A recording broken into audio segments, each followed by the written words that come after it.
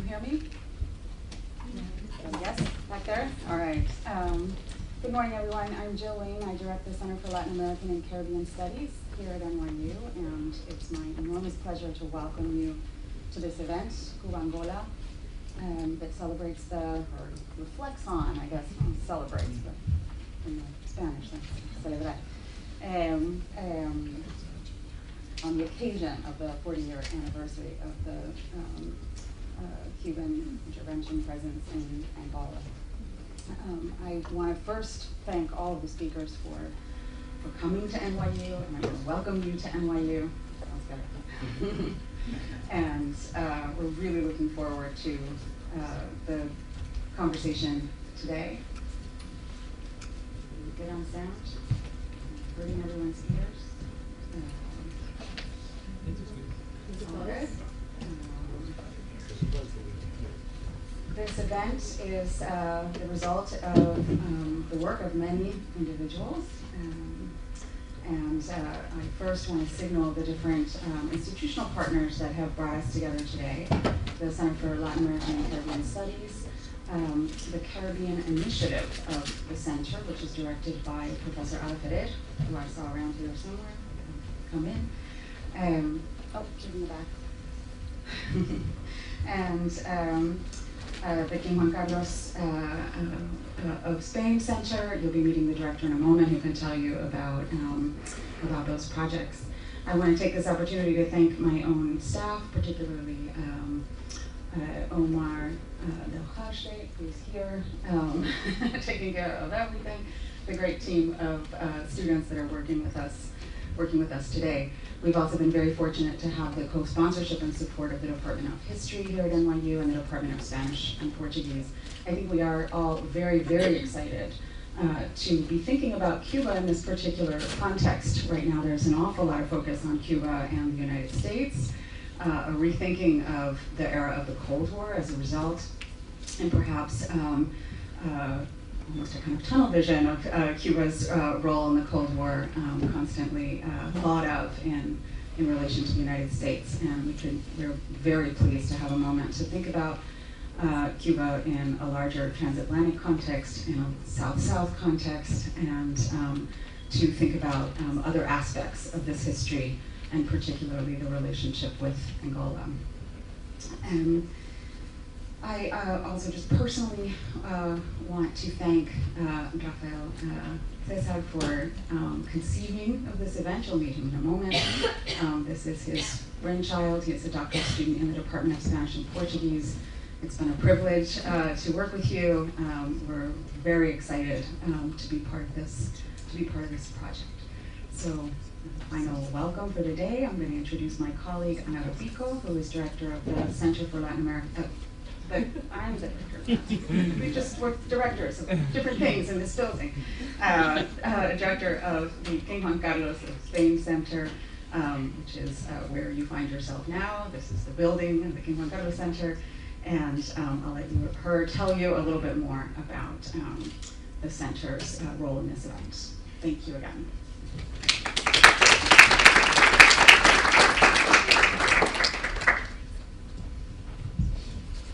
Good morning, and thank you for coming to this really groundbreaking event, at least in recent memory.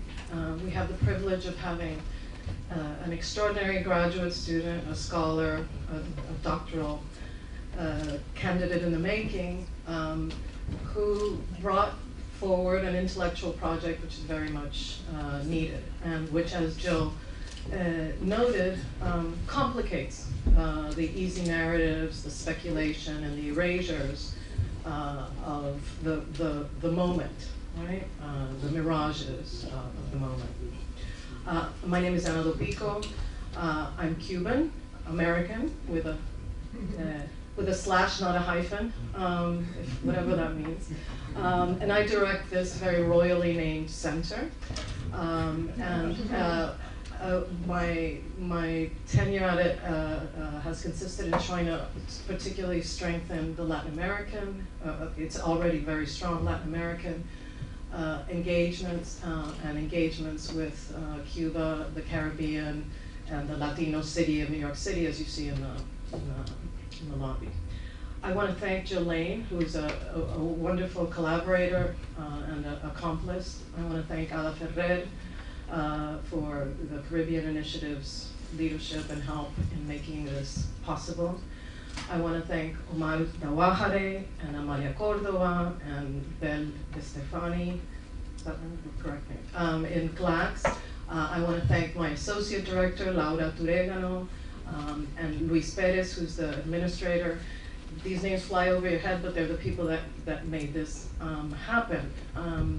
And the other reason that Rafael's project has come forward, in addition to Jill's extraordinary support, is that we opened also the center to graduate student initiatives and graduate student generated projects, so that the research of this university in this field fills this room, and not only by professors but by scholars that are in graduate school.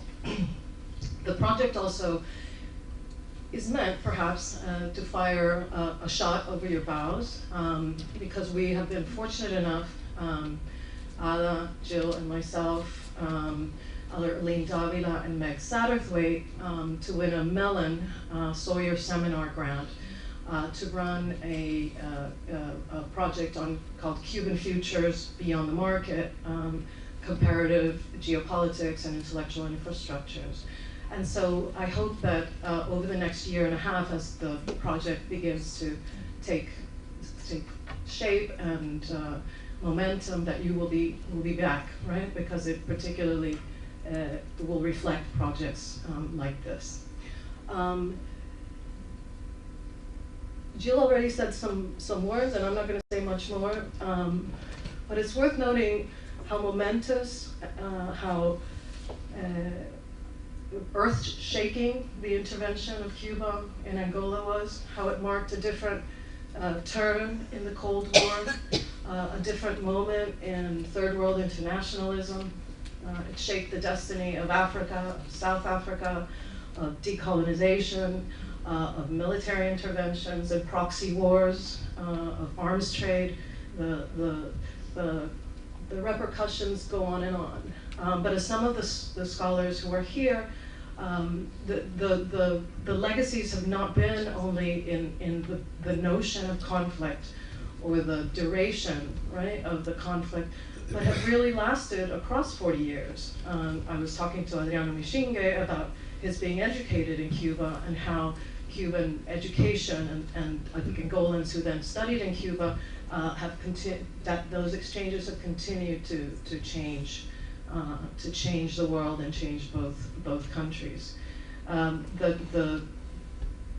There is a narrative about the Cold War that often leaves out the South-South dimensions. The Global South is now a professional designation for many academics, but to think of the urgent and entangled and difficult memories, right, and engagements that were involved in those years, and to really think about the contingencies and specificities of it and the long legacies of it is extremely important in the current moment when many neoliberal or globalized narratives of the world, right, continue to somehow dominate, even in our resistant, right, academic circles.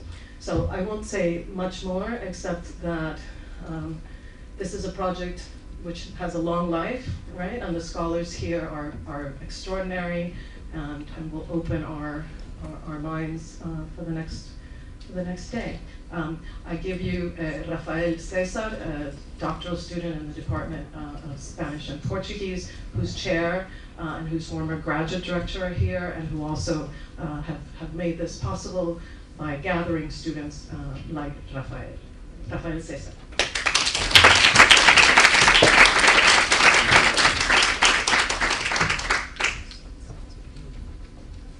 Good morning, everyone. Welcome to the CUBANGOLA 40 conference, Rethinking the 1975 Afro-Cuban War, and thank you very much for being here today. Às casas, às nossas lavras, às praias, aos nossos campos, havemos de voltar. Aos nossos rios, nossos lagos, às montanhas, às florestas, havemos de voltar. A frescura da mulemba, as nossas tradições, aos ritmos e às fogueiras, havemos de voltar. A marimba e ao quiçange, ao nosso carnaval, havemos de voltar. A bela pátria angolana, nossa terra, nossa mãe, havemos de voltar. Havemos de voltar. A Angola libertada, Angola independente. Agostinho Neto, first Angolan president, composed the verses I just read in 1960 while incarcerated by the Portuguese colonial regime. Havemos de voltar means we shall return and evokes the desire of returning. I now quote in English, to our traditions, to the rhythms and the bonfire, to our land, our mother, to the free Angola, independent Angola. It became an anthem of the Angolan struggle for independence. The literal recuperation of the past, a constant in anti-colonial African writings, was, however, impossible, of course, and maybe not even actually desired as such, but served as a political instrument by which recreation of the past encouraged oppressed people to create a new future. A future that was, therefore, based on memories, often idealized, romantic, and even invented memories, yet ones that were turned into powerful and mobilizing stories. Recent Cuban-Angolan relations were also born following a similar pattern.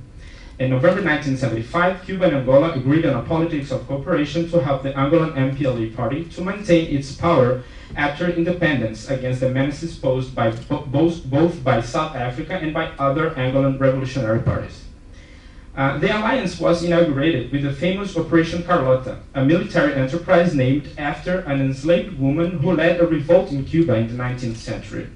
This was a powerful metaphor in the context of the struggle against the country of apartheid, the last symbol of colonization. The recuperation of historical characters, dates, and other symbols is the apparatus of remembering that French historian Pierre Nora called lieux de mémoire, or realms of memory. In his words, they are, I quote, moments of history plucked out of the flow of history, then returned to it, no longer quite alive, but not yet entirely dead, like shells left on the shore when the sea of living memory has receded. 40 years ago, Cubans reached Angola by air, but the sea was a much older connection between the two countries. The shells of slavery and colonization lying on the coasts were then collected to ground acts of international solidarity. Today, 40 years later, this agitated sea of histories recedes once again and invites us to collect new shells. Complex as it was, Cuban-Angola cooperation certainly provokes praise and criticism that may put into question the methods and intentions behind it. That is the nature of the political. What is undeniable is that it challenged the map of power when the world's two most powerful nations at the time, the United States and the Soviet Union, were sparring over control of the world. In that context, two poor non-white countries made their own international politics and directly impacted the global affairs of the time. That meant a rearranging not only of political military power to a certain extent, especially in the expulsion of South Africa from Angola and Namibia that would later contribute to the end of apartheid, but maybe more important, also brought to the fore different forms of political epistemologies. The South then challenged the validity of political claims coming from the North, surprising both the United States and the Soviet Union, questioning where political knowledge and reference could come from, which forms of international solidarity were possible, and what political claims could productively foster solidarity and mobilize entire populations. What we now call the Global South was indeed unfolding on a global scale, dealing with matters that belonged to the South and crossing the borders of power and interfering in northern affairs. 40 years later, what happened is still relevant far beyond Angola and Cuba. To grasp 40 years in a day, today we'll be hearing about and discussing international politics, history, literature and literary theory, music and cultural exchange, racial issues, political thought, art and soft power, among other topics that have shaped the recent history of Cuba and Angola in the specific context of cooperation. We'll hear from experts in the field and also from those who participated directly in the historical event. It is they today, not I, who will be telling this history.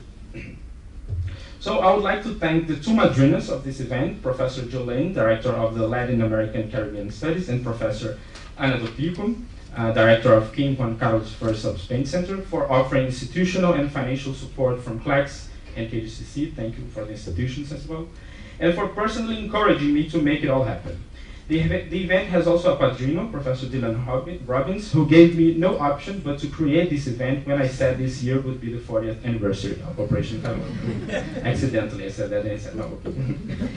I have no words to express my gratitude to CLACS staff, Amalia Cordova, Omar Dalhashli, Belen De Stephanie, also Brandon, thank you very much, for their incredible work and commitment, I wanted also to say thank you so much to the History Department for their contribution, especially for Professor Ada Ferrer, who helped raise funds for the event. And finally, I wanted to thank my department, the Spanish and Portuguese department, for financial and institutional support as well, particularly Professor Joe Labanji, who's here, chair of the department. So it's time to kick it off. We'll start this day with the writer of Conflicting Missions, Havana, Washington, and Africa, 1959-1975, and Visions of Freedom, Havana, Washington, Pretoria, and the Struggle for Southern Africa, 1976-1991. These are two classics, recent but classic books already about the Cuban presence in Africa, and the author is the only researcher who ever had access to the Cuban archives about the missions in Africa. Please welcome from Johns Hopkins University, Professor Piero Gleijeses.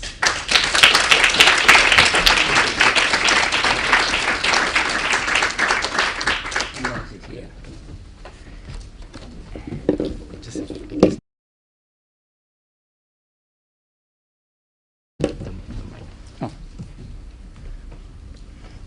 Shall I hold it? Yeah. Okay, Raphael has asked me to speak not just about 1975.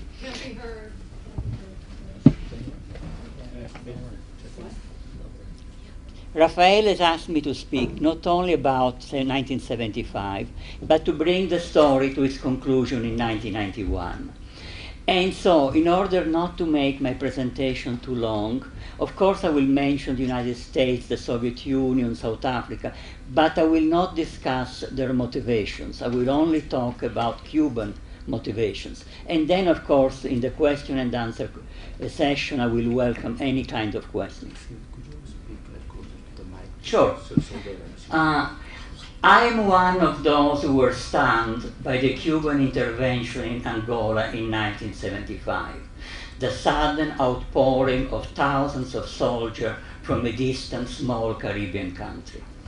And these soldiers remained in Angola for 15 years, tens of thousands. Their number peaked to 55,000 in August 1988. Whether as a proxy of the Soviet Union or as an independent actor, what Cuba did was unprecedented in modern history. No third world country during the Cold War projected its power beyond its immediate neighborhood. Brazil went as far as the Caribbean when it sent in 1965 a small troop as the junior partner of the United States in the occupation of the Dominican Republic. Vietnam defeated the United States, but its troops didn't go beyond Indochina. China only sent weapons and a few military instructors to Africa. In terms of, during the Cold War, extracontinental interventions were the preserve of the two superpowers, some West European countries, and Cuba. Talking with a Cuban friend about Angola 1975, the Cuban intervention, he told me that if I wanted to understand what we did in 1975, I had to understand our past. And what he meant was that Angola 1975 was a way station along a journey that had begun many years earlier. And if this were a play, Cuba's Africa journey, the curtain would rise in Casablanca in December 1961 with the arrival of a Cuban ship, Bahia de Nipe. This ship brought weapons for the Algerian rebels who were fighting for independence against France. And it left 1 month later back to Cuba with a precious cargo, wounded guerrillas and war orphans who were going to Cuba. And with one ship, one single trip, you have the two dimensions of Cuba's presence in Africa, the military assistance and humanitarian aid. The humanitarian aid is extremely important. What Cuba did in terms of assistance, technical assistance, the generosity of Cuba's assistance to Angola between 75 and 91 is impressive. But for reasons of time, I will virtually overlook it in my presentation, and I will focus on the military aspect. And so what we have after this first foray, late 61, early 62, again Algeria in 1963, Algeria just independent. In May 1963, the first of many Cuban medical missions went to Algeria. The Cubans paid for all the expenses. And in October 1963, the Cuban rushed a military force of about 686 soldiers and heavy weapons to help defend Algeria, which was attacked by Morocco.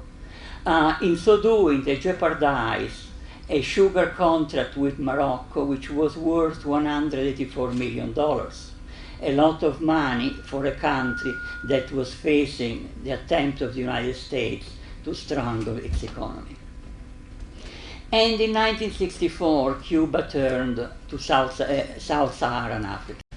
It was the moment of the great illusion, when there was the Cubans and many others believed that revolution beckoned. Guerrillas were fighting against the Portuguese in Guinea-Bissau, Angola, Mozambique. In Congo-Brazzaville, there was a revolutionary government that proclaimed its support for the liberation of Africa, of African colonies. And above all, there was a great revolt in the former Belgian Congo against the corrupt regime that the Eisenhower and Kennedy administration had put in place. To sustain this regime against the rebels, in the summer of 1964, the Johnson administration created an army of white mercenaries that provoked a wave of revulsion even among African leaders sympathetic to the United States. And it was in response to this intervention, to this army of mercenaries, that Cuba, at the request of the Zairian rebels, sent a column led by Che Guevara in the spring of 1965 to help train the rebels and fight with them. And at the same time, another Cuban column led by Jorge Risquet went to nearby Congo-Brazzaville at the request of that country's government to protect it from the mercenaries of the CIA, and also to train guerrilla movements that were based in Congo-Brazzaville. In the summer of 1965, there were about 400 armed Cubans in Central Africa. But Central Africa was not ready for revolution. The CIA's mercenary had broken the will of the rebels and left Che no alternative but to withdraw in November 1965. A year later, the column of Risquet withdrew from Congo-Brazzaville after having defended the government of that country from a military coup, carried out the first vaccination campaign against polio in the history of the country, and trained the guerrillas of the MPLA of Agostinho Neto. That's when the link between Cuba and the MPLA was really forged in 1965, 1966. And the late 60s were years in which Cuba was learning about Africa. And in those years, the focus of the Cuban presence in Africa was Guinea-Bissau, which actually had the strongest independent guerrilla movement of sub-Saharan Africa. And at the request of Amilcar Cabral, Cuba sent to Guinea-Bissau military instructors, and of course in the Cuban system, the military instructor fights with the people he instructs, and doctors. The medical assistance in the liberated areas of Guinea-Bissau was provided by Cuban doctors. In 1978, the first president of Guinea-Bissau gave a speech in which he said, "We were able to fight and triumph because other countries helped us with weapons, medicine, and supplies. But there is one nation that, in addition to material, political, and diplomatic support, even sent its children to fight by our side, to shed their blood in our land. These great people, these heroic people, we all know that it is the heroic people of Cuba, the Cuba of Fidel Castro." And the Cuban assistance to Guinea-Bissau continued until independence in 1974. Now, what is interesting is if you look at US intelligence reports for the 1960s, both INR, Intelligence and Research of the State Department, and CIA reports, they never claim that Cuban activism in Latin America or in Africa was at the behest of the Soviet Union. The CIA analytical reports never said that Cuba was a proxy of the Soviet Union. They said that there were two main motivations for Cuban activism. The first was realpolitik.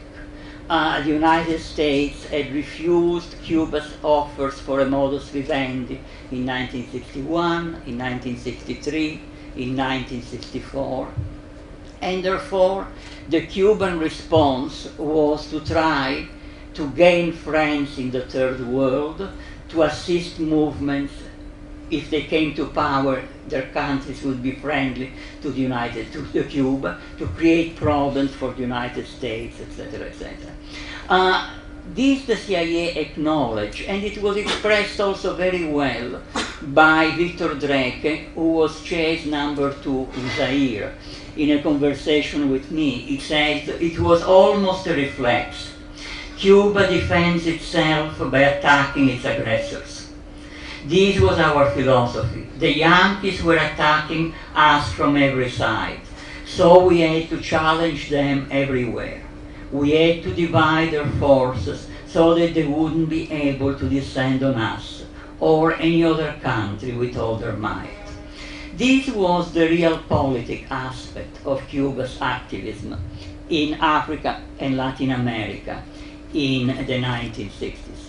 But there was another key motivation, as CIA and INR reports, intelligence reports, freely acknowledged. And this was the idealism of the leadership of the Cuban leadership. And if you look at CIA reports, you will find a lot of comments about Fidel's sense of revolutionary mission, that he believed that he was engaged in a great crusade to help the people of the third world from the misery and the oppression that tormented them. If you want to find the idealism of Cuban foreign policy in the 1960s, you don't need to go to the archives in Havana. All you need to do is to consult the reports of the CIA. Now, through the 1960s, these two motivations, self-defense and idealism, went along parallel tracks because the United States refused to consider a modus vivendi with Cuba. They went along parallel tracks until Angola, 1975, this is when the tracks diverged. Until 1974, through 1974, Southern Africa had been a backwater of the Cold War. The rebels who fought against Portuguese rule in Angola and Mozambique, against white minority rule in Rhodesia, against South African occupation in Namibia, and against the apartheid regime in South Africa seemed impotent. The stage was dominated by Washington friends, apartheid South Africa and Portugal. But then you have in in April 1974, the uprising the military uprising in Portugal, the overthrow of the government, and the new Portuguese government moved toward decolonization. In the case of Guinea-Bissau and Mozambique, this went smoothly because in both countries there was only one guerrilla movement. And it was in the logic of things that this guerrilla movement would inherit power. But in Angola you had three guerrilla movements, and three guerrilla movements that hated one another. Civil war was inevitable in any case.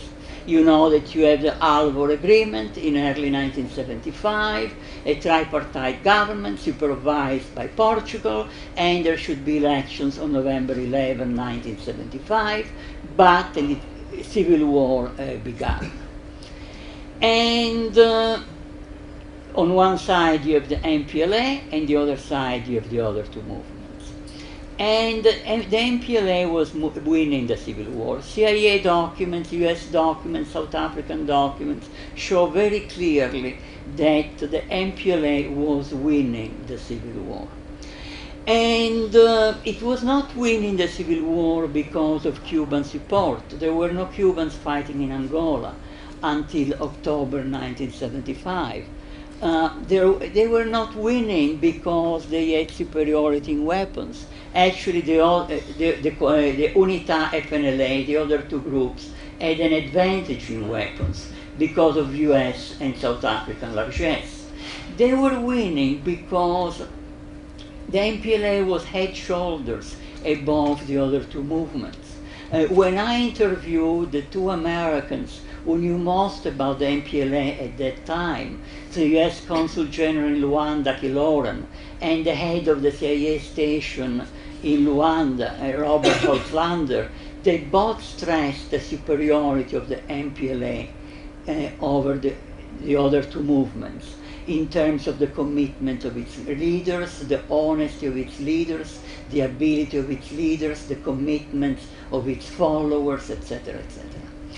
So the MPLA was winning, and it is in order to prevent the MPLA victory that in October 1975, urged by the United States, South Africa invaded Angola.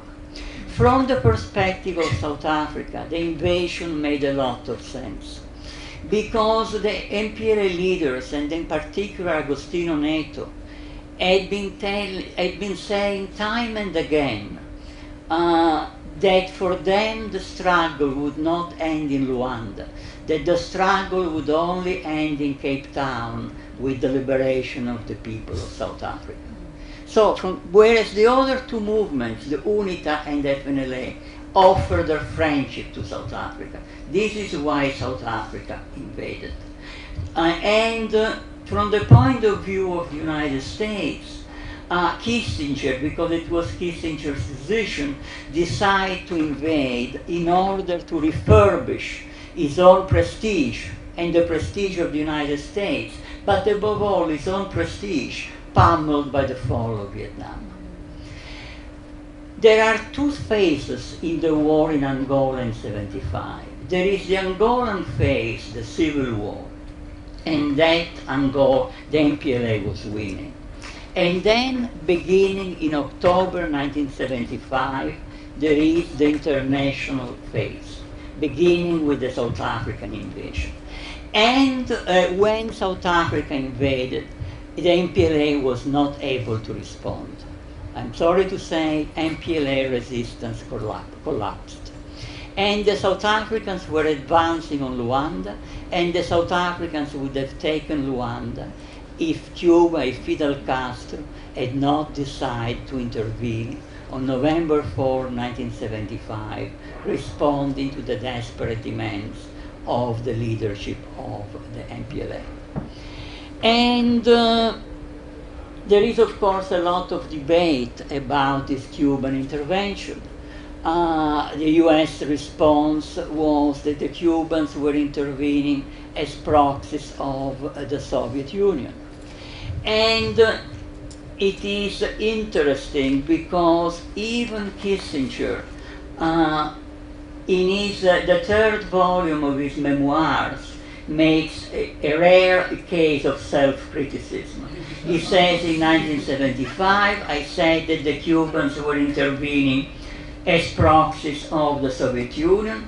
I was wrong. Actually, they were intervening on their own and facing the Soviet with the fait accompli. And the CIA had already said it much earlier.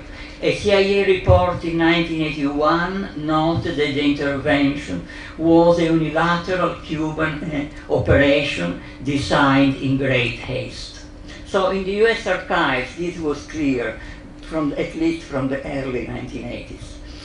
And why did Cuba decide to intervene?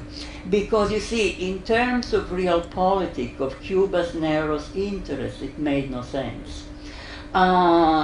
Cuba intervened without even informing the Soviet Union.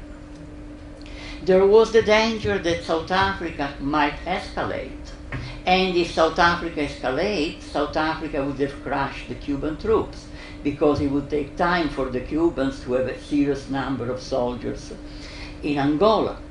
And so it was a grave risk, and there was absolutely no guarantee of Soviet support.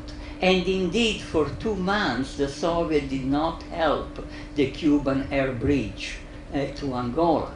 On top of it, in 1975, Kissinger had decided the embargo had become counterproductive, and he had taken the initiative of open secret conversations with Cuba, which aimed at the full establishment of full diplomatic relations, and down the road lifting the embargo. Clearly, if Cuba intervened, this would destroy the negotiations with the United States.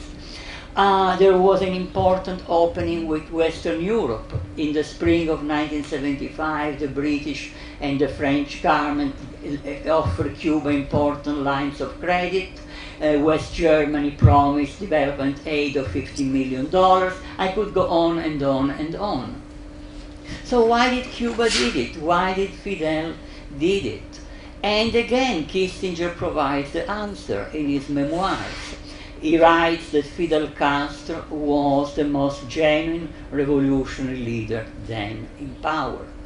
Essentially, the Cuban intervention was motivated not just, I believe, by the idea of helping the MPLA against UNITA and FNLA, but there was something even more important, that Fidel Castro, the Cuban leadership, understood that a victory of the UNITA and FNLA meant a victory of apartheid, was a victory of South Africa apartheid, would have tightened the grip of apartheid over Southern Africa.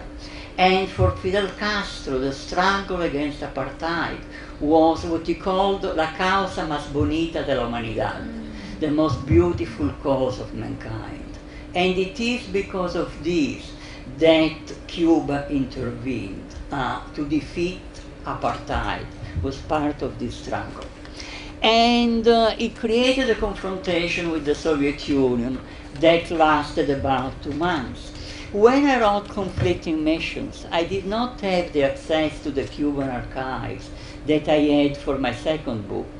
Therefore, I did not have access to documents about conversations between Cubans and Soviets between November 75 and late January 76.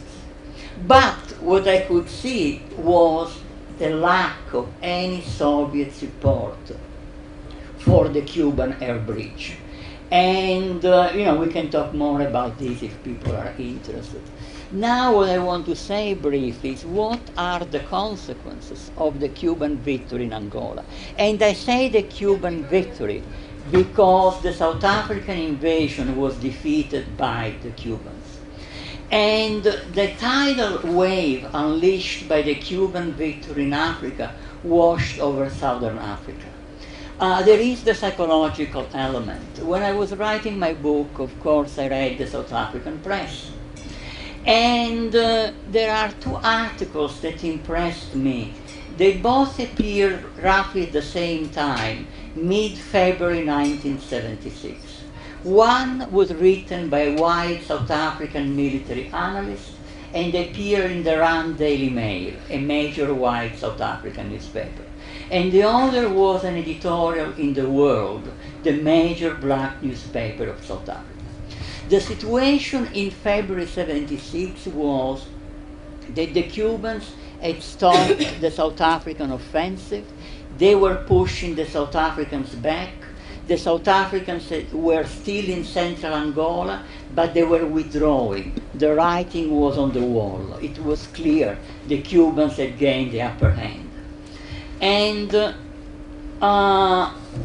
military analyst wrote in the Rand Daily Mail, in Angola, black troops, Cubans and Angolans, have defeated white troops in military exchanges.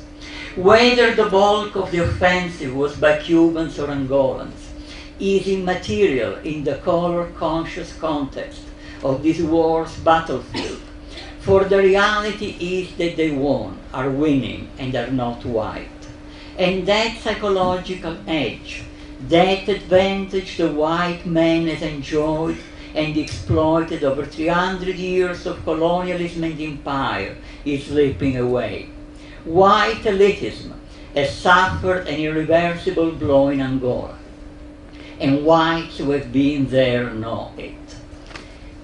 For its part, The World, the black newspaper, wrote, Black Africa is riding the crest of a wave generated by the Cuban success in Angola. Black Africa is tasting the heady wine of the possibility of realizing the dream of total liberation. Let me say one thing. In order to have a feeling about the newspaper, I started reading The World in January 1975. And it was a very meek newspaper, very humble towards the apartheid regime. And you can see change in early 76 to become more forceful, more brave.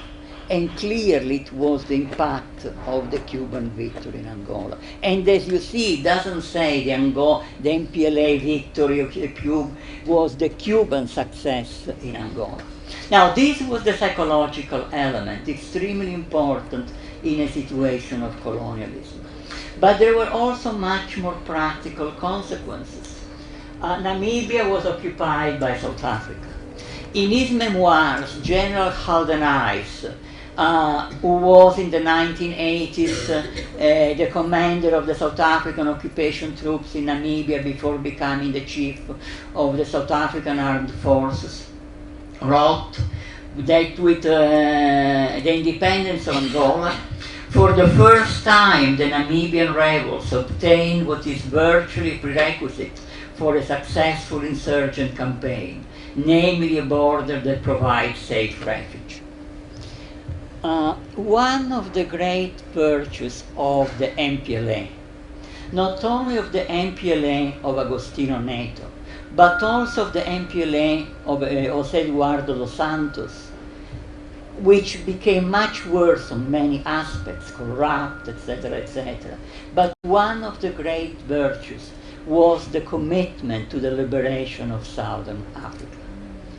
And there is, for instance, a conversation of Agostinho Neto with Raúl Castro in which he said, "You Cubans helped us achieve our independence. Now it is our turn." And in Angola it became a tripartite operation. Angola offered its territory, that's all it could offer. The Soviet offered the weapons, and Cuba offered the great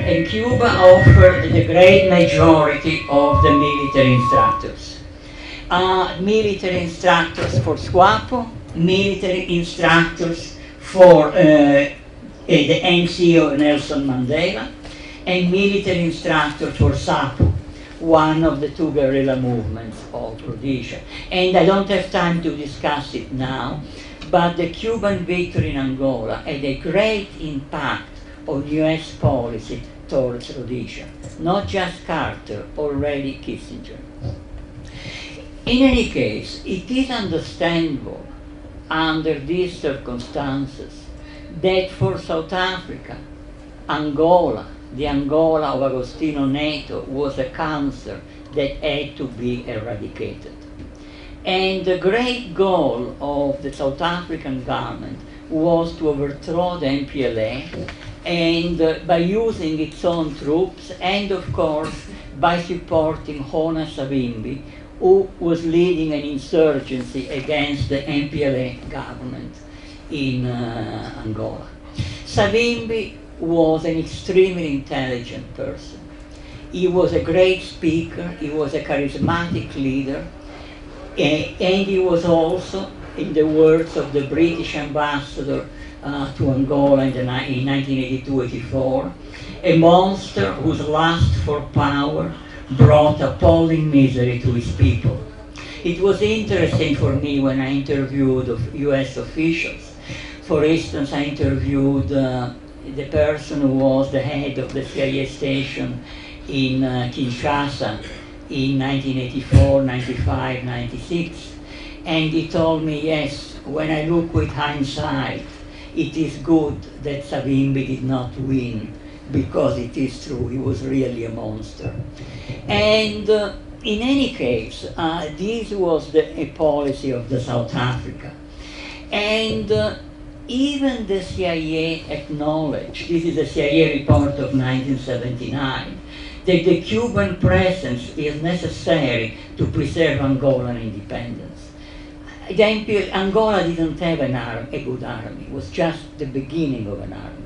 The only shield Angola had was the presence of the Cuban soldiers, and that's why they had to remain.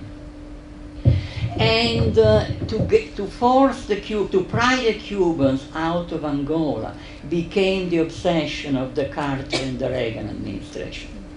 It is interesting if you think about it. The United States maintained a large army in Western Europe against a very theoretical Soviet threat. But Angola did not have the right to have a Cuban army against a very real South African threat. And it is because of the Cuban presence that the Carter administration refused to establish diplomatic relations with Angola. It is interesting because in the debate within the Carter administration, no one ever argued that Angola was not threatened by South Africa, not even Brzezinski, but it was irrelevant. The Cuban troops had to leave regardless. And of course, Cuba paid a high price, because that's why Carter refused to move towards a modus vivendi with Cuba, because of the presence of the Cuban troops in Angola. And the Reagan administration was even more obsessed, and the Reagan administration was very close to South Africa. And an important thing is that the Reagan administration invented the principle of linkage. Let me explain. The UN Security Council in 1978, with the vote of the United States, passed a resolution which demanded that South Africa allow free elections in Namibia supervised by the United Nations. This is the famous resolution 435. The Reagan administration stipulated that South Africa did not have to implement this resolution as long as the Cuban troops remained in Angola. So it was a shield that protected South Africa. Now, the South Africans paid lip homage to linkage, to the principle of linkage. But South Africa had no intention of allowing, under any condition, even if the Cubans left Angola, free elections in Namibia. unless could be sure that SWAPO, the guerrilla movement, would not win the elections. Beginning in mid-1975, you have reams of documents in the South African archives and in the US archives saying that the independence of Namibia, if it were under SWAPO, would be extremely dangerous for South Africa because it would demoralize the South African whites and would give courage to the South African blacks. And the problem, South Africa tried to create an internal solution, meaning to bring to power, create the conditions to bring to power pliant political parties in South Africa. But they realized it was not working. Document after document in the South African archives say, if there are elections, SWAPO will win.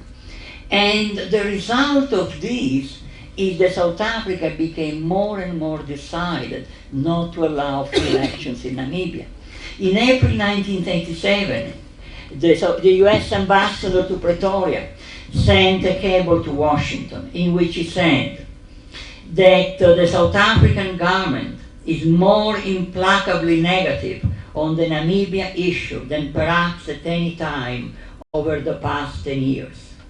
The hardliners in the South African government, who are increasingly in the driver's seat here, sincerely believe that the SWAPO victory would mean the takeover of Namibia by the communists, which is the prerequisite for the takeover of South Africa.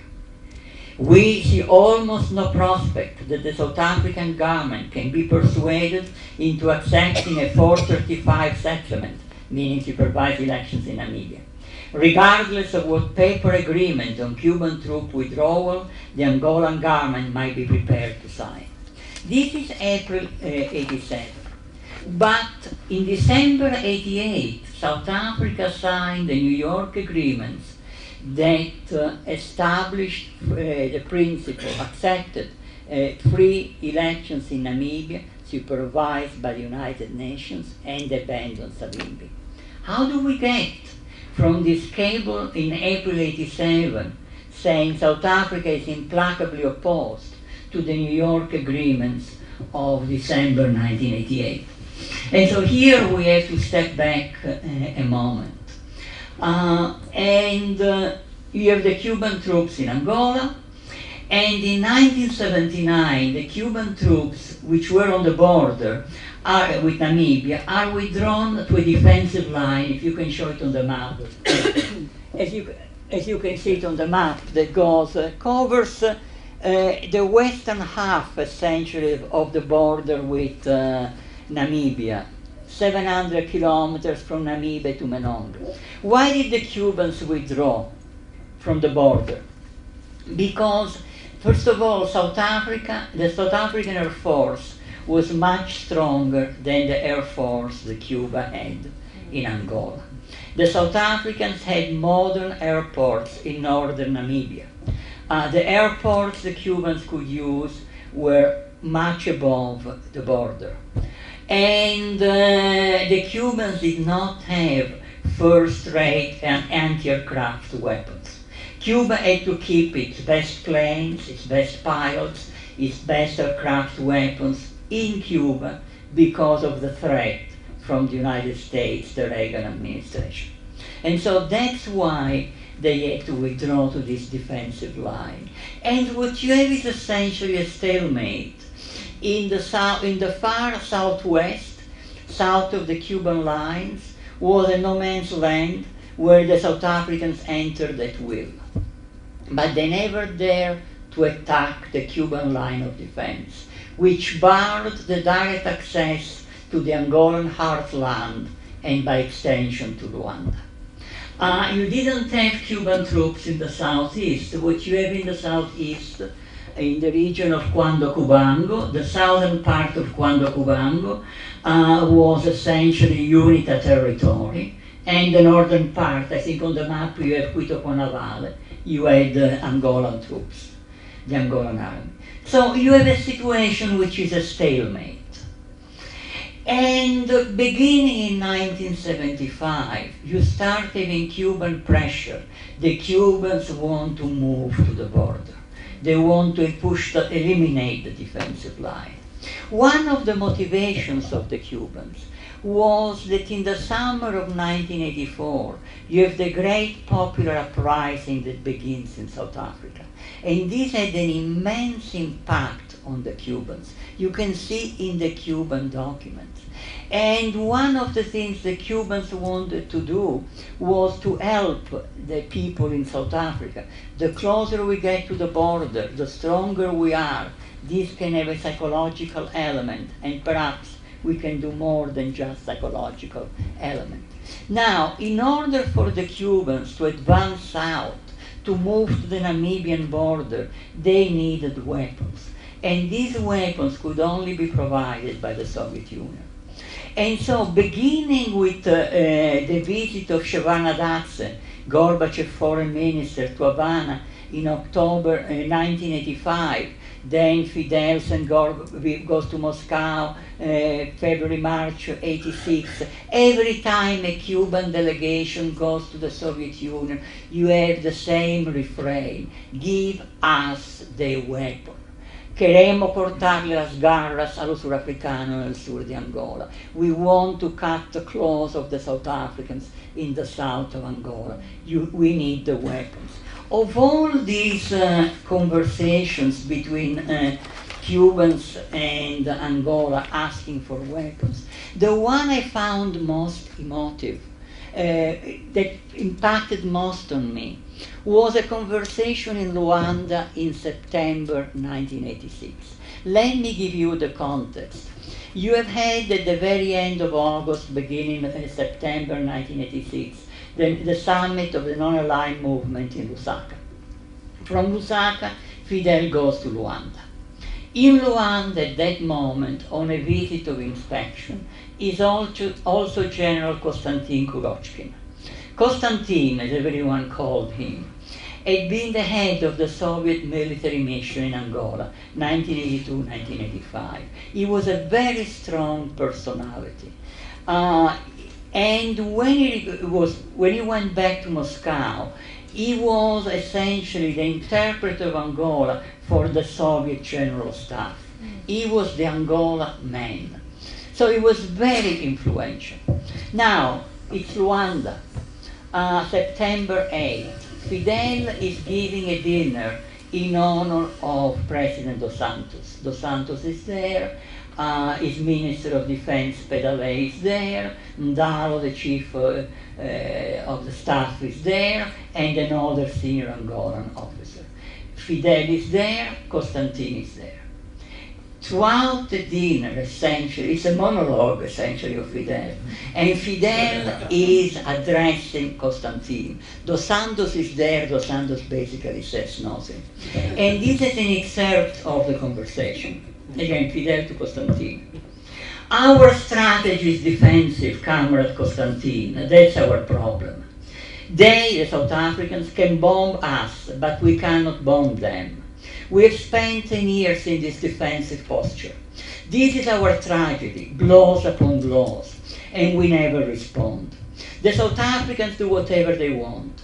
We have to take it because we haven't been able to do anything else. But we have an obligation to create the conditions that will allow us to put a stop to it. If we are strong, it is possible that we won't have to fire a single shot. But if we have to fire a bullet, then we must be ready to fire 1 million bullets. We have been patient for many years, but we must assemble a force that can eject the South Africans from Angola. Then we will be in a position to give them orders. Go back to Pretoria. Don't step even half an inch over the border, because if you do, we will destroy you. If we are strong, we will find that there are no people more compliant than the South Africans. Well, nothing happened. No weapons came. And so the stalemate continues. The stalemate continues until late 1987. What happens in the summer 87 and then late 87? urged by the Soviet and against the strong advice of the Cubans, the Angolans launched for the second time an offensive from Cuito-Cuanavale against Savimbi's heartland in southern Cubango. You have on the map Mavinga and Jamba. Jamba was the quote-unquote capital of Savimbi. The Cubans were very much against, because the Cubans were saying, first of all, it's an offensive against the wrong enemy. The real enemy is South Africa, and so should be an offensive in the southwest, etc., etc. Second, the South Africans have air superiority. If you are approaching Mavinga, they will destroy you using the Air Force. And you don't have good enough anti-aircraft weapons. The Angolans listened to the Soviets to launch the offensive. You can follow the offensive in the South Africans' documents. The FAPLA troops, the troops of the Angolan government, fought well. They were fighting better than the troops of Savimbi, and they were approaching Mavinga. And when they were approaching Mavinga, the South Africans intervened with special troops, elite troops, with state-of-the-art guns, and with Air Force. And they hit the FAPLA, the MPLA troops, very hard, and the MPLA troops began withdrawing towards Cuito-Cuanavale. And the South African government made the decision to destroy them, to take Cuito-Cuanavale. And if you read the American press, if you read US documents, South African documents, everyone was expecting the fall of the Cuito-Cuanavale. The Security Council voted a resolution condemning South Africa for its open invasion of Angola, because it was open, it was no secret, etc. But as the Assistant Secretary of State for African Affairs, Chester Crocker, told the South African ambassador, we made sure that there would be no threat of sanctions. Was a toothless resolution, as all the resolutions of the Security Council on Angola. And Cuito-Cuanavale would have fallen if Fidel Castro had not intervened to save Angola once again. On November 15, 1987, there is a meeting that began at 5 o'clock in the afternoon in a residence in El Laguito in Havana, and was a meeting, Fidel, Raul, 7 generals, and Fidel's point man for Angola, a great man who died unfortunately a month ago, Jorge Risquet. And this meeting lasted until the early hours of November 16, and the minutes of these meetings are 182 pages. And in this meeting it was decided to send troops reinforcement to Angolan weapons, but not just to save Cuito-Cuanavale, which is what the Soviets wanted and the MPLA government wanted, but to advance in the southwest and reach the Namibian border, what Cuba had been wanting to do since 1985. And once again, the Soviets were not informed, were not consulted. What made this decision possible? The South African invasion, the threat to Cuito-Cuanavale, triggered the Cuban decision. It's something the Cubans so much wanted to do. But what made it possible was the scandal of Iran-Contra. In late 1986, the Iran-Contra scandal had broken out in the United States. The result of Iran-Contra is that Reagan was weakened. And on top of it, he had to dismiss some of the most hardline people in his foreign policy apparatus. And one of them, Casey, died. And as a result, from the Cuban point of view, Reagan was defunct. For the first time, the Cubans in the Reagan period did not fear a US attack against Cuba. Therefore, Cuba could do what it had felt unable to do until that moment: send the best planes to Angola, the best pilots to Angola, the best anti-aircraft weapons to Angola, everything to Angola. And again, confronting the Soviets with the fait accompli. As Risquet told me, in a conversation, he said the Soviet Union of Gorbachev was preparing for the summit with Reagan in Washington in early December 1987.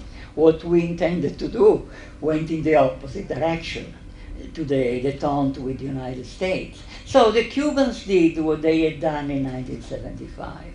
They informed the Soviets once the first Cuban troops had already left for Angola. I will just say one thing very briefly. After the first Cuban troops had left for Angola, the government sent the chief of the general staff, Ulisse Rosales del Toro, to Moscow to inform the Soviets. And what is amusing is this. Ulisse went with two documents. One was the Cuban explanation of the Cuban decision and what the Cubans wanted to do, which the Soviets really did not like, which is the offensive in the southwest, etc., etc. This was one document. The other document was a huge list of weapons that the Cubans wanted from the Soviets. And 2 months of tension followed. Unlike the 2 months of tension in 1975, this time I had a very large access to the Cuban archive, so I could follow these 2 months of tension. I detailed them in my book, obviously. Here I will just read 2 excerpts of letters exchanged between Gorbachev and Fidel Castro. I just very short. Gorbachev writes to Fidel, the news of Cuba's decision to send additional troops to Angola was for us, I say it bluntly, a real surprise. I find it hard to understand how such a decision could be taken without us. And Fidel replied, we do not bear any responsibility for the military situation that has been created in Angola. The responsibility belongs entirely to the Soviet advisors who had urged the offensive on the Angolans. The Soviet note criticizes our decision to send reinforcement because, I quote, it is more than the military situation in Angola requires. But the facts prove that our decision to send reinforcement was absolutely correct.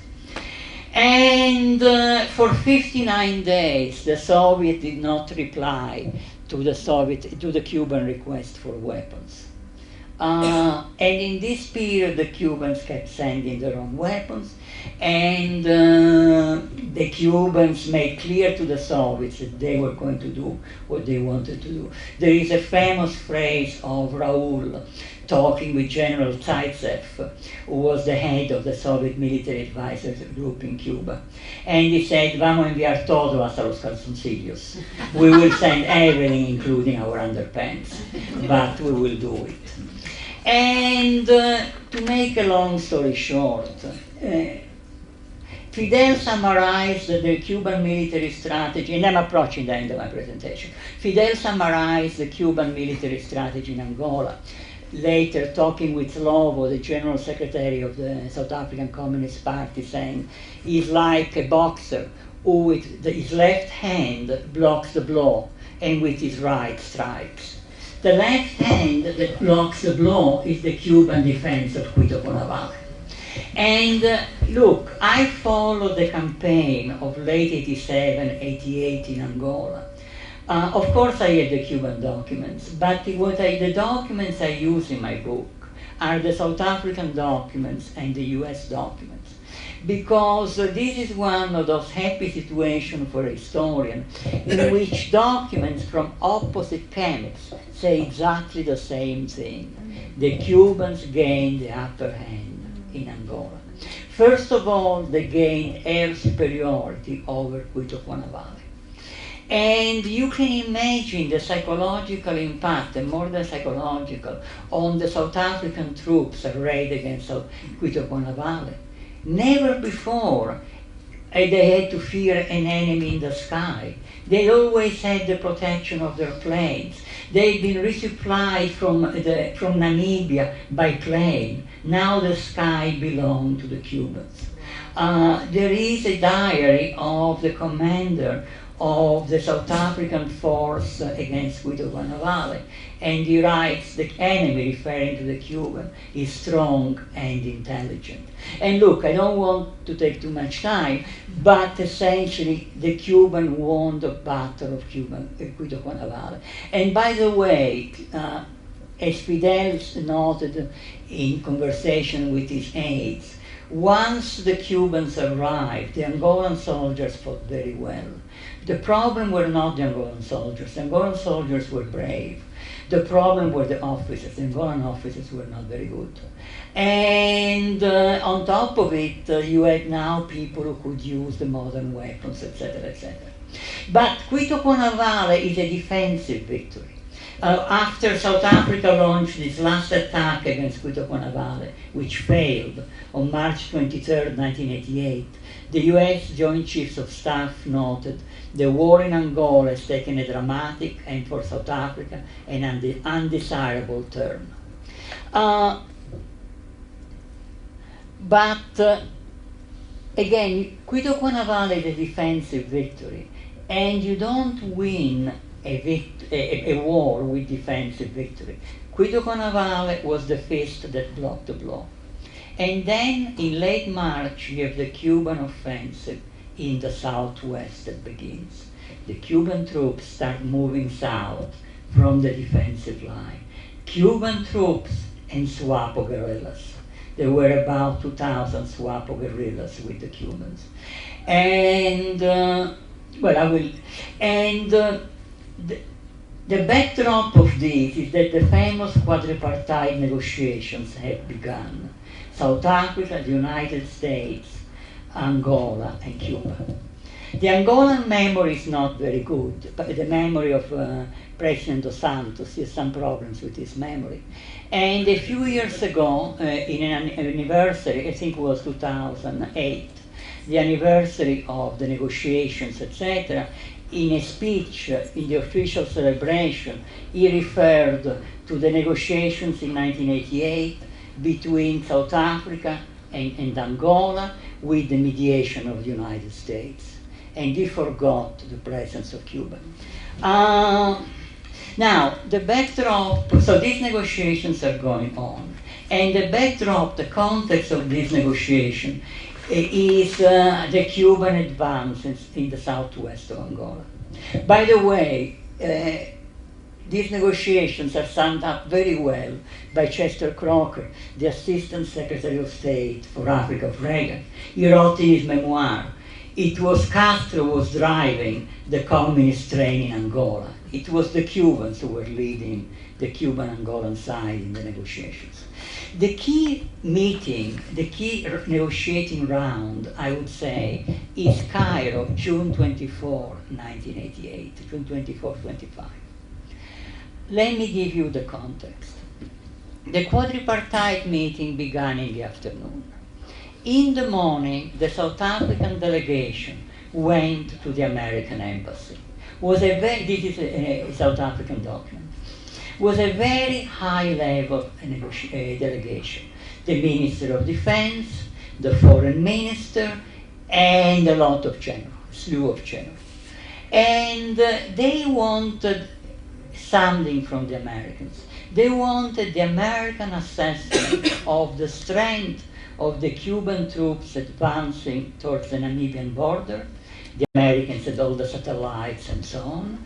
And they wanted the American assessment on what were the intentions of the Cubans. Would the Cubans stop at the border? And Chester Crocker, the Assistant Secretary for Africa, said, here we have the representative of the Department of Defense, Deputy Assistant Secretary James Wood. I will ask Wood to reply.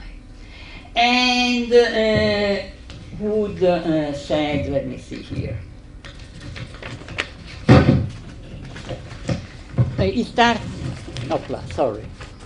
Would start giving a list of all the weapons the Cubans had, the strength of the Cubans. And then he said, look, it was impressive in terms of strength of weapons. And he said, look, we cannot give you an assessment of what the Cuban intentions are. We don't know it ourselves.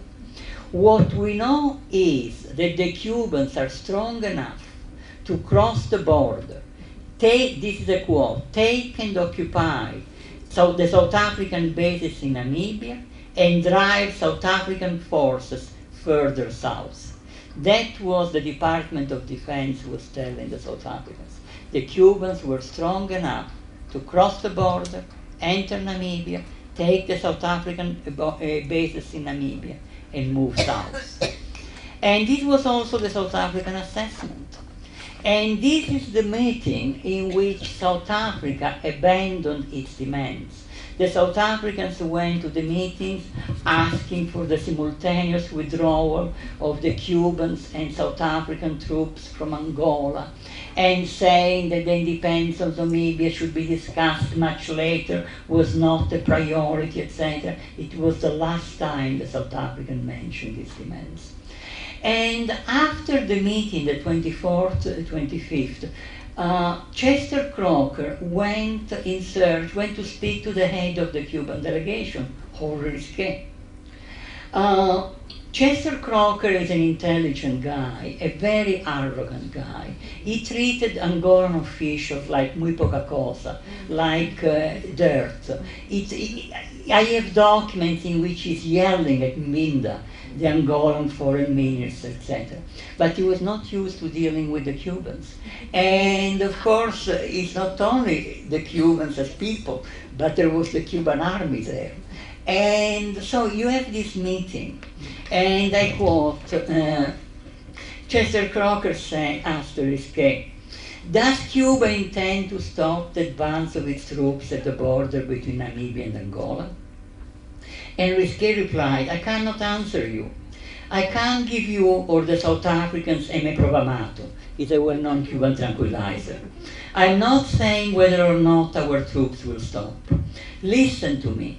I'm not threatening. If I told you that they will not stop, it would be a threat.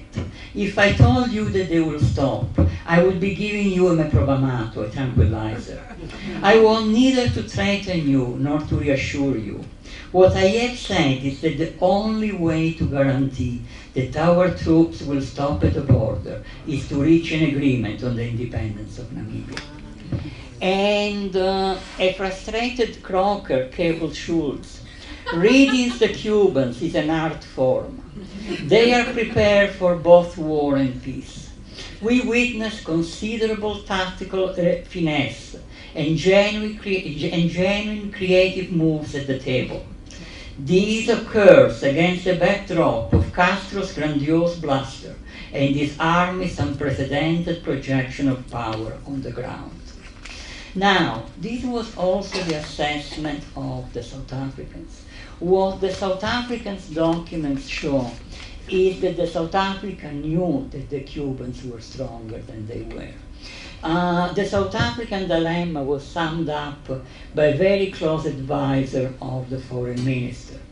If we are not prepared to grant independence to Namibia, we must face the consequences.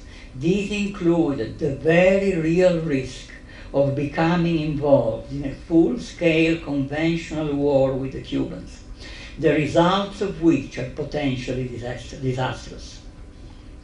And there is an interesting report. You know, there are scores of such documents. There is an interesting memo by, again, General Haldenhuis, who was then the commander-in-chief of the South African Armed Forces, in which he told the South African president, P.W. Botha, that the Cuban Air Force was stronger than the South African. We must, therefore, do our utmost to prevent a confrontation. If this is not possible and the confrontation is inevitable, then we should take the offensive, knowing that our Air Force will be neutralized in a short time. This is the commander of the South African Armed Forces saying that the South African Air Force will be neutralized in a short time by the Cuban Air Force.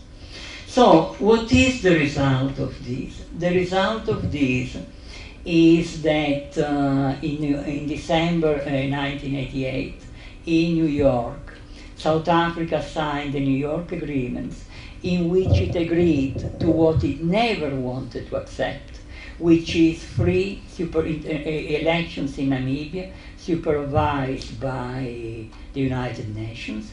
The elections took place in November 1899, and in March 1990, Namibia became independent under a SWAPO government with some Joma.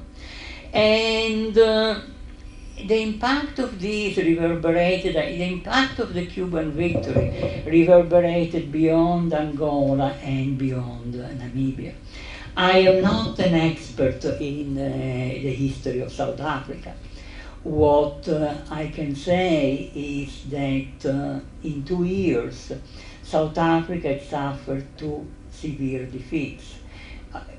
One was the defeat in southern Angola, and the other was the SWAPO victory in Namibia, which again the South Africans had stressed time and again would have very negative repercussions for South Africa.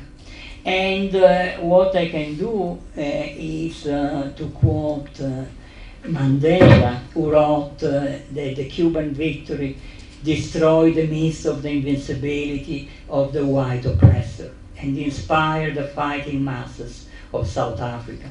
Cuito Cuanavale was the turning point for the liberation of our continent and of my people from the scourge of apartheid. Cuito Cuanavale, not as the Battle of Cuito Cuanavale, I would say, but as a whole campaign in southern Angola. But before ending, I would like to make a couple of comments very quickly. One is to do with the Soviet Union. Look, Cuba could not have maintained its army in Angola for so many years without the support of the Soviet Union. The Soviet Union played a very positive role in southern Angola, even though very often the military strategy they urged on the Angolans, not imposed, urged, was not particularly good. Even though they had to be pushed by the Cubans in 1975 and in 1987. But overall, the role was very positive. As an Angolan told me very correctly, the great merit of the Soviet Union, it helped Cuba to help Angola. But it is Cuba that played a decisive role.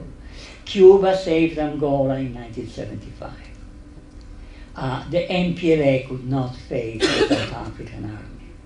Between 1976 and after 1976, the Cuban army stayed in Angola as the shield to protect Angola from South Africa. In 1988, it is the Cubans who won the war in southern Angola. And with its impact on Namibia, its impact on South Africa, and so essentially Cuba, this small country, helped change the course of history in southern Africa, despite the efforts of the United States to prevent it, and at time challenging the Soviet Union. And so it's appropriate to end with the words of Mandela, the words of Mandela when he visited Havana in July 1981, and voiced the epitaph to the story of Cuba's aid to Africa during the Cold War. He said, "We come here with a sense of great debt, of the great debt that is owed the people of Cuba. What other country can point to a record of great selflessness than Cuba is displayed in its relation to Africa?" Thank you.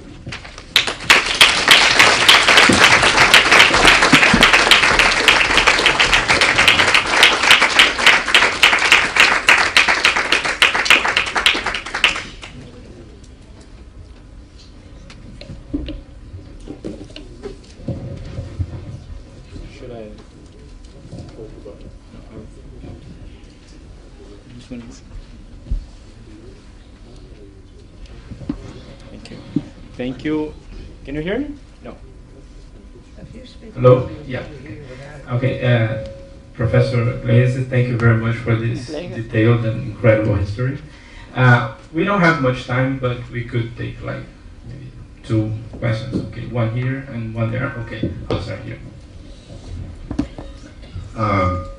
Yes, first I have to say that after reading both your books, Conflicting Missions and Visions of Freedom, especially Visions of Freedom, if anyone hasn't read those books, to understand what Piero outlines on the Cuban mission in Angola is must reading, and just presenting the facts speak for themselves, including what the U.S. government said, and what it tells you about that this was only possible because of the popular character of the Cuban Revolution, and including, I don't know if you mentioned the fact that all the 400,000+ Cuban combatants were volunteers. My question is,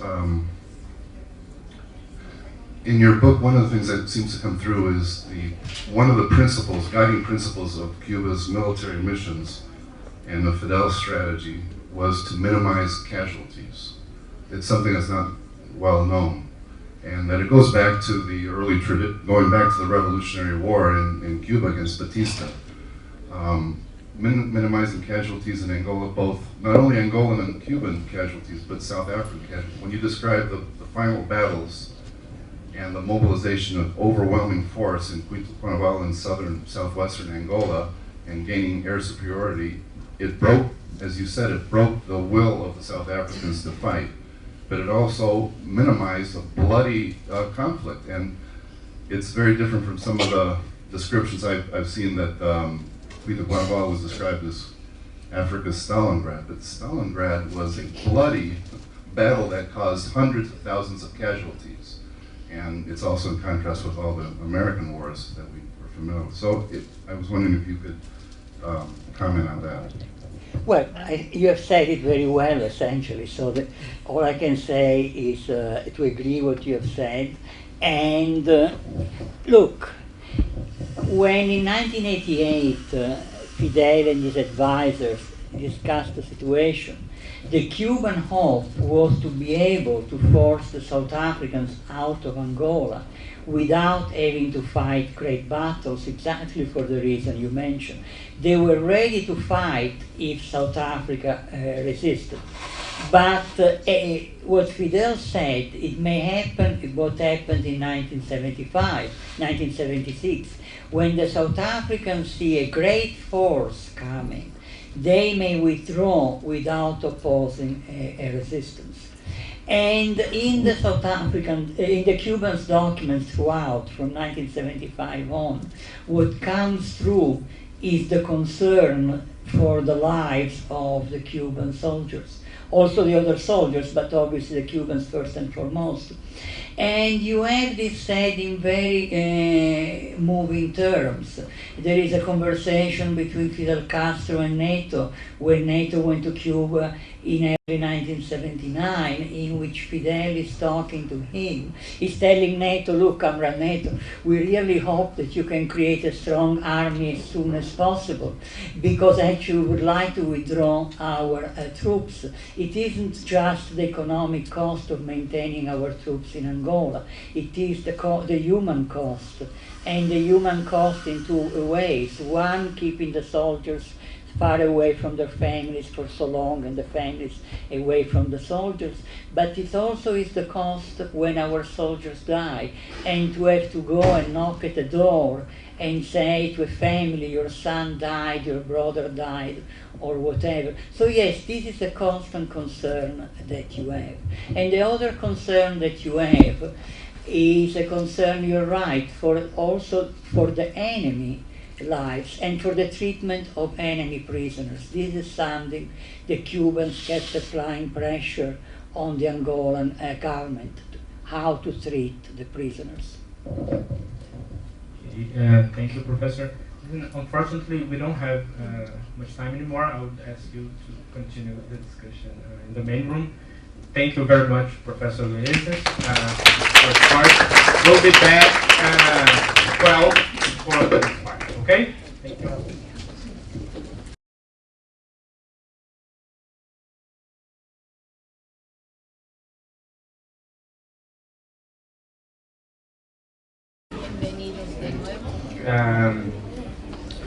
Well, after this amazing talk by Piero Gleijeses, very detailed about like, the hard politics of the time. Now we'll be talking about more symbolic issues that also are very important to understand this whole story. So the next talk will be we'll call Angolan Identity and the Cuban Experience. And I would like to invite now first writer Adriano Mixinge. He's an Angolan writer, author of O Caso dos Pirilampos, a novel about power relations that evokes contemporary Angolan politics. Please a big round of applause for Adriano.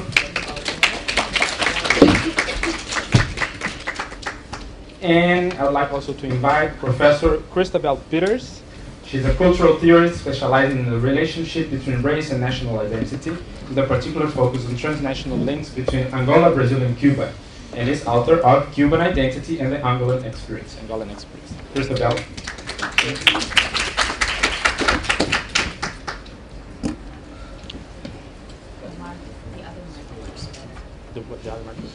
Good morning. I'll speak in Spanish. My English is not better, and I prefer speaking Spanish because Spanish is my principal language. It's been the language that I have my education. Buenos días. Yo he preferido hablar en español porque español es mi lengua principal. Entonces, para una conferencia de este tipo, lo fundamental era que ustedes entendieran bien mi pensamiento. En esta mañana debo empezar por agradecer a la universidad por la invitación, especialmente a Rafael César y a Jean Lan del Centro de Estudios de América Latina y del Caribe. Y después explicar que mi intervención solo tendrá tres momentos. Un primer momento testimonial, un segundo momento documental y un tercer momento reflexivo. El momento testimonial tiene que ver con el hecho que yo me he educado en Cuba y yo salí de Angola en 1979 con 11 años a estudiar porque pienso que paralelamente a la Operación Carlota había una otra operación detrás que era el sentido inverso. Del mismo tiempo que había aviones que salían de Cuba con militares para Angola, había estudiantes que salían de Angola para Cuba. De hecho, yo pertenezco al tercero contingente de estudiantes que fueron a Cuba. El primero contingente fue en barco, que es una imagen muy simbólica si tenemos en cuenta la trata de los esclavos y cómo casualmente en los años 70 nosotros hacíamos un viaje no con el mismo objetivo, sino con otras pretensiones. Entonces, parte de este tercer contingente, yo fui a La Habana a estudiar. Llegamos a la Isla de la Juventud, que es una isla que está en el sur de La Habana, que originalmente la isla se llamaba Isla de Pinos, pero que después es rebautizada como Isla de la Juventud. Los cubanos construyeron en la isla 50 escuelas, cada escuela tenía 600 estudiantes que podían albergar estudiantes de Mozambique, de Etiopía, de Angola, de Cabo Verde, de Namibia y de África del Sur para estudiar. Entonces yo con los 11 años de edad fui a estudiar a Cuba, estudiaba el quinto grado, o sea que estuve del quinto grado hasta el último y el quinto año de la universidad. Estando ahí pude comprender dos cosas. La primera era que la diversidad cultural de mi país, yo venía de un país multicultural, al estar en una isla con estudiantes angoleños de varias provincias podía dialogar con angoleños de otras provincias. Y también porque a mí me gustaba la poesía, yo había aprendido un poema cuando estaba en el cuarto grado que decía algo así como: no soy del sur, no soy del norte, soy de Angola simplemente. Ser del sur o ser del norte no es el hecho que importa a un hombre consciente. Esa idea del hombre consciente es una idea que sobrevuela toda mi adolescencia y mi juventud, porque cuando llegué a Cuba nos dimos cuenta que en realidad en la escuela se unía el estudio y el trabajo. Por la mañana íbamos a la escuela y por la tarde íbamos a trabajar en campos de cítrico, campos de mandarina, toronja y naranja. Y porque nos decían los cubanos, en realidad lo que se estaba manifestando ahí era una idea del Che Guevara que pensaba que el hombre nuevo debía unir estudio y trabajo. O sea, a esa idea mía que venía de esta poesía de mi cuarto grado de Angola del hombre consciente, se unía entonces otra idea que yo adquirí en Cuba, que era la idea del hombre nuevo. hombre consciente, hombre nuevo, los dos conceptos en realidad se referían a una realidad a otra. La realidad de una conciencia de un país multicultural para el hombre consciente y la idea de un hombre nuevo capaz de, a partir del conocimiento, afrontar el mundo. Por eso pienso yo que paralelamente a la operación Carlota había que evocar una otra operación que yo bautizo Operación Amezaga, que en realidad hace referencia a un esclavo también de origen, supuestamente de origen angoleño, querido Ameza, que estuvo en las guerras de finales del 19 en Cuba y que participó muy activamente en la lucha de liberación de Cuba de los españoles, pero que también se liberó por vía de la alfabetización.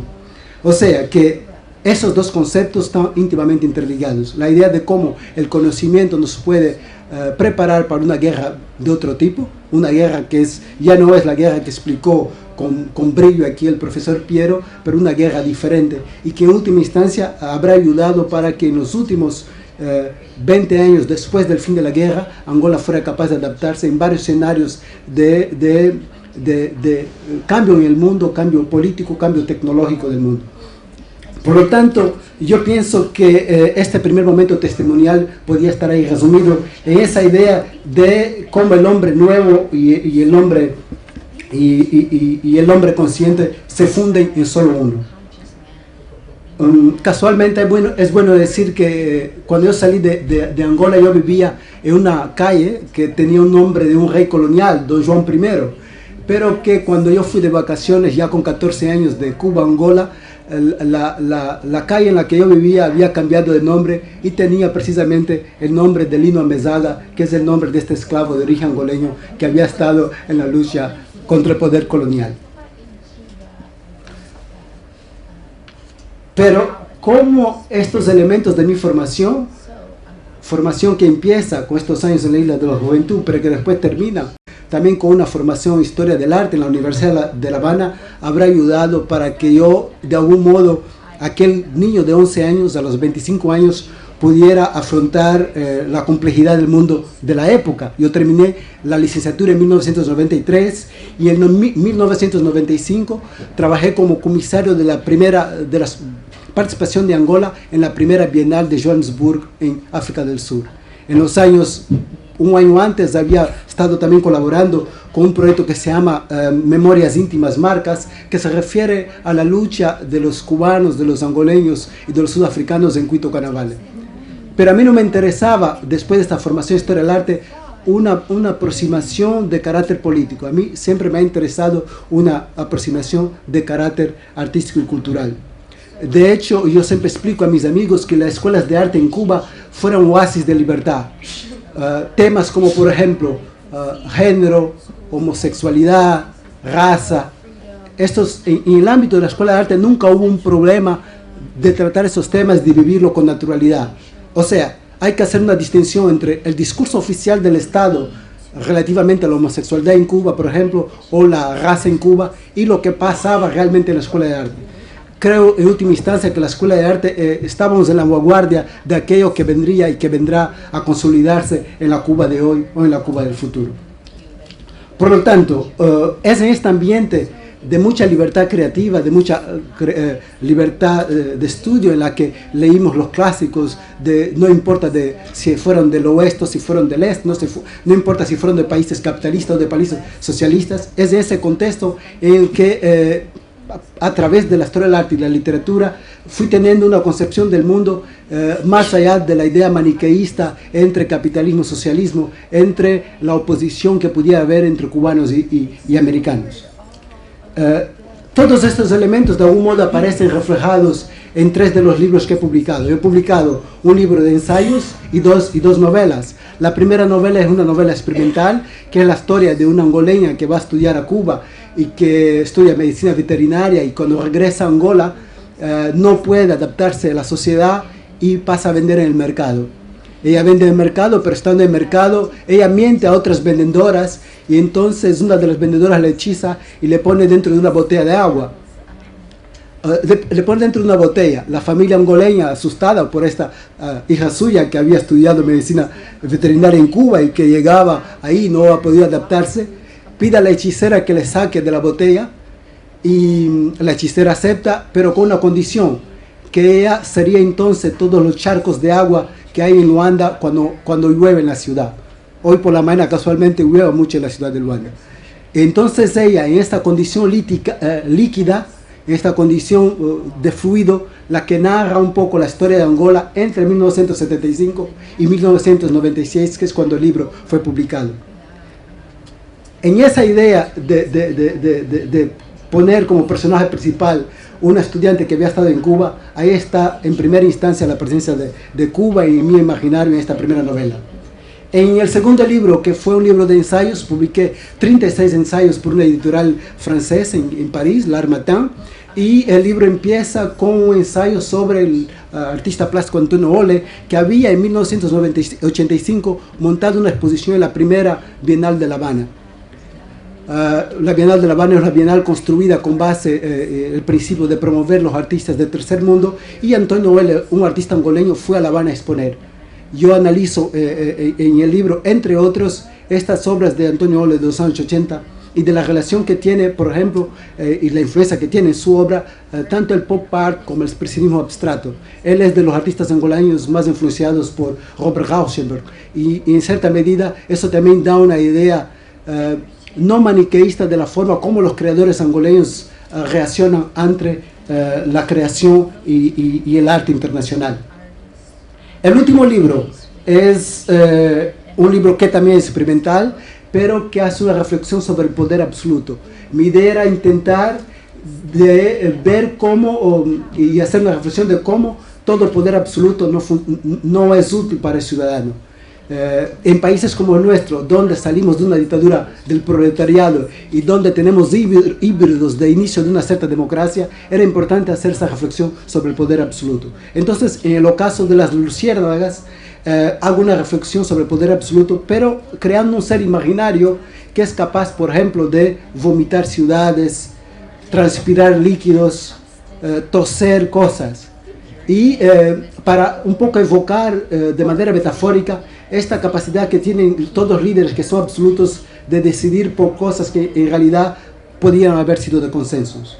O sea, este sería entonces el momento documental. Un primer momento testimonial, que fue el anterior, y el momento documental es ese en el que hago estas referencias de mi obra y la relación que tienen con Cuba. Por lo tanto, y para terminar, yo pienso que más allá de la Operación Carlota es necesario analizar la relación entre Cuba, Angola y Sudáfrica también de la perspectiva cultural.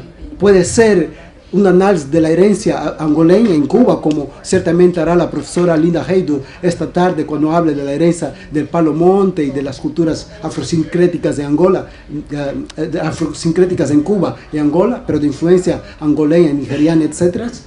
Otro elemento puede ser también estudiar la obra de artistas angoleños que estudiaron en Cuba. Digo yo que soy historiador de arte, pero hay, por ejemplo, pintores angoleños que estudiaron en la Escuela Nacional de Arte y en la Escuela Superior de Arte. Me acuerdo que el año antepasado, cuando hubo la Feria del Libro de La Habana, invitamos a los profesores de la Brigada Cubana que fue a Angola a los años 70 a exponer con artistas como Van Dune o George Gump, que ahora también son profesores en Angola y que enseñan a otros artistas plásticos. Yo creo que entonces es en esta idea de crear un puente entre Cuba y Angola desde la perspectiva del arte que podemos entender que, del mismo modo que hay la Operación Carlota, habrá entonces que estudiar esta Operación Amezaga para la posteridad. Muchísimas gracias.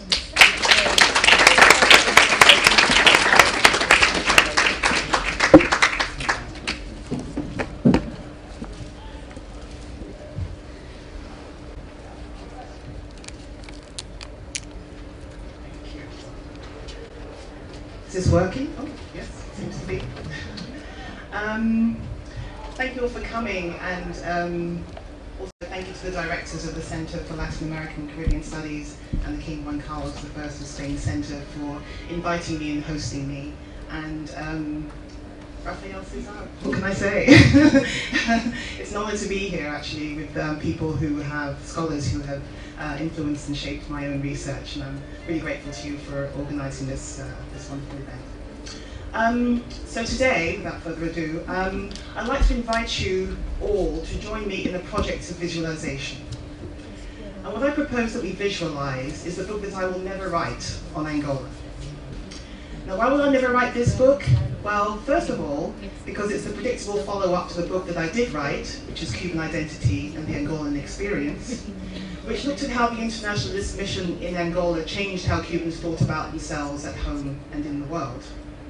So a number of people expected that my next move would be to take the opposite perspective, to investigate how Angola was impacted by the Cubans. But I'm a contrary being at heart, so this book was never going to issue from my fingertips. But that doesn't mean that the question of what impact the Cubans had is not a relevant or important one. And so rather than abandon such thoughts altogether, what I thought might be an interesting and even informative exercise would be for us to use imagination as a research tool, not as I did last year at an excellent conference on Cuba at Yale University, where I imagined a past event, specifically a conversation that may or may not have taken place between Che Guevara and Julius Nyerere, but to envisage in the present a piece of research that, although it will likely never see the light of day, can still tell us things about the past. Now, of course, there are scholars who have already tackled this line of questioning with regard to the Angolan experience of Cubans, although they remain sadly few and far between. I can think of historian Christine Hatzky, whose book, Cubans in Angola, South-South Cooperation and Transfer of Knowledge, 1976 to 1991, came out this year in its English translation from the original German. And in the course of his research for a study on political identities in Angola during the Civil War, also published this year as Political Identity and Conflict in Central Angola, 1975 to 2002, anthropologist Justin Pierce collected testimonies about how the Cuban presence was remembered by ordinary Angolans who live in the urban district of Huambo in the Central Highlands area. But how my approach to Cuba-Angolan relations differs is that I'm primarily interested in the interplay between race and national identity. So, in order to help us sketch out the contents of our imaginary book, I thought it would be helpful for us to refer to its predecessor as a guide or model. And therefore, I've divided up the talk into the four principal themes that the book tackled, and these are identity, race, internationalism, and transformation. And what I'll do is I'll shuttle back and forth between the imaginary and reality, real realms, with regard to each theme. So I think the first place to start is with the burning question that I had, and that drove my doctoral research that culminated in the book. And that question was, what was the nature of the Latin African identity that Fidel Castro claimed as the justification for the purposes, excuse me, for the purposes of Cuba's involvement in Angola? He said, we are a Latin African people, but what exactly did he mean by that? And how were the historical and cultural links with Africa that Piero Gleijeses referred to in his book Conflicting Missions drawn upon to legitimize this epic mission? And well, a strange thing happened. I ended up writing a love story, or at least that's how I conceived the book. And it's the perfectly reasonable reason for this, because as French philosopher Jean Guitton and cultural theorist Bell Hooks and so many others have found, there is this inextricable link between identification and romantic love. If you like, it's the opposite process to othering. Guitton explains in his essay on human love that the ego is central to the act of falling in love. So what happens is that the beloved offers up an idealized reflection of the lover. We fall in love with the image of our better nature. And another way of thinking about this in relation to our topic is that we become, or more importantly, recognize ourselves as heroes. So a large part of what I do in the book is to deconstruct the elements of this love affair that gets thrown up between Cuba and Angola, and above all, to deconstruct the language or discourse that is used to incite, maintain, and perform the love juju, whether in journalism or poetry or political speeches and so on. Now, we've got to remember that in the context of Cuban identity, there's always been this split between Africa and Europe as a legacy of plantation slavery and European colonialism. And this was where the African element was debased and often criminalized, and the European was elevated. And so in order to actively stimulate a sense of connectedness and even interdependence with Angola, there had to be a certain ennobling of Africa within Cuba.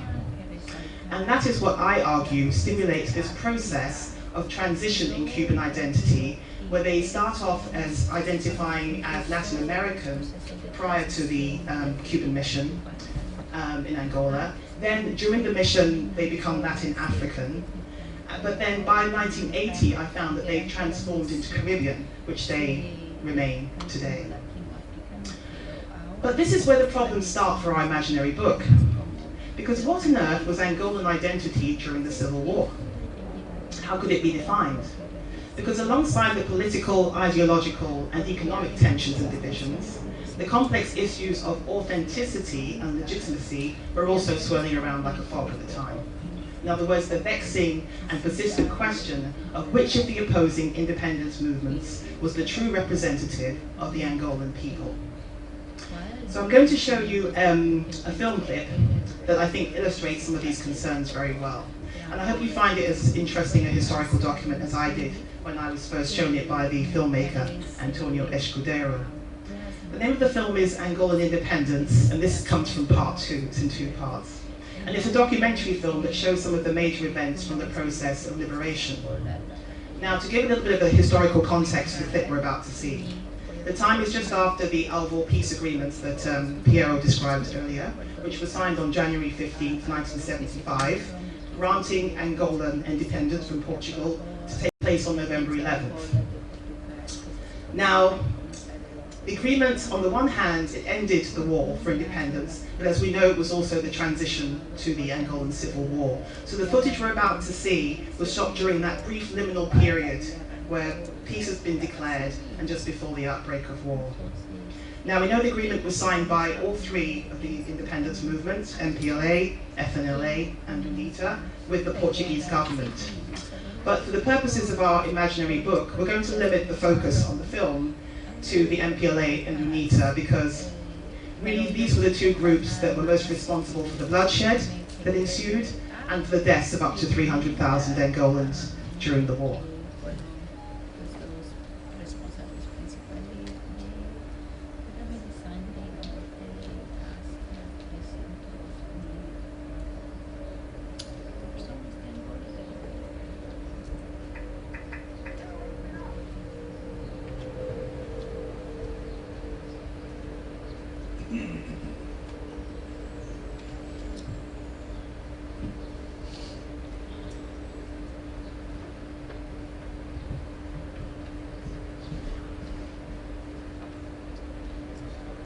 With the volume at the moment.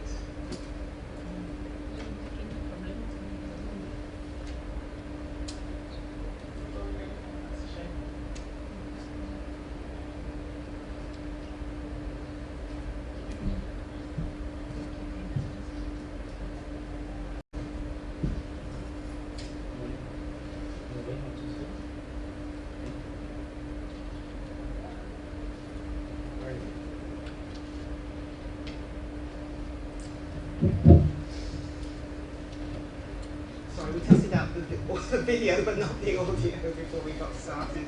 And at the end it becomes a little bit important that we hear.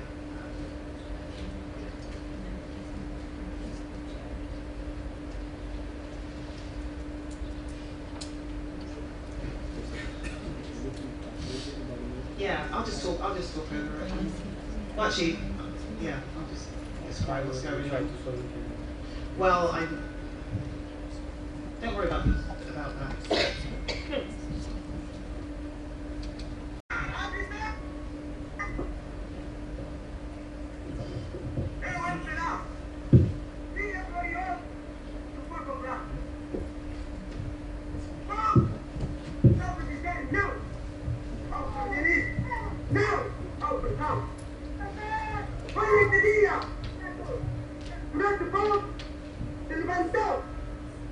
Vamos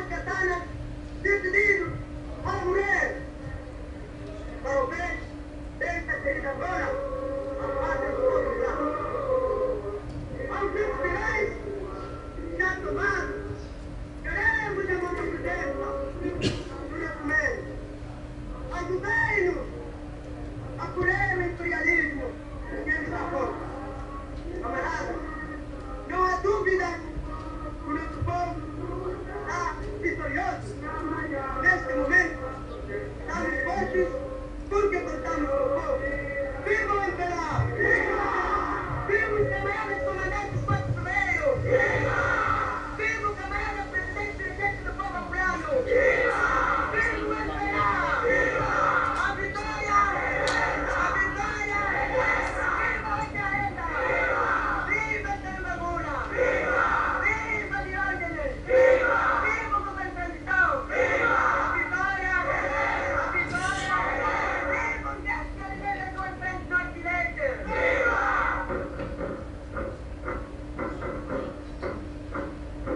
Agostinho Neto's arrival.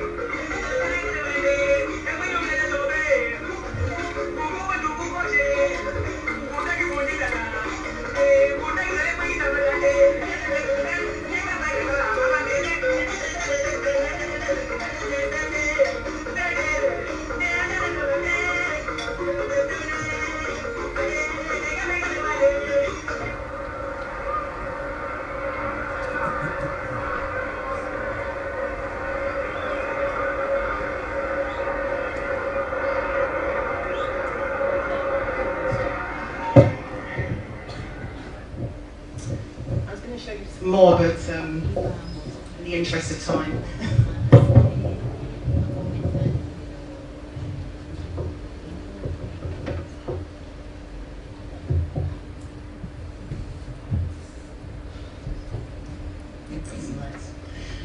Okay, so for the MPLA, the issue of justifying their collaboration with Havana had to take some of these cultural issues into account. I know I stopped the film before you could see, but one of the things to mention is that we see Agostinho Neto flying in, whereas we see Jonas Savimbi driving in. Thank you. So, if there had to be a love connection for the sake of legitimization, who or what was it that the MPLA loved about Cuba? Or put differently, how is the MPLA ennobled by their affiliation with Cuba? And I'm speaking about culture, cultural politics rather than politics. In part, answering this question leads us directly to the second theme, which is race. And one of the interesting pieces of information that I came across while doing research for my next book, the one that I am writing on Angola, not to be confused with the one we're conjuring here, is that many in the MPLA leadership felt that the world described in the novels of Brazilian writer Jorge Amado accurately reflected the culture and society in which they lived. So they identified actually more with Salvador de Bahia than with the interior of Angola. And they felt that the multiracial, politically marginalized and disenfranchised characters that Amado drew reflected themselves. And I found this rather surprising, but on the other hand, maybe it's not if we perhaps think of the Atlantic as a culture area in which Africa, Europe, and the Americas come together, the roots of which historians such as our own Linda Heywood, speaking later on today, John Thornton, and Ira Berlin have written about in fascinating accounts. And so in that framework of racial mixedness, and as Gerald Bender amongst others have argued, the MPLA and the Havana government found common ground. Now, in Cuban Identity and the Angolan Experience, I show how discourse on race, which was silenced during the years of closer affiliation with the Soviet Union in the 1970s, a period known as the Quinquenio Greece, was subsumed in uneasy conversations about Africanness. And what I tried to do is unpack the reputation that Cuba had for being the most African, but at the same time the least black of the Caribbean nations. And of course, one of the contributing factors to that idea about Cuba was that those holding the highest positions in power in the country were, and continue to be, overwhelmingly white. So just to be clear, the concept of Latin Africa had nothing to do with the cultural politics of blackness, but with a Pan-African sensibility that included people of all skin colors and ethnicities. So an important character in our book would be this man, Lucio Lara, who became the point man between the MPLA leadership and the Cubans. This is a picture of him speaking at the Pan-African Conference in Tunis in January 1960. Here he is at the same conference with, on the left, yes, Hugo de Menezes, who was the representative of the MPLA for Information and Culture, and on the other side is the poet Viriato de Cruz, who was Secretary General. This is him during Fidel Castro's visit to Angola in 1977 with Agostinho Neto. And this is a fairly famous portrait of Lara, which was taken in 1971 in Zambia. Now, Lara had been appointed head of defense and security when the movement was established in Conakry in 1960. He was born in Wambo. His father's Portuguese, and his mother was of mixed Portuguese and Angolan parentage, and she was descended from a local soba in Libolo. Lara played an essential role in the foundation of the MPLA, and post-independence he held some important positions in the government. However, I think it's pretty impossible to deny that his multiracial background played an important, at least symbolical role in the way that the party wanted to represent itself to its supporters. You see, just as in Cuba, when beginning in the early days of the revolution, there was this search for authentic and national cultural expressions, which took on great importance, and led above all to a revalorization of, especially, although not exclusively, Afro-Cuban cultural traditions. There was a certain interesting parallel movement in newly independent Angola. And we know that there was a movement, just as in Cuba, to recover the songs and dances, for example, of the indigenous peoples. But this started already during the independence movement, when groups such as Angola Ritmos have been playing in the museques, or shanty towns, producing and affirming Angolan identity by singing in Kimbundu and other local languages. And Larissa Mormon has a brilliant history of this called Intonations, A Social History of Music and Nation in Luanda, Angola, 1945 to recent times. So in this way, a cultural identity was being created based on a multi-ethnic, over and above a multiracial fusion. But there's another comparison that I'd like to draw today between Cuba's harsh decade or more of closer alignment with the Soviet Union that I just mentioned, and the hard line drawn by the MPLA to eradicate what it termed as fraccionismo, a movement that is mainly associated with Nito Alves.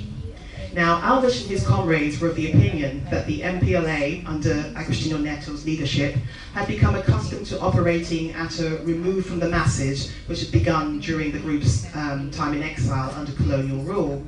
And he felt that they had lost touch with the needs and concerns of the general population, and that this was in large measure because Neto was little more than a black figurehead for a party that was effectively being run by whites and mestizos like Lara, who shared neither the life experiences nor the passions for social change of ordinary black Angolans who made up the majority of the population. Meanwhile, Alves had started to make a name for himself in the shanty towns with a very informal style of talking to the people, including holding these talk sessions, or groundings as Rastafarians might call them, with the local people. And the Netistas, as his supporters became known, then hatched a plan to overthrow Neto and claim back the party for what they considered to be real Angolans. The plan failed, and after the main ringleaders were executed, a reign of terror was unleashed as suspected sympathizers and supporters of Alves were hunted down and killed, first in the shanty towns of Luanda, especially Rangel and Sambizanga, and then throughout the country. What were their crimes? Plotting against the state and racism, and there was zero tolerance among the MPLA leadership and the Cubans for either. And as Laura Paulson's book, In the Name of the People, and other recent works have described, Cuban soldiers played a central role in at least facilitating the reprisals.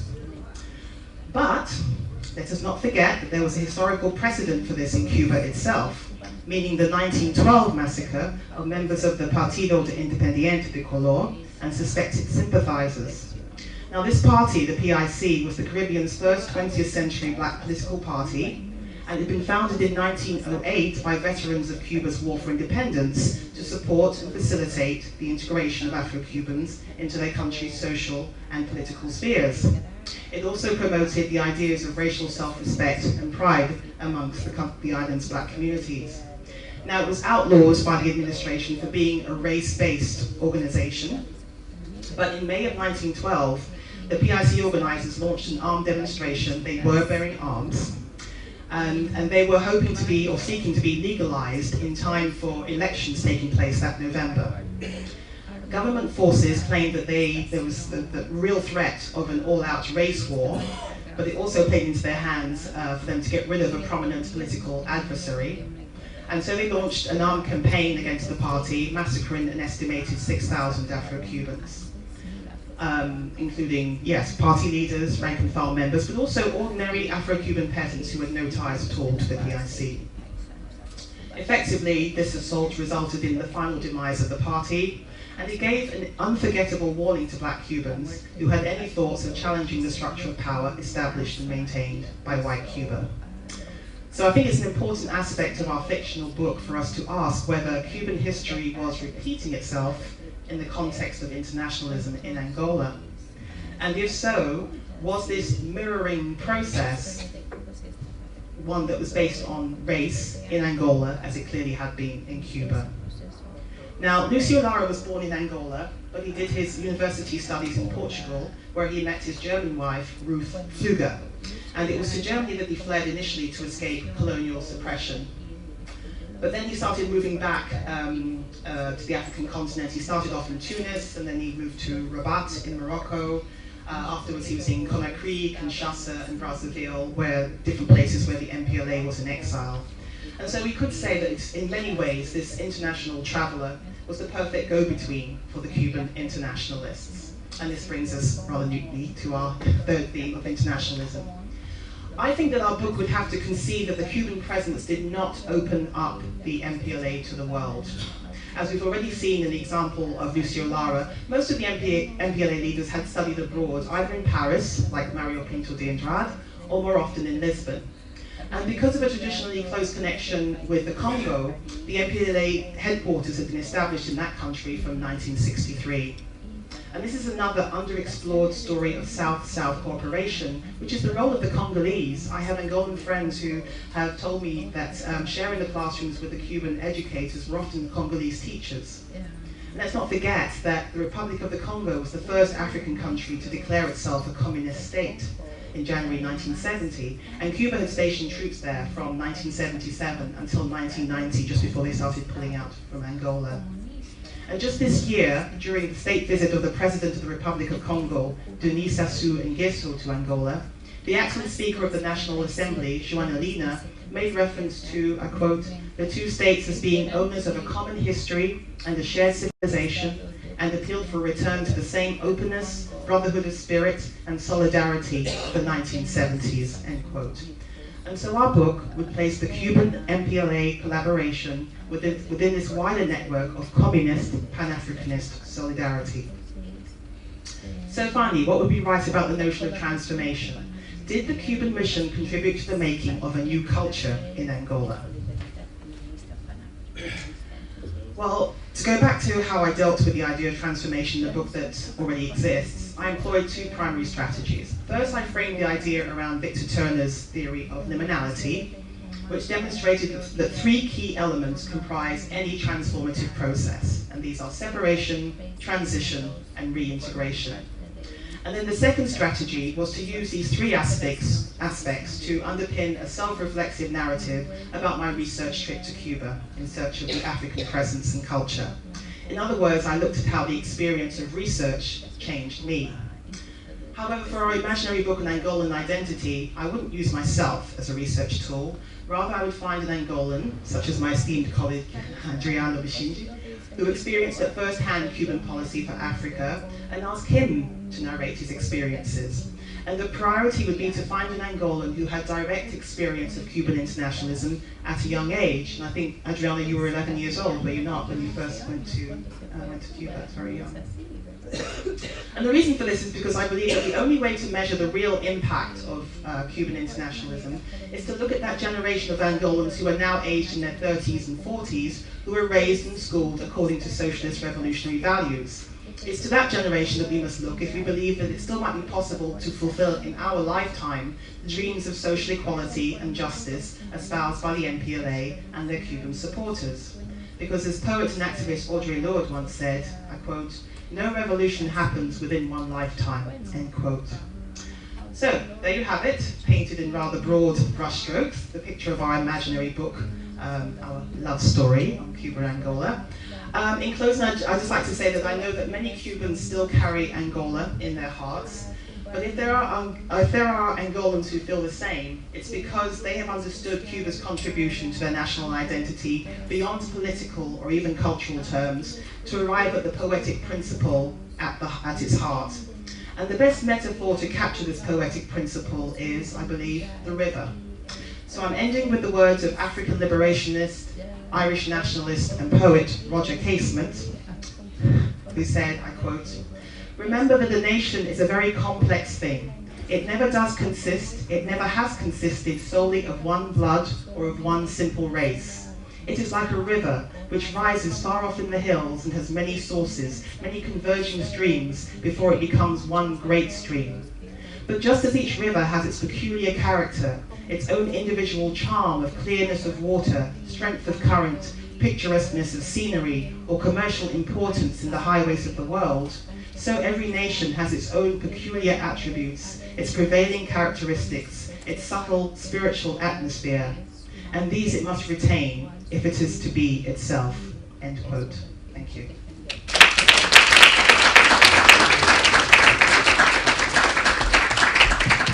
Thank you very much, Professor Christabelle Peters. Thank you very much, Adriano. I'm sure now you will have to write this book. Feel free. And well, we have time for question Q&A, so I'll start with here. I first want to thank the organizers for doing this. It's long overdue, and I hope it's the beginning of many conferences like the complexity of Angola. I was impressed with the footage you showed of Luanda at the time of the Olive War agreements. And I wanted to ask, and this is more of a common question in terms of the complexity of it. One, where are we at in terms of understanding what was going on in Portugal at this time? Because the armed forces movement, when they overthrow the government, one of the things it's emphasized is that the CIA, Kissinger sets up a Portugal task force whose objective is to overthrow the armed forces movement in Portugal because they do not want the armed forces movement to transfer weapons and the militia that had been set up during the counterinsurgency war with the MPLA, FNLA, and UNITA to the MPLA. So there's a whole other layer that we don't know about that still is sort of amorphous. Secondly, at this time, basically the U.S. strategy, which evolves in the spring of 1975, and I was covering it for the UN Committee Against Apartheid. Then I worked in the Senate, Richard Clark's office, etc. A lot of things I did at that period of time. They were depending on the FNLA, which has not really been mentioned in Zaire. And then we get into another complexity of Cold War politics because that was being, that army was being sponsored and trained by China, the United States, and I know people who were in Kinkuzu at the time training FNLA troops in preparation for, as we know, what happened when they were depending on them mainly than UNITA. We haven't mentioned Holden Roberto and all this yet. And so I wondered what thoughts you had about those layers that we have yet to further understand in this jigsaw at this time. Yeah. Is that for me? Is that? Give me a mic that works. Thank you. Is that question for me? It doesn't work. Oh, for, okay. Okay. The Portuguese role, actually, we're learning lots and lots about in Portugal. There are books coming out. I don't know if and when they'll ever be translated into English, but there's a wealth of documentation right now about the Portuguese role. And actually that film goes on to talk a lot about the role of Rosa Coutinho in all of this, which gets really murky and interesting. It's all really murky, to be honest. FNLA, as I said, I was just sketching this broad book, and I really just wanted to concentrate on Anita and MPLA. But FNLA, actually, the filmmaker, Antonio Escudero, told me an interesting story where the FNLA left a large envelope of cash for him to encourage him to make a propaganda film for them. And he was going to be working with the USA, China, and so forth to get the footage. FNLA, I remember Antonio said that he discounted them totally as being any sort of authentic representative for Angolans at all. As he pointed out and showed me footage, Holden Roberto spoke with very heavily accented, a very strong French accent, and he really felt that they had much more influence culturally and politically up north, so they were discounted. But even so, books about FNLA are coming out as well. And Jonas Savimbi as well, actually, is having a bit of a renaissance. And when I leave here, I'm going to be talking to a couple of UNITA representatives of to get their perspective. They've both written books that were published in the last year or so. So actually, I think the jigsaw is coming together rather well at the moment, at least if you speak Portuguese.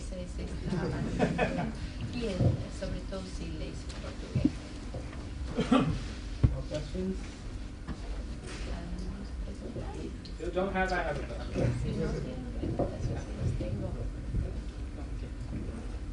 Thank you so much for these wonderful presentations. Very Christabelle, my question is related to the question you're thinking about Cuba and Latin America, Cuba and Africa, and Cuba and the Caribbean as sort of. Could you describe more about how you're thinking about those identities? Because so often there's a resistance among Cubans to have any sort of.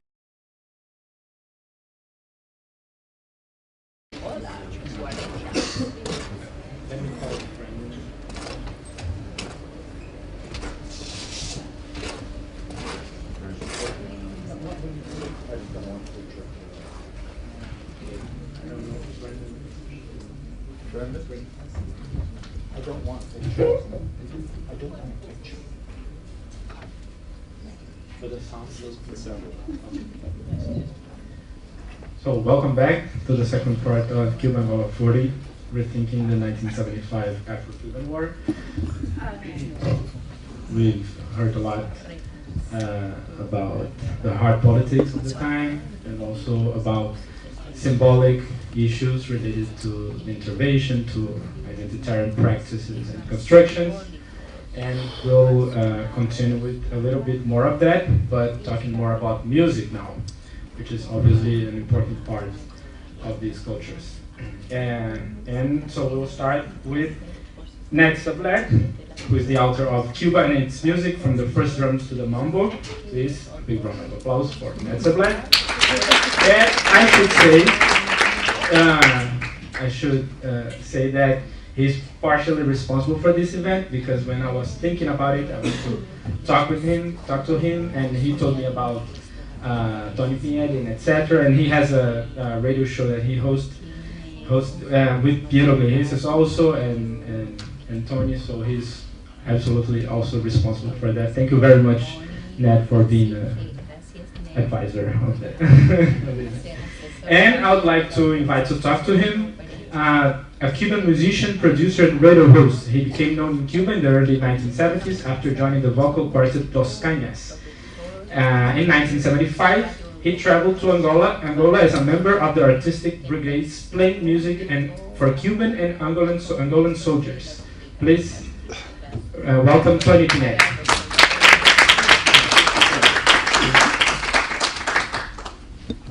Thank you. I want to start. We're going to have this conversation. This is going to be a conversation between me and Toni Pinelli, but and the conversation is going to be in Spanish, so if you don't speak Spanish, you need your little translator machine. But before we get started, I just want to make a few general remarks. I don't have a presentation prepared, but this is going to be a more personal kind of event. We're talking about our experiences here, and I want to mention that if anybody here is looking for a dissertation topic, there's, I think, a really good one would be the story of the Brigadas Artísticas that in the Angolan War.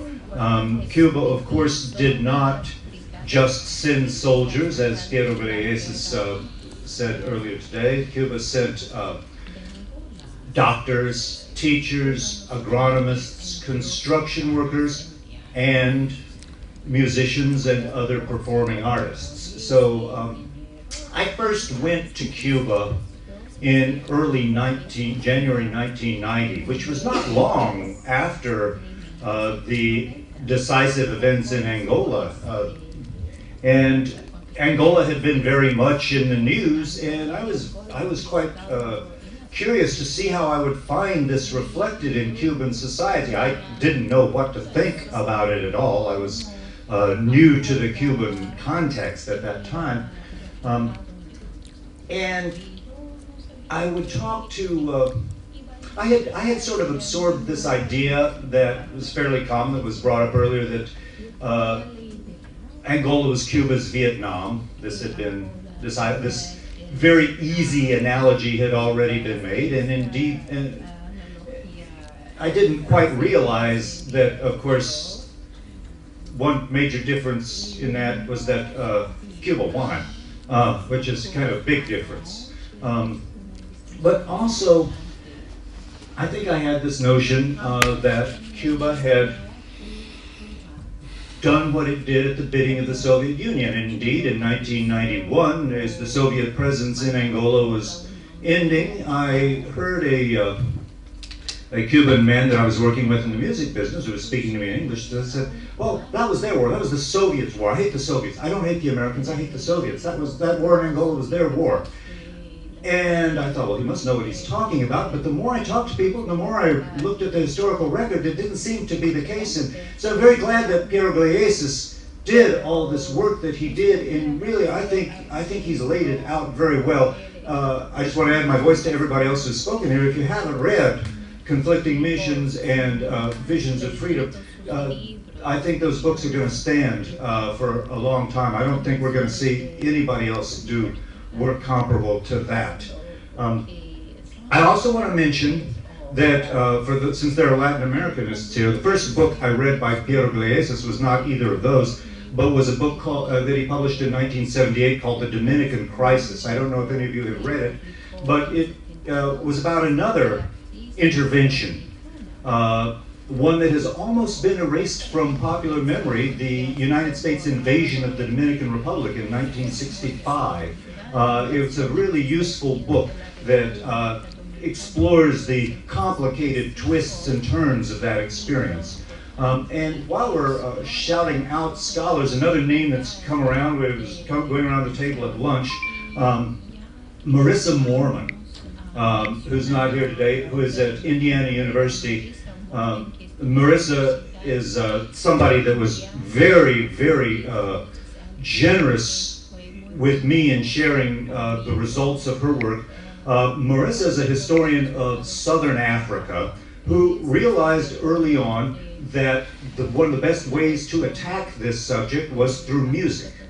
And her book, Intonations, is about the role of music in establishing an Angolan nation. It's a fascinating story, and Melissa also shared with me some radio broadcasts that she had gotten from the radio. She's been working on a book about radio in Southern Africa for a while, and including some speeches by Fidel in Angola, which are not in the Fidel speech database that I have. And if you will permit me, I would actually like to play, before I go any farther in describing my own Angolan experience, I would like to just to tune the room a little bit. I would like to play a couple of minutes of Fidel speaking in Angola. Now, the purpose of this is not to add to the hagiography or it's not even about what Fidel Castro is speaking about, and it's not necessary to translate. I'm just going to ask you to listen to this for a moment as oratory, as sound. I won't go as far as to say as music, but if you have not been to Cuba, you may have heard that Fidel Castro is an orator. But if you've never heard him, you're missing kind of an essential element that all Cubans know, because all Cubans have heard Fidel speak a lot. And I just think it's, when I say to tune the room, I mean to provide just a little sonic context. So, with your permission. This is speech in Luanda, March 23rd, 1977. I think at around this time, Fidel had really reached the height of his prowess as an orator. Hace un año, cuando los últimos soldados racistas abandonaron el territorio de Angola y pudo proclamarse desde Cabinda hasta Cunene un solo país, un solo pueblo.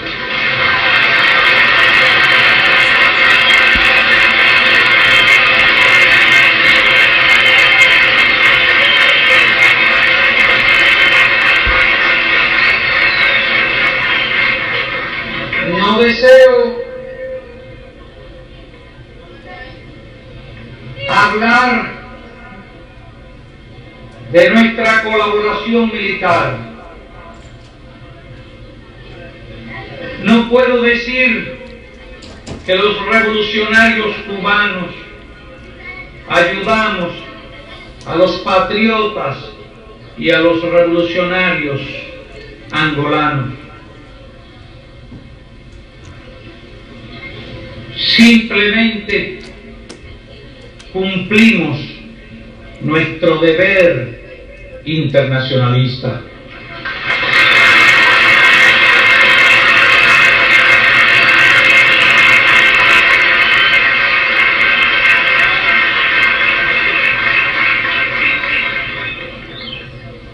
Después de la guerra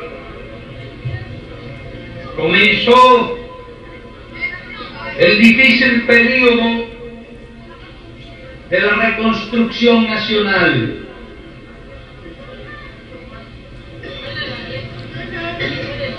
Pero los imperialistas no estaban dispuestos a permitir que el pueblo de Angola trabajara en paz. I would play the entire discourse for you, but it's almost 2 hours long. It's a short one. There's another one where he begins saying "Voy a ser breve," and it's only 20 minutes. Okay, that's just a bit of sonic context. I was fascinated by the subject of the Cuban intervention in Angola, and although I never have studied it in a focused way, I mean, I wasn't working on a dissertation after all, whenever I interviewed musical friends who had been in Angola as members of the brigadas or as teachers, I would interview them and ask them about their experience. And the more I learned, the more interesting the story of the Brigadas Artísticas started to get. And I retained my fascination with Angola. I managed to, after some years of fundraising, go to Angola in 2012. I went to Luanda and to the north, to Mbanza, Congo, the Congo part of Angola, which was my particular interest. I wasn't really necessarily looking for trails of the war. I don't know how many of you have been to Angola. It's a hard place to get to. It's a hard thing to do. First of all, they don't want you there. The government is not real nice about giving visas unless you have it really well hooked up. If I were selling, you know, if I had a telephone company or something, I'd probably get in real quick. But a reporter, they don't want reporters, and there's no tourism industry to speak of. It's also very expensive. As you may know, Angola is one of the most expensive countries in the world. Prices are enormous. In 2012, an ordinary lunch could cost you $35, just in a little steam table kind of restaurant. Dinner more. So it's not an easy place to go. You can't take pictures on the street, really. You might get questioned by police if you do, which is something that never happened to me in years in Cuba. So a very different kind of reality than any I had previously experienced. The reason that I went was I was producing, well, the ostensible reason for the mission was to produce some radio programs for Afropop worldwide, which I would like to encourage you to listen to if you'd like to know more about some of this. The first program I produced was called Music and Nation in Luanda, which I produced with Marissa Mormon about her work relating to the making of the nation through popular music. The second program was about kuduro and the contemporary music scene, kuduro, Angolan hip hop, and Afro house.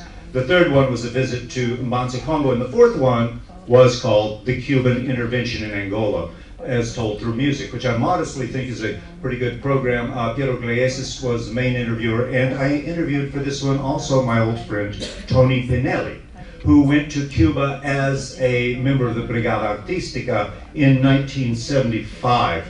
And I'd like to, before we talk to Toni, I'd like to just play you a couple of his tunes, or at least parts of them, that were recorded after returning from Angola, but the arrangements were. Do I have this right? Tú hiciste los arreglos, ¿verdad? Sí, algunos. Algunos. Okay, we're gonna play and pop it up now. There it comes.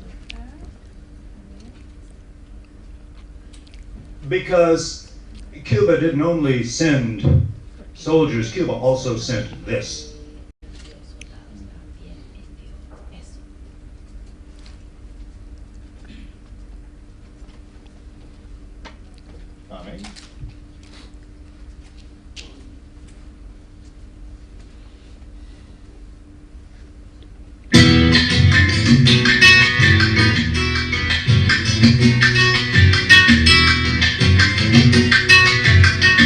Una canción a ustedes, compañeros, hermanos que comparten cuanto quiero.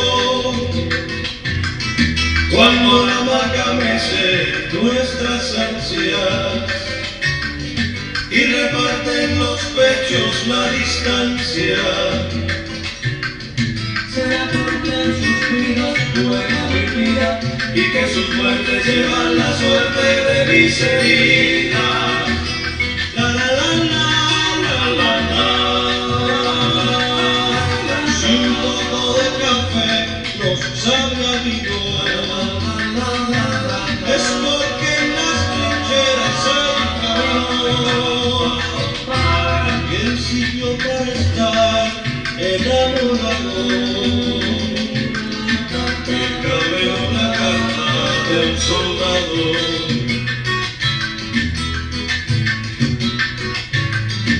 una canción por donde los que estemos nos aproxima, porque la distancia rima del presente con lo viejo y el canto guarda el reflejo de la penúltima falla y en el verso que desgarra buscan con el corazón la canción y actúa entre mi guitarra, sí. Una canción a ustedes, compañeros, hermanos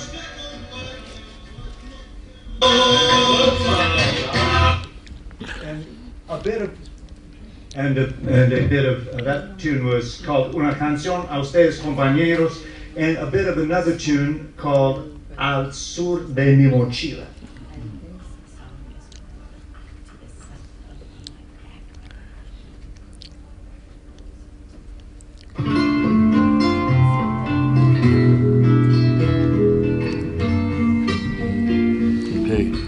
La primera es un son, este es un bolero. Se me olvidó el amor en este viaje, no le como el adiós que di temprano, se ha llenado de patria el equipaje, con el adiós que te dejé en las manos. La gaviota va sin pequeñuelos, llenándose de luz para el regreso, y trae consigo el esplendor del cielo en luz de nidos y en calor de besos. Dejé tu nombre al sur de mi mochila, al hombre que aborrezco. Otro sueño vigila el sitio del estruendo donde crezco. We could go on, but let's get on to let's move forward. I want to mention before we begin one more thing about who Toni grew up in the world of Havana media and show business and music. His father, Herman Pinelli, was probably the most famous announcer and television personality in Cuba. He was particularly famous for having narrated live on a radio a 3-hour gun battle in 1947 at Orfila in Marianao between the UIR and Enrique Pro and the MSR Rolando Mas Ferrer. But Toni grew up meeting with his father, tagging along with his father and meeting some of the most famous people in the history of Cuban music, and grew up very much in this world, and then found himself in Angola. And we're going to talk about that experience today. So could you please give another round of applause? Hay una cosa que es interesante decir, porque hay esas canciones que ustedes oyeron. Nosotros tenemos un cuarteto vocal. Bueno, Estados Unidos es la tierra de los cuartetos vocales. Pero bueno, se desarrolló una línea de cuartetos vocales en Cuba muy interesante, con mucha calidad. Entonces, en el caso específico de Angola, esas canciones salían allí y allí mismo le hacíamos el arreglo. Incluso canciones en Kimbundu, en Umbundu, nosotros montamos todas esas cosas. Hay una, no sé si los angolanos habrán oído alguna vez esa que dice: Monetu wakasura, akotumi sako sautome, ochiriwa documentu, aiwe, monetu wadirida, mamá wadirile. Es una canción de una madre llorando que le robaron al hijo para Sao Tomé, que era un puerto de embarque de esclavos. Y es una canción tradicional. Yo le he hecho un arreglo a 4 voces de eso. Y cuando la gente lo oía, el angolano tiene una característica. Estoy hablando del angolano no el citadino, sino ya en las ensalas y en los quimbos, donde el diablo dio las 3 voces. Ellos nunca habían oído una música elaborada. Con el son nos pasaba una cosa que era realmente, a mí me sobrecogía, porque caían como una especie de paroxismo. Se le aguaban los ojos, las lágrimas le corrían.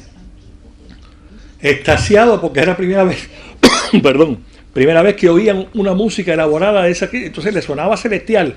Ellos tienen una gran facilidad para las voces de cualquier etnia. Por ejemplo, los misioneros portugueses y de otros países también les enseñaban a cantar cosas, villancicos y cosas a 2 y 3 voces. Y ellos con una facilidad y una afinación impresionante cantaban cualquier cosa a voces. Entonces, cuando ellos oían una armonía más complicada que las voces naturales, cuando oían, que Dios se lo pague, de Arturo de Córdoba, una película de él. Entonces, ellos se quedaban pasmados, una cosa muy, muy, muy impresionante. Pero una cosa que yo quisiera decir es: ¿por qué fuimos a Angola? ¿Qué hacía un artista en una guerra? No porque nos mandaron, sino que pedimos ir. Ustedes saben que en Cuba hay 2 grandes bandos, y esos dos grandes bandos tienen una multitud de matices. Pero como regla general, los dos bandos fundamentales han perdido una cosa que se llama elegancia. Ningún bando le reconoce a otro algo bueno que se hizo. En el año 75, las filas en los comités militares dicen, no, iban voluntarios como chinos, con la pistola en la cabeza. No, no es cierto. Sí fueron mucha gente de voluntarios.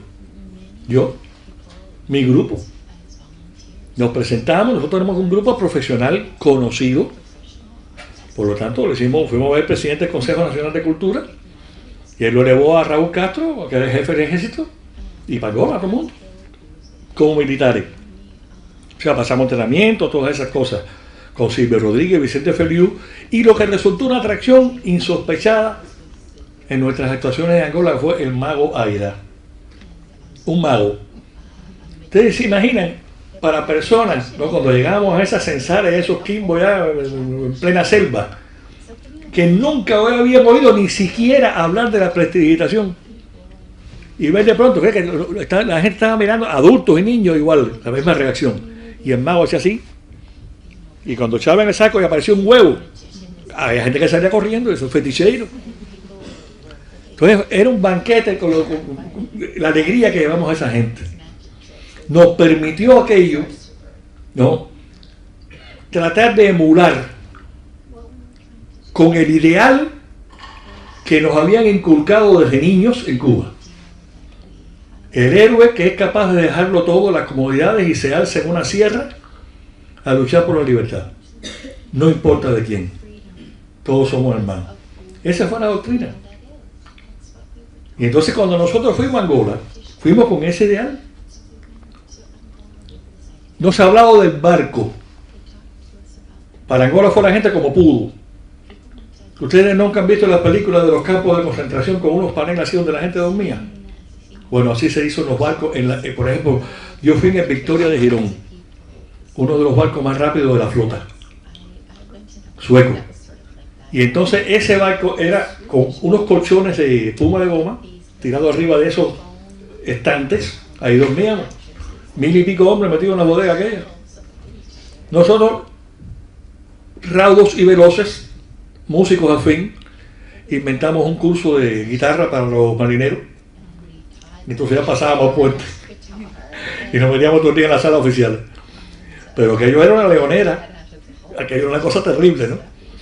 Y después también tuvimos la suerte de ir de Cabinda a Cunene, de verdad, compartir con los jefes, compartir en la trinchera, la mamba verde o la mamba negra que va a salir corriendo, la malaria, todas esas cosas, y de ver un pueblo en alguna zona, por el problema del tribalismo y todo este lío, con 400 años atrás, viviendo como se vivía hace 400 años atrás.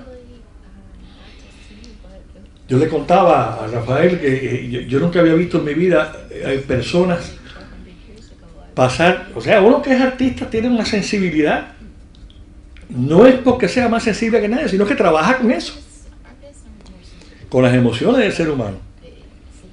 Y yo vi cosas de una brutalidad sin transición,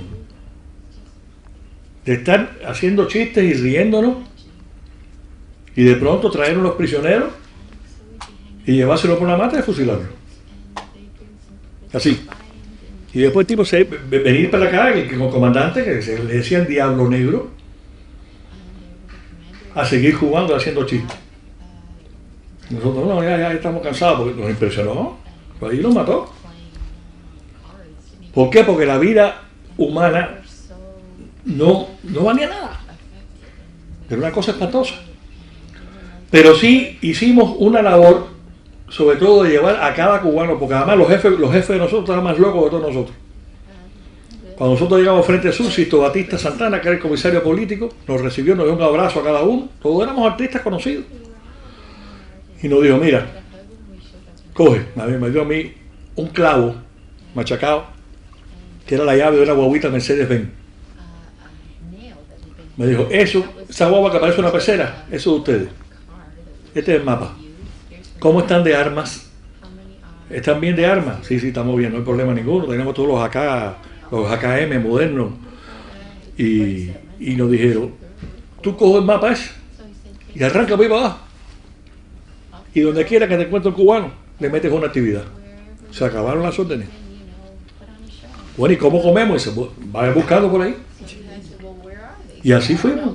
Hicimos 355 actividades en 7 meses. 355 conciertos. Ay, mi madre, está llamando por teléfono. No, no. Y entonces, realmente, ¿quién es este chico? María, por eso. Y entonces realmente nos dio la oportunidad de ver distintas tribus, de oír distintos dialectos, de ver a los mucubales, que eran una leyenda. Los mucubales decían que Dios hizo a un mucubal, después un blanco y después los demás negros. Tienen una mentalidad. Son hombres altísimos, mujeres altas, preciosas, que usan unos taparrabos, ¿no? Como le dicen, de pluma de avestruz. Me acuerdo que yo jugando con ellos, cuando parábamos, yo trataba de tensar el arco que ellos tenían y yo no podía. Entonces yo decía, bueno, tú con el arco, yo con el AK, vamos a ver qué casa. Bromeábamos mucho con ellos, gente muy desconfiada, el mocubal era muy orgulloso, son nómadas. Pero con nosotros se daba de lo más bien. Y vimos muchas cosas, vimos gente que no sabía ni por qué estaba peleando, sino simplemente porque los familiares o la tribu estaban allí, ¿verdad? Hay una cosa que hay que tener en cuenta para comprender estas cosas en Angola. La frontera, como yo decía a esta muchacha amiga mía ahí, son geográficas pero no etnológicas. O sea, por aquí pasa, por ejemplo, el FLEC, nadie habla del FLEC nunca, son 4 movimientos, no 3, FENELA, EMPELA, UNITA y el FLEC, el Frente de Liberación del Enclave de Cabinda. Entonces, la frontera pasaba por el medio, dividiendo Cabinda por un lado y Zaire para otro. Pero le partía en dos la tribu Fiote, el territorio Fiote, porque no lo tuvieron en cuenta los colonialistas cuando se repartieron las tierras. Tú sabías Fiote del lado allá y Fiote del lado acá. Incluso en el Alto Mayombe, en Cabinda, que es muy interesante, están los caminos Fiote, que son caminos secretos. El Alto Mayombe es la segunda selva en densidad del mundo. Cabinda tiene las maderas preciosas que no se pueden imaginar y además de eso le dicen el cubaíta africano, está todo el petróleo. Pero sí nos dio la posibilidad de conocer una cultura. Ahora yo antes de irme de Cuba, que ya, bueno, tuvimos problemas ya, yo me disgusté un poco, yo también, y vine para acá. Entonces el problema está que yo estaba haciendo un disco, no sé, ojalá que lo termine, Angola Liberté, con las canciones que se hicieron en plena campaña de guerra, por gente que dejó su comodidad para dormir en el suelo o en la cama de un camión, como dices, al sur de mi mochila, dejé tu nombre al sur de mi mochila para salvar al hombre que padezco, otro sueño vigila, el sitio del estruendo donde crezco. O sea, la familia estaba bien cuidada. Vamos a tratar de hacer algo bueno en otras partes del mundo. Eso es un mérito que, además de la contribución tan grande a la liberación de Namibia, ¿no? Como decía el profesor por la mañana, nunca los sudafricanos, con su fama de invencibles, se habían enfrentado a un ejército organizado con tantos hierros o más hierro que ellos. Porque la batalla de Kifangondo, los zairotas emplazaron con el FNLA los cañones de 152 milímetros, los de bus cañón, para de ahí tirar sobre Luanda, directo. Pero esa madrugada entraron las primeras 6 BM-21, la famosa Katiuska en versión aumentada y mejorada. Y cuando tiraron la división Camaleón de Mobutu al valle de Kifangondo, que fue invadiendo, le cayó arriba una tormenta de fuego, que fue donde Mobutu se quejó de que los cubanos le habían tirado con armas anticonvencionales. Entonces había una igualdad, muy pareja, ¿no? Pero fue una experiencia que yo creo que fue muy beneficiosa. Aprendí a odiar la guerra, yo que quería realizarme en una. Casé en África y más nunca he matado a un animal en mi vida. O sea, me sirvió de muchas cosas.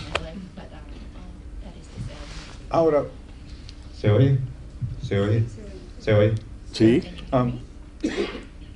Tú fuiste con un grupo de artistas, con Silvio Rodríguez, sí, con Vicente Feliu, con Manguaré, Grupo Manguaré y por supuesto el Mago. Y el Mago.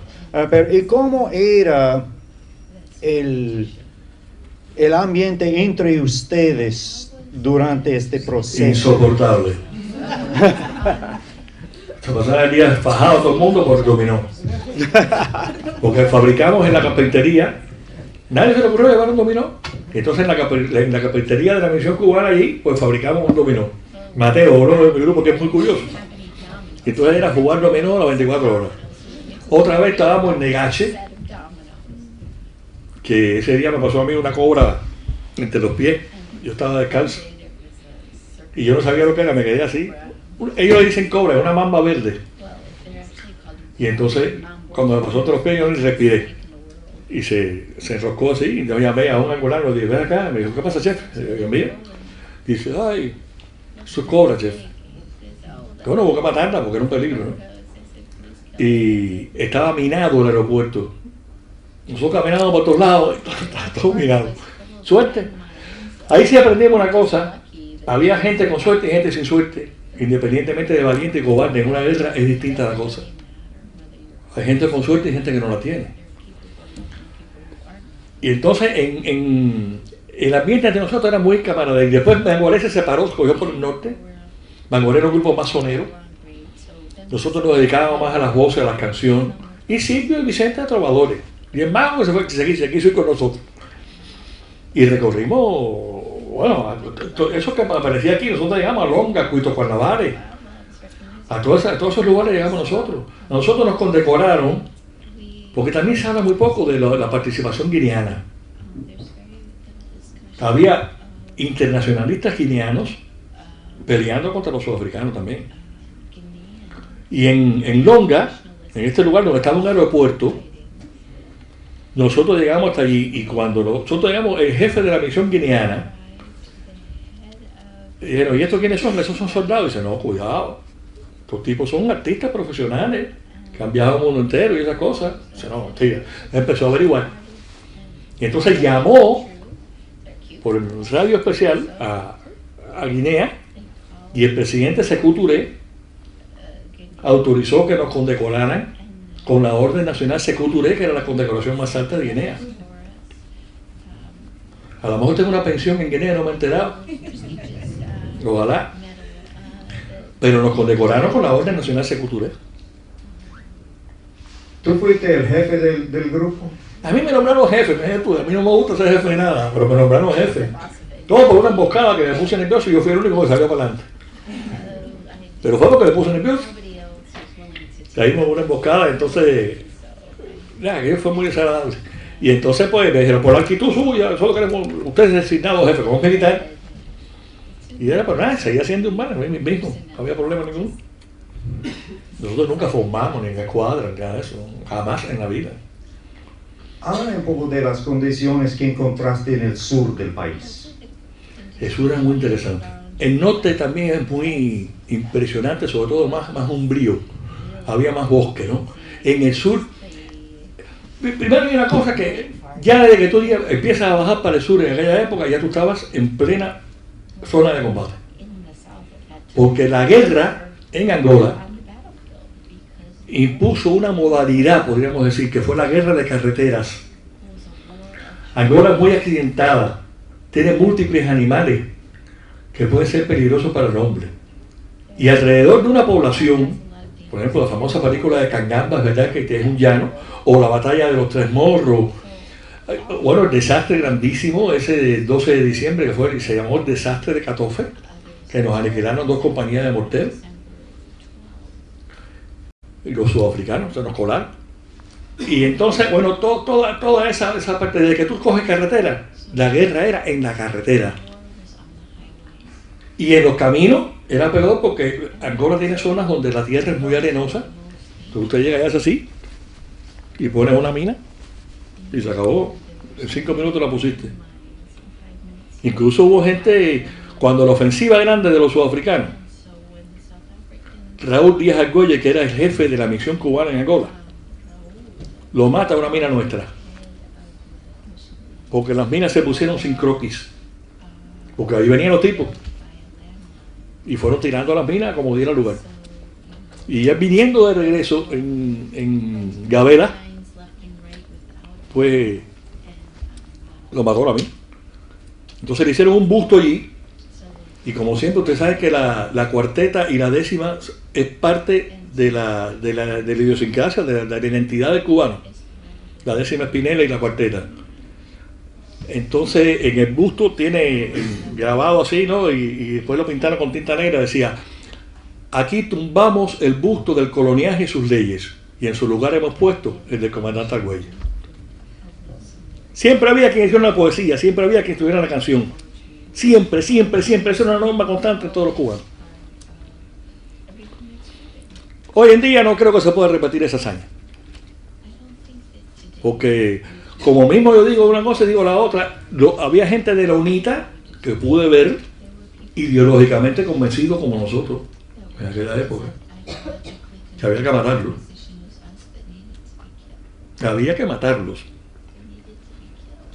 Otra cosa que también tuvo de bueno eso en el ambiente de todo el sur, ya se había hecho costumbre la guerra de guerrilla, de las emboscadas y todas esas cosas, entonces empezaron a mandar a las leyendas del escambray y de la lucha contra bandidos. Ahí yo conocí al Dion, a Socarrá, al caballo de Mayaguara, a Gustavo Castellón Belián, que se ahorcó después, muy desilusionado de todo. Y realmente esas leyendas, el caballo de Mayaguara, por ejemplo, no se tiraba al piso nunca. Él decía que la bala que lo iba a matar no estaba hecha.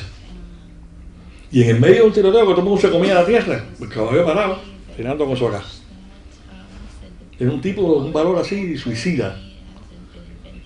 Pero todos se maravillaban con nosotros, todos nos malcriaban, todos nos preparaban comida especial para cuando llegaron. A veces no daba tiempo ni de comer en las caravanas. Por eso nos encantaba la bobita, nos la íbamos jugando a pegada todo el tiempo, pues la bobita es una pecera. Pero entonces ya en eso uno dijeron: no, montense en la BTR y déjense bobería. No pueden usar la guagua esa más mientras estén aquí. Porque la guagua era un peligro. El problema es que la emboscada no te da tiempo de reaccionar.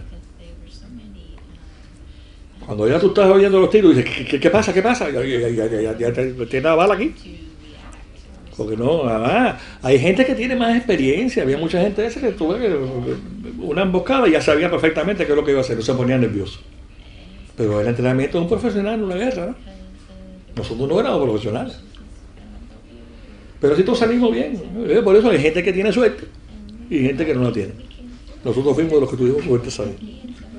Tú te quedaste solamente 7 meses, ¿verdad? Sí. Digo, solamente 7 meses, pero... Sí, porque la gente se metió 2 y 3 años allí, pero de los artistas no, sobre todo de los profesionales que ya tenían conocidos, nos mandaban un rato.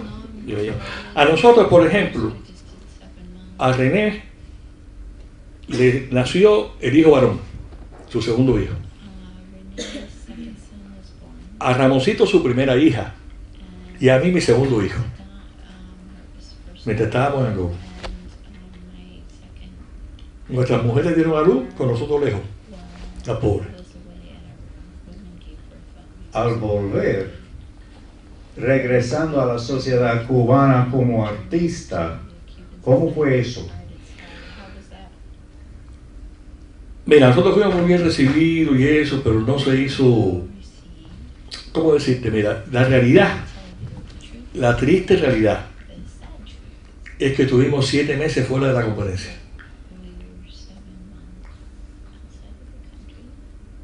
Esa es la triste. No era como ahora que puede haber videotape y todas estas cosas que te mantengan presente en la televisión, cuando aquello no, y más en Cuba, que había tanto atraso. Y realmente nosotros tuvimos que empezar prácticamente otra vez a tratar de ganar un público que ya había perdido la costumbre de vernos. Fíjate cómo es la cosa.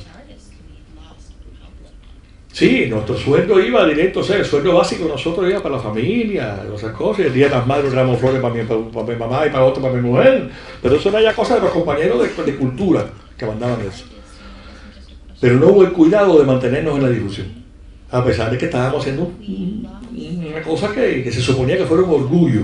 Acuérdense que los hombres, los prohombres, Los ejemplos en Cuba, Camilo, el Che, Saúl, o sea, todos los grandes héroes eran los tipos que habían peleado.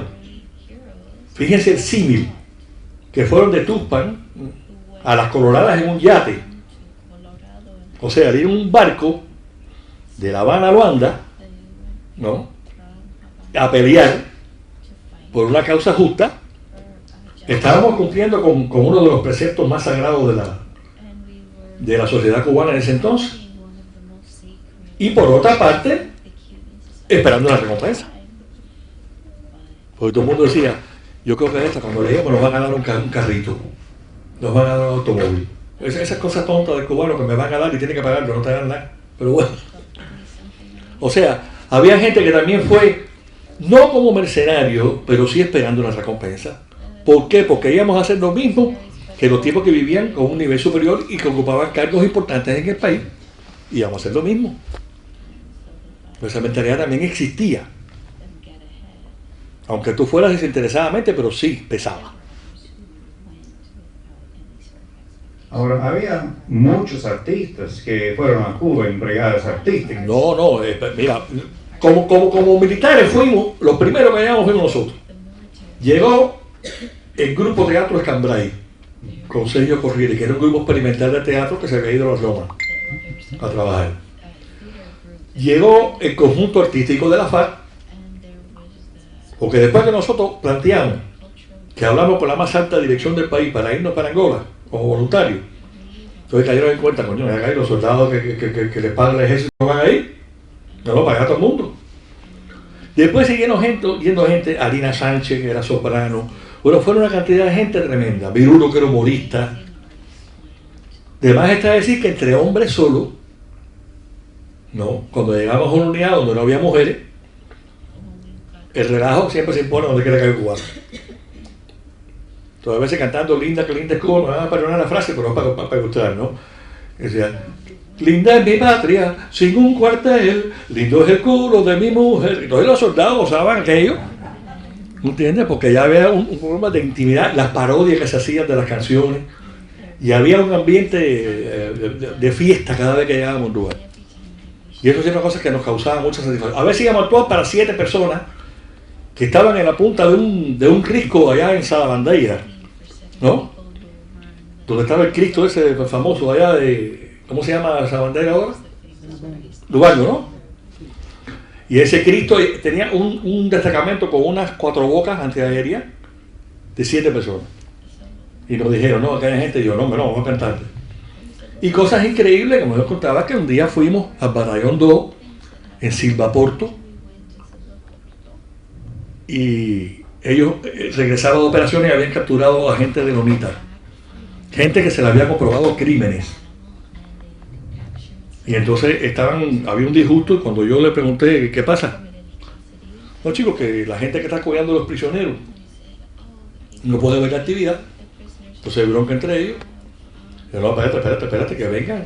Mira, pongan a los prisioneros en medio y todos los soldados alrededor. Y así todo el mundo goza, que gocen los prisioneros también. Pero cuando terminamos, los prisioneros muertos de risa con la guantanamera y los besos y la cabeza aplaudiendo y todo, ¿eh? Y cuando dice, bueno, lléveselo ya, pues bueno, por lo menos se divirtieron. Dice, no, mañana nos van a fusilar. Digo, ¿no? Y entonces yo me levanté y fue el fusilamiento. Yo fui y me paré, pero cuando ellos venían me conocieron. Caminaban para el paredón y me hicieron así. Mira el artista. Eso nunca lo olvidaré. ¿Cómo eso te afectó como artista y como persona volviendo a Cuba, donde, en Cuba la religión es mayoritariamente africana? Claro. Y es un país con tremenda conciencia de África, que estaba en escala grande enfrentando la realidad de África. Claro, el problema contemporánea. Es que, ¿cómo te afectó eso? ¿Cómo te afectó eso a tus colegas y a la sociedad? Mira, yo siempre he sido un hombre muy agnóstico, yo no soy un hombre religioso, pero es que en Cuba la religión mayoritaria es la que desciende de las religiones africanas. La Yoruba quizás es la más nutrida, después está el palo de monte. De Angola fue mucha gente como esclavo para Cuba. Del Calabar, en Cuba se llama carabalí. Los carabalíes fueron los que originaron la sociedad secreta Bacuá, que es la única sociedad secreta que existe en Cuba, porque incluso la masonería no es secreta, es discreta. Si no es así, se llama así. Pero sociedad secreta, pues Bacuá. Y todas las ceremonias, todas las cosas, incluso gente que trajo para sus prendas, muchos soldados trajeron para hasta un cráneo de elefante trajeron. En Varadero, la calle 57, 54, en un solar ahí, no sé si ahora van construido algo, ahí enterraron un cráneo como prenda de brujería, como le dicen a la gente, ¿no? Un cráneo de elefante traído a Angola. Entonces había una empatía muy grande, ¿no? con todo lo que estaba a tu alrededor, todas las leyendas, todas las cosas. El rey del Congo tuvimos su casa en Santo Antonio de Zaire, el heredero. Ahí hablábamos de la frontera geográfica, no etnológica. O sea, el heredero del rey del Congo vivía en Angola, no en Zaire. Entonces es realmente sobrecogedor toda esa leyenda, todo eso que uno pudo ver, que uno pudo palpar, cómo se viste en la artesanía. Hay una cosa espantosa, pero que ellos, todo en la vida tiene su porqué. Ellos hacen una mezcla de estiércol de cabra y miel, la huila, y se alisan el pelo. Y hacen unas verdaderas obras de arte con esos peinados. Lo que pasa es que son seres que viven en unas condiciones espantosas. Por ejemplo, las moscas. A cualquiera de nosotros se nos puso una mosca en la cara inmediatamente, ¿no? El angolano no. Digo, ese tipo de angolano. ¿La deja caminar? Pues yo me ponía a hablar con uno de ellos y le veía la mosca que le iba caminando por aquí. Entonces empezaba yo así.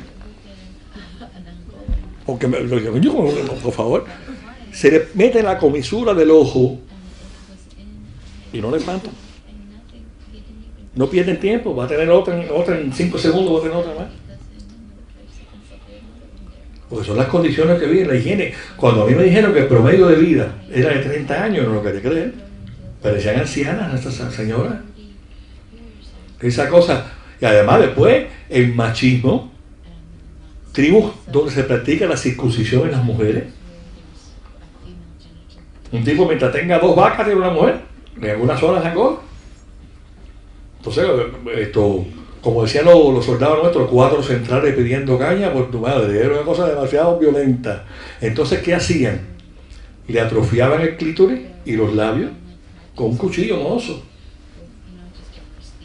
Entonces, era una cosa realmente sobrecogedora ver en las condiciones que vivían. Todo eso lo aprendimos nosotros porque tuvimos la suerte, repito, de como cantantes cantar en toda la zona. Entonces, donde quiera había un cubano, había un destacamento de la FAPLA, ahí habíamos de estar nosotros. Pero mi pregunta es, ¿cómo te afectó eso en tu vida después en Cuba? No, sí, una experiencia, sí me quedó cierta psicosis tonta con mis hijos, ¿no? Un día estaba en una fiesta y bueno, en Cuba ni los mosquitos, bueno, el dengue, no sé, algo así. Pero estaba mi hijo Germán. Ustedes a lo mejor lo conocen, que los 3 de La Habana. Esos son mis hijos, mis angelitos. Me saca un cacho así.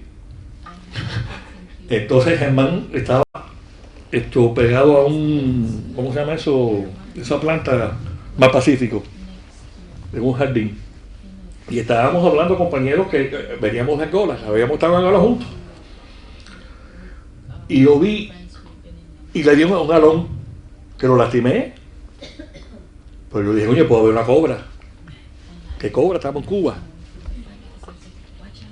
Porque el terror a la cobra, el terror a la malaria, el terror a esas cosas, se te queda.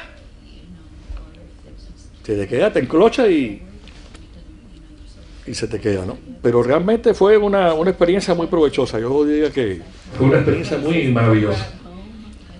Y además que se hizo, yo creo que algo útil por la humanidad. Claro, si te vas a la superestructura del asunto, ahí vemos también, bueno, Fidel Castro, yo creo que uno de sus mayores defectos es su mayor virtud, que es la seguridad en sí mismo. Cuando la Unión Soviética se da cuenta ya que Neto fallece, que agarra a Dos Santos, el compromiso de Dos Santos no era el mismo que el de Agustín Neto. Y entonces, el que Angola integrara el bloque de países socialistas internacional no estaba en la mente de Dos Santos, nunca tuvo. Por lo tanto, la Unión Soviética, como decimos nosotros en Cuba, le saca el pie. Pero en ese momento, aprovechando todas las incidencias, los niveles de información de Sudáfrica hacen la operación de Cuito con Navales. Fidel ya no está pensando en Angola, está pensando en Namibia y en el apartheid. Entonces insiste, pero no le hacen caso. Ya viene el desmerengamiento de la Unión Soviética con, ¿cómo se llama?, con Gorbachev y toda esa cosa. Y entonces, ¿qué hizo Fidel Castro? Levantó en peso a la División 50, los Leones de Oriente. Es la división más poderosa que tiene el ejército oriental, con gente súper entrenada, con toda, es una unidad especial que tiene todas las armas, que radica, el cuartel general radica en Baraguá. No sé, los que han oído de cultura cubana, la historia de los mangos de Baraguá, es un símbolo de rebeldía nacional, la protesta de Baraguá. Y ahí radica la División 50, le llaman los Leones de Oriente. Y costeó, sin apoyo de la Unión Soviética, el traslado de toda esa barbaridad para Angola. Y entonces la División 50 es la que gana la batalla de Cuito con Navales, con los hierros propios de ellos. Pero ya estaba pensando en otra cosa. Por otra parte, Fidel nunca en la vida confesó su profundo disgusto con Dos Santos. Solamente a nivel de generales y de gente muy arriba, que se le iba una confidencia en una fiesta tomando whisky con nosotros, se sabían esas cosas. Pero él sí se disgustó mucho porque, bueno, oíme, nosotros hemos puesto cosas, y ahora qué, dejó la Exxon en Cabinda, por ejemplo. Pero por otra parte, creo que fue lo mejor hizo. Si le quita Cabinda a la Exxon, ¿con qué know-how maneja esa monstruosidad? ¿Tú has estado en Cabinda, Adriano? Bueno, hay una cosa que le decían en Cabinda, las noches rojas de Cabinda, que son todas las chimeneas de escape de quema de gases, que todo eso ya entonces lo han ido aprovechando, pero cuando cayó se quemaban los gases, que se iluminaba de noche, y decían las noches rojas por eso, por todo iluminado de tantas escapes de gases de petróleo. Decían el cubaíta africano. Ahora, del sueño de que fueran socialistas, bueno, es un problema de ellos, de los angolanos y su gobierno. Los cubanos, los 2.600 y pico cubanos que se murieron ahí, o se murieron para que la hija de Dos Santos fuera la mujer más rica de África, ni para que fuera millonario, nada de eso. Pero bueno, esa es la vida. ¿Qué es lo que queda? La hazaña de haberle dado un golpe mortal al apartheid, de haber logrado la liberación de Namibia con ese gesto, de haber acabado con el mito de invencibilidad de los blancos sudafricanos y la satisfacción de haber hecho un bien a gente que se lo merecía, por el simple hecho de ser un ser humano. Do we have time for questions? Yeah. Let's see. Any questions? Anybody in the audience want to ask Toni Pinelli something? Anybody? I see a hand. I see a hand. Se admiten donaciones. ¿En inglés o en español? English. That's fine.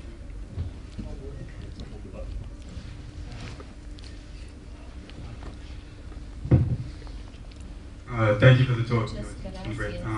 So I wanted to ask, did any of the samba and the merengue, did it ever go Speak back? up, please. Did any of the samba and the merengue, did it ever go back to Cuba in the sort of reverse culture exchange? Because I know Guinea-Bissau's foremost band traveled to Cuba as part of the festival, organized by Fidel. Did any of that ever come back as a result of this exchange? Bueno, sí, tú dices la samba y el merengue. Y samba, the Samba. Angolan music. Samba, the Angolan music. Si la música angolana volvió a Cuba. No, realmente no hubo ese intercambio. Nosotros cantamos en teatro en Angola, mucha gente nuestra. Pero por ejemplo, yo le hice a Pedrito, que es un famoso cantante angolano, yo le hice un disco en Cuba. Incluso le busqué becadas, le traje cantantes profesionales para que le hicieran coro y tuve que ir a buscar becadas angolanas porque es la entonación que Pedrito quería, de cómo cantan las angolanas. Pero no, a pesar de que fuimos nosotros a actuar, no fueron teóricos como para buscar una similitud y hacer un trabajo conjunto.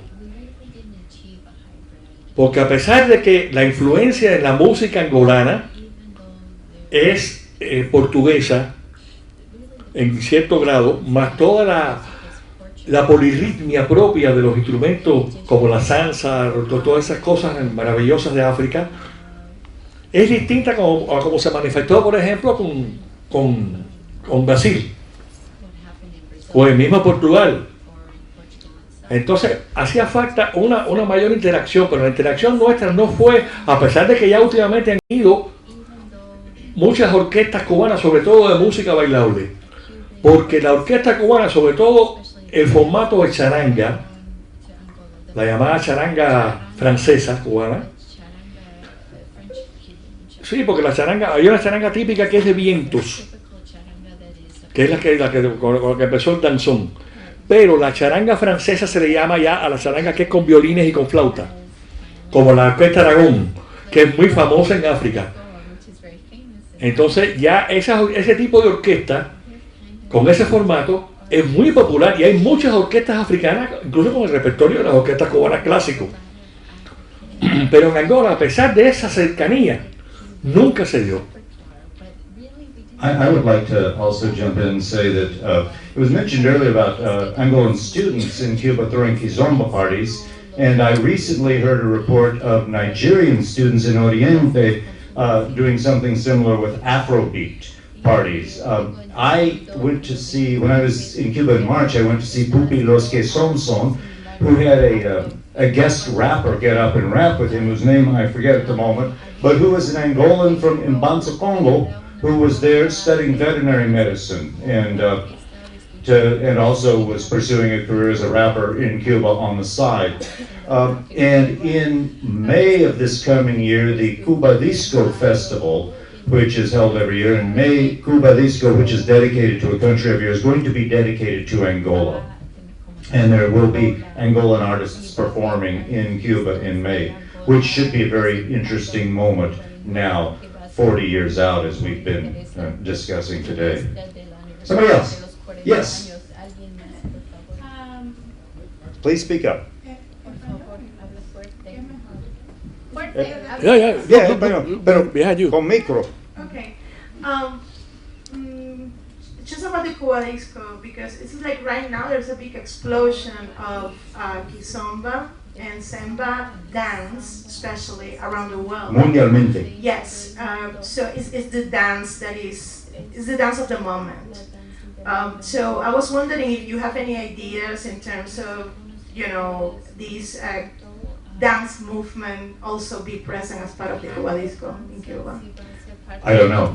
It's a good question to ask. Yeah.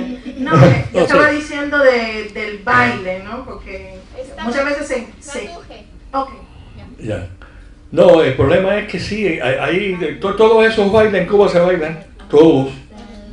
El problema está en la producción cubana. Mira, por ejemplo, el reggaetón está de moda en Cuba, pero ya empieza a declinar.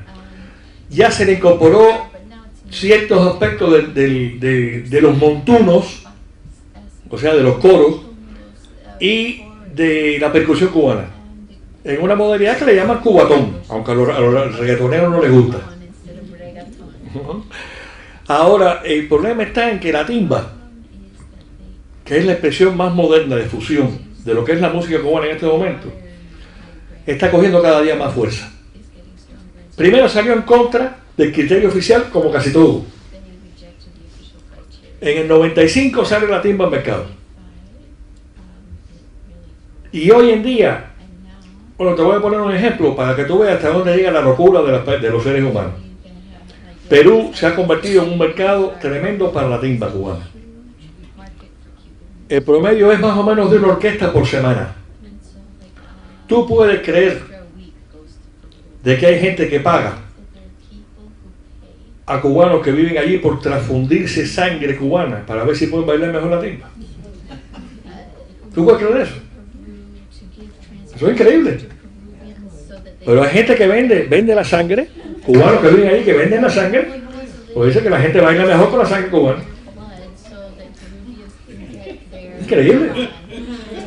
Somebody else. We got one more. We got another question. Yes, Dr. Heywood. Thank you very much for those insights.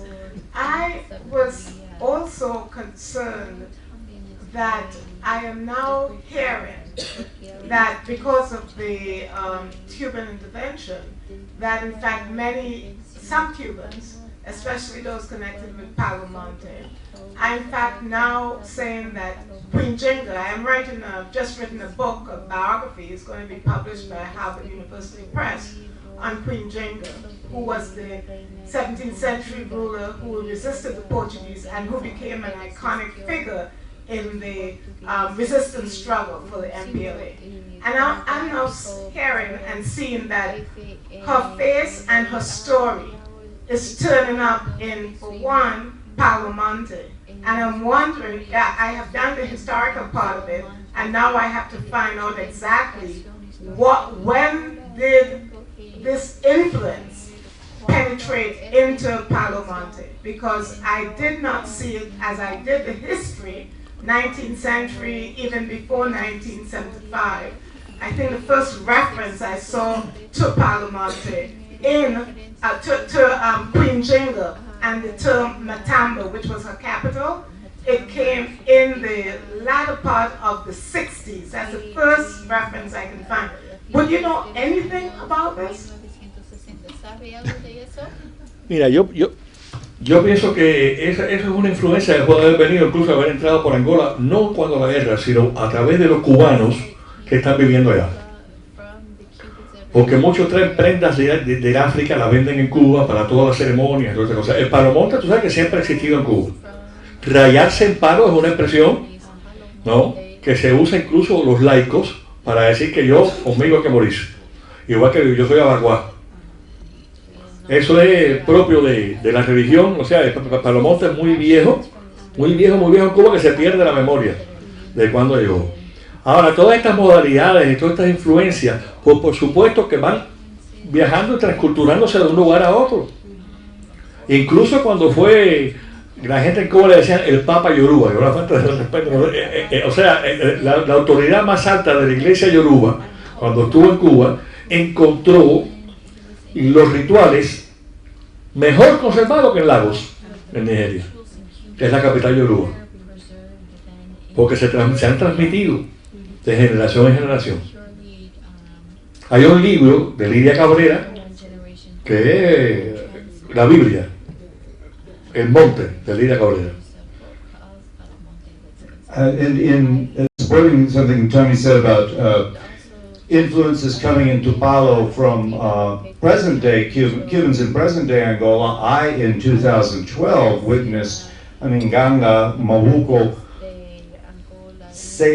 putting the seal, as they say, on an inkisi that he had made, commissioned by a Cuban construction worker who was about to return home to Havana and wanted this particular charm or power object, or whatever we want to call it, back with him there. So I have seen firsthand that this is definitely going on. Anyone else? We have time for one last question. Una pregunta más. Yes.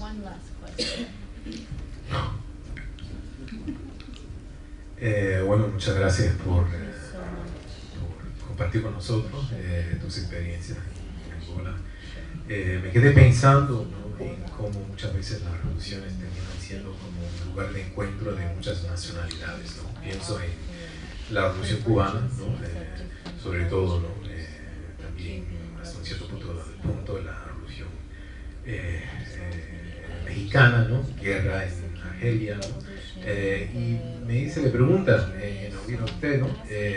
¿Cómo es, o sea, en sus viajes, ¿no? en estas regiones de Angola, ¿no? O sea, ¿cuáles eran las otras nacionalidades que usted encontró, ¿no? O sea, hubo, por ejemplo, otros artistas de otros lugares, hubo, por ejemplo, otros activistas, ¿no?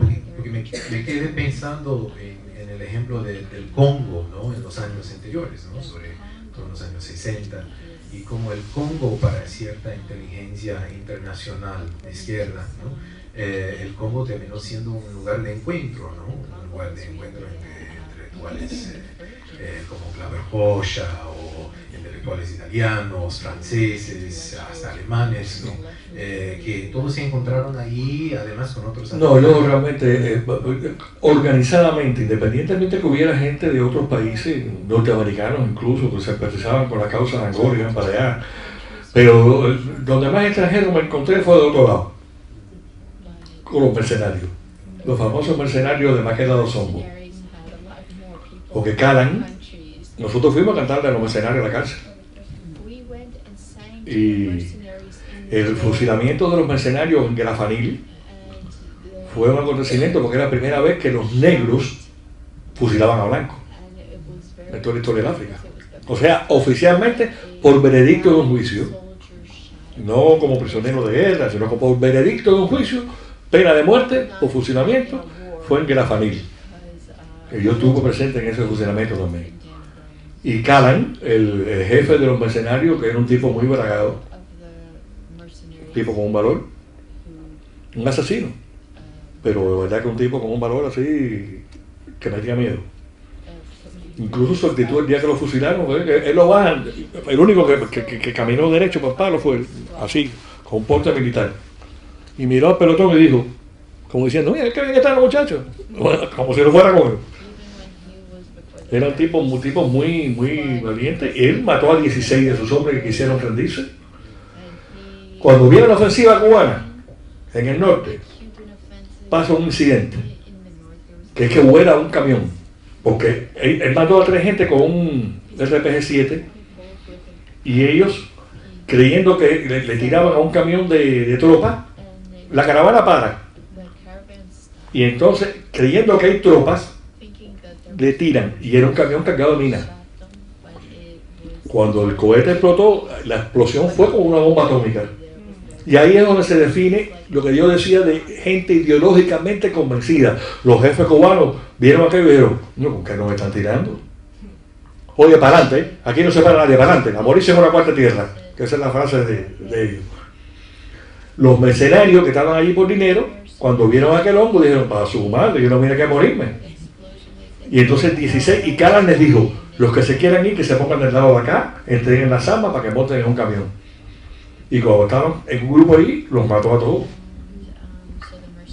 Los mató a todos, que incluso nosotros nos retratamos con los cadáveres, que nosotros dijimos, cabrón, parecemos que gente en Vietnam, no vamos a enseñar la foto hasta nadie. Porque nos retratamos con los cadáveres de los blancos que mató a sus propios jefes. Pero eso fue, había ingleses, había norteamericanos, había argentinos, Diego Grillo, por ejemplo, que después en el Festival de la Juventud de los Estudiantes del año 78 lo llevaron a Cuba en el Tribunal Antiimperialista y declaró allí. Yo fui, lo saludé ahí. Pero así, los guineanos sí, organizados, además con potestad del gobierno. Fíjate que nos condecoraron con la condecoración más alta del país, oficial. Yo creo que no dio tiempo tampoco que se demostrara la simpatía por la causa angolana, por la rapidez del asunto, y también porque Occidente un poco trata de esconder las cosas. Si hubiera habido un gobierno republicano en aquel entonces, quizá la bronca hubiera sido distinta. Pero había un gobierno demócrata, que estaba por un proceso de paz en el mundo. Pero los ingleses mandaban, por ejemplo, se cogió un tren de Lobito Benguela, cargado de productos Yardley, espejo para maquillarse, Pues con eso mangaban a la gente, porque Antunes, el segundo de Savimbi, que había estudiado en China, era un genio del marketing. Había gente, ustedes que conocen las censadas y todas esas cosas, gente con carnet de lunita cuacha, amanecer de Angola, el lema es hermoso, con el gallo. Y a mí nunca se me olvida que yo estaba en la ventanilla, estaba manejando Silvio Rodríguez, yo estaba sentado al lado, nos turnábamos en la guaguita. Y de pronto me sale un muchacho del camino, y yo monto el acá, y a este le vuelvo la cabeza. Pero cuando hago así me doy cuenta que no trae negro, que trae es un gallo amarrado a un palo. Fíjate, el símbolo de Lunita, ideológicamente convencido a punto de jugarse la vida. Con un acá ahí, mirándola a la frente. Incluso Silvio para. Y a mí lo único que se me ocurrió decirle, ¿usted come mierda? Fue lo único que se me ocurrió decirle, porque el muchacho que se estaba jugando la vida por el símbolo en el que creía. Eso era complejo, estas cosas. Toni, muchas gracias. Gracias a usted. Poderosísimo testigo. Ned, muchas gracias por venir y compartir con nosotros. No quiero terminar sin darles las gracias a ustedes, a mi admirado profesor Ned Sublette, ¿no? Un hombre que ha hecho tanto por la música cubana y además por todas las cosas interesantísimas que escribe, ¿no? Compren un libro del caballero, cómprenlo. Así que muchas gracias a todos, ¿verdad?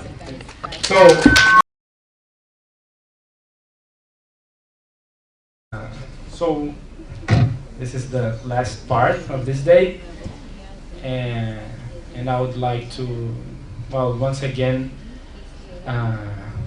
express my gratitude for CLACS, for KJCC, for all the professors that helped me with doing this event.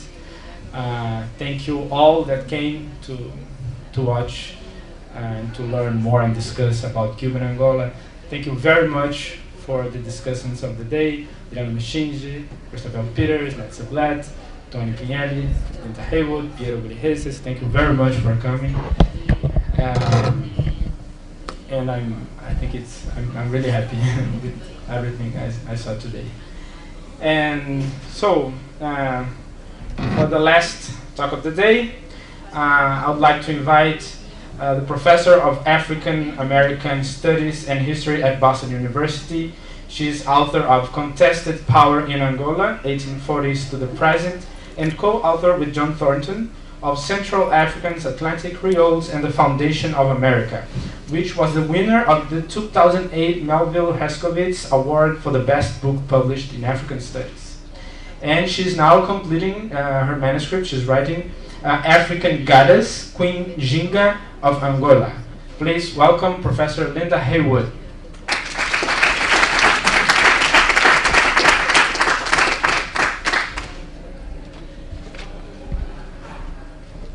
Thank you so much for everything. This has been, you wouldn't know it, but this has made my day, my sort of, memory of meeting, colleagues who have been engaged in Angola. My engagement started in 1977 when in fact, I would say 1974, 75, I came right here to NYU from Columbia so I could study, guess what? Portuguese. Because at the time, Columbia did not teach Portuguese. So I had to take, if you were interested in the Angola problem, you had to come to NYU. So I thank NYU for starting me on that road.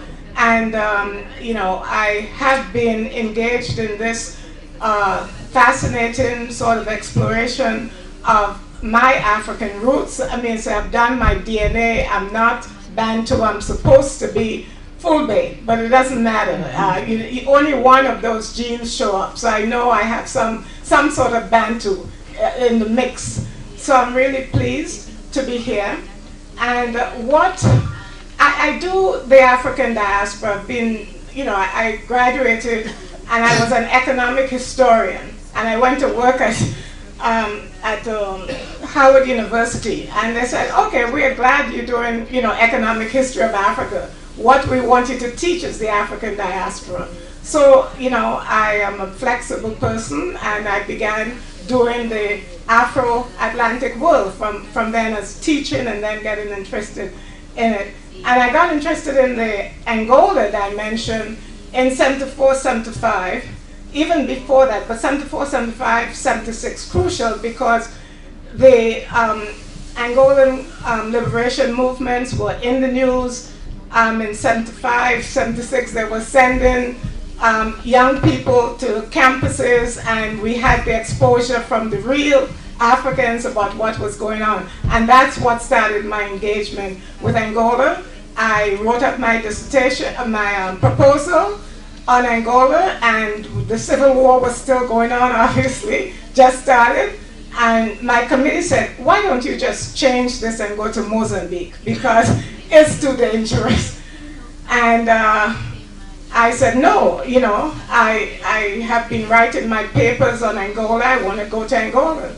So what I did was to get in touch with the representative of Angola at the United Nations, and I cultivated that relationship, and he said, não tem qualquer problema quando você vai para Lisboa, go to Lisbon, spend 4 months, then you'll get 6 months in Angola. So I did that duly, and I ended up staying 18 months in Lisbon because I couldn't get a visa to go to Angola. Well, as a West Indian, I don't take no for granted. So I had to stay by the Angolan embassy. Every day I would see the cars coming in with people, and I'll try to talk to people. Eventually I got to speak with the ambassador. I told him my problem. He got in touch with Luanda, and they said, Linda, somebody down there think you're CIA. So write a biography and send it down. So this is what I did.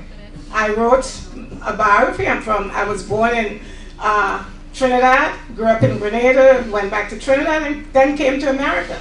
And I've been, I'm a descendant of Africa, and I want to come to Africa to see Africa in transformation because it was the end of colonial rule in Angola. So that's how the context of my Angola. I arrived in Angola in 1979 as a cooperant. I think I was the only cooperant from America.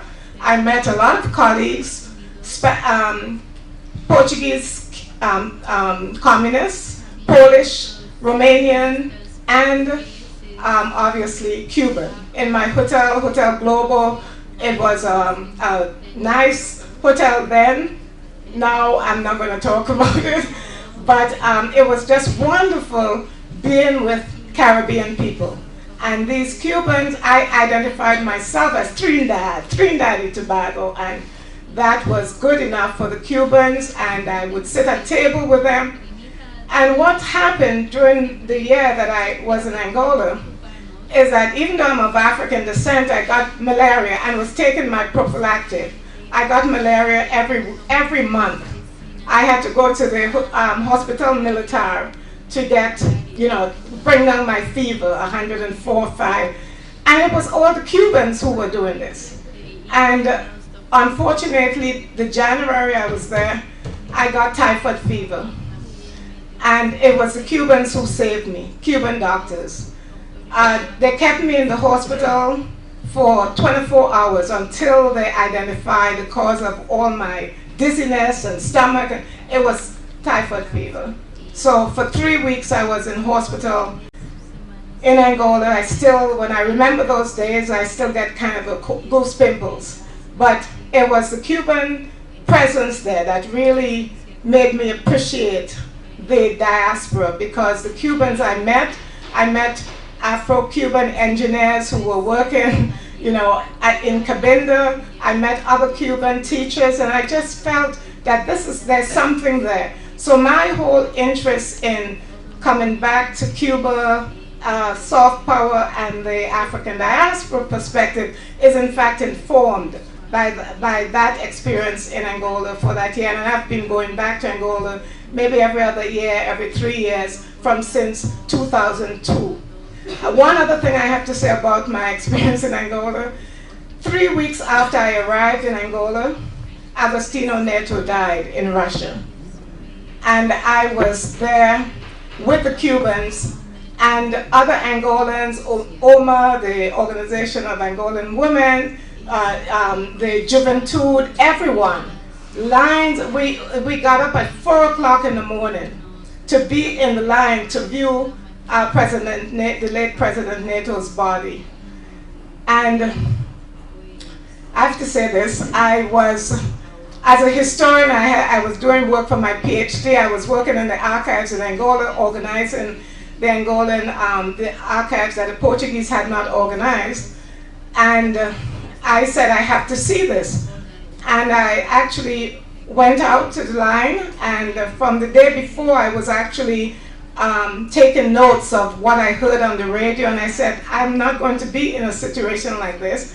So everything I was taking notes, I was in the line taking notes from 5 o'clock when the sun came out, and I wasn't really looking around. I just know there are a lot of people in the line. And I was behind some Cubans, and I was at the point of really getting right to go into where Agostinho Neto's body lay in state.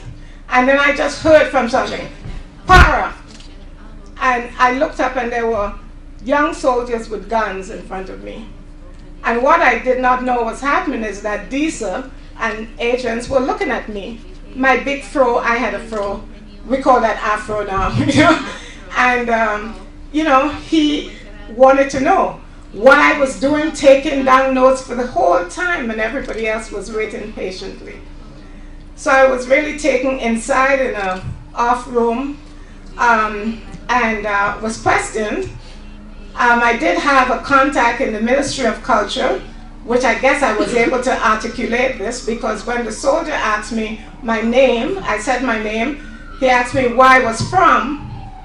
These are young soldiers, maybe 16, 17, who came from other provinces, and they were hearing, I said, where are you from? I said, Trinidad. He said, Palestine. Palestine? I said, no, Trinidad and Tobago. He'd never heard of Trinidad and Tobago. So then I said, Puerto Cuba. And again, that saved me. So for me, Cuba doesn't come lightly. It comes with a sort of closeness. And I'm so glad that I'm back into doing stuff on Angola and Cuba now. So I just want to put that context. So what I'll do, I have a lot of visuals, so I'm not going to talk a lot, but I do want to put in context the reason I came up with soft power, Cuba and Angola, soft power and the African diasporic perspective. And then I show you a lot of visuals. The paper seeks to interrogate the source of Cuba and Angola's continuing and deepening relationship, despite the fact that the last of the 450,000 Cuban soldiers who helped secure the victory of the MPLA and helped the movement retain power left in 1991. The presentation is informed by two conceptual models. The first comes from the writings of Joseph Nye about the effectiveness of soft power as a tool in international relations.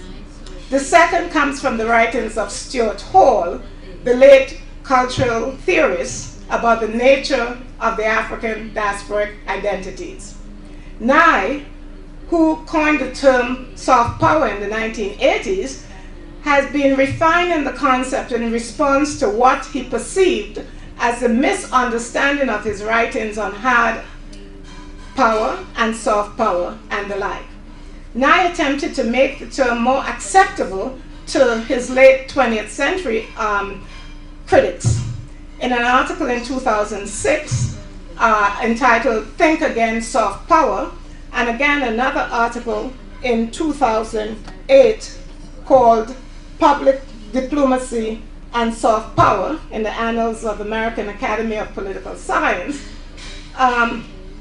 he emphasized that in the context of the complexity of foreign diplomacy at that time, and we can say today, a country has to combine hard and soft power resources and Hillary Clinton would in fact take that and talk about how smart power in diplomacy. And it is what Nye has to say about the ingredients that made soft power strategically important that is relevant to my understanding of Cuba-Angola relations. To Nye, a country's soft power rested on its effective use of the resources of soft power, culture, values, and policies. This use, and I would say smart power, is, according to Nye, the most strategic way for nations to influence other nations. Nye rejected the notion that soft power was not an effective tool in international relations, and instead argued that some goals can only be achieved by soft power. Nye identified 3 resources, as I mentioned: culture, and he said, in places where it is attractive to others; political values, when it lives up to them at home and abroad; and its foreign policies, when they are seen as legitimate and having moral authority. These elements all played a role in the relations that Cuba and Angola developed during the period from 1975, but I can trace it back to the 60s. Turning now to Stuart Hall's notion about how we should understand diasporic identities, we can get another perspective about why Cuba relations has endured and has been good for Cuba and for Angola. Hall, writing in the 1990s, rejected the ideas that scholars had advanced about the permanency of cultural identity in the African diaspora. For some of the earlier scholars, and I studied one, Professor Skinner and others, what made the African diasporic experience unique were the deep cultural ties to Africa and the common suffering of the Middle Passage experience and enslavement. Instead, Hall argued that such identities are not natural nor permanent, but arbitrary and contingent, so that means they are shifting. He also noted that diasporic identities are, in quote, always in the making, thus always changing. History, language, and culture are malleable tools for this construction process. Hall also reiterated that this cultural identity does not lie outside of history and culture, as if you have some reified identity, I'm African, but in fact it shifts and it changes depending on the contingency, what is happening, where you are at what point in time. If we examine Angola-Cuban relations from the 1960s to today, we can suggest that the diasporic dimension of the relationship are crucial to understanding why the soft power ideas of Nye, and you would think these are so different, worked effectively in the case of Cuba's relationship with Africa. Cuba's relationship with Angola, with Agostinho Neto and the MPLA movement began in the 1960s after Neto had served his 3rd stint in the prisons of the Estado Novo, 1951, 55, 55 to 57. The 3 ingredients of soft power, political values, culture, and foreign policy, all work to help Cuba maintain a deep and lasting relationship with Angola. This relationship that has endured for more than half a century contrasts significantly with the relationship that Cuba has had with the United States during the same period. Although America attempted to use soft power, as it did on various occasions since the 1960s, and I'm not going to go into that, American political values, culture, and foreign policy objectives were diametrically opposed to the political values, culture, and foreign policy objectives of Cuba. In fact, the Cubans regarded all aspects of America's soft power strategy as a part of its hard power attempt aimed at undermining the Cuban state. The MPLA, on the other hand, welcomed and capitalized on both the hard power that Cuba offered in terms of its military presence,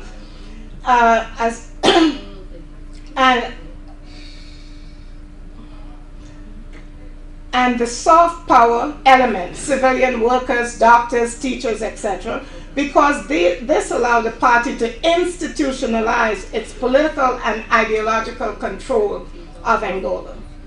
Although the Cuban leadership frequently used the terms internationalism, anti-imperialism, socialist solidarity to explain their policy towards Angola, the way in which they explain their policies to some segments, at least the way in which some segments of the Cuban population heard those policies,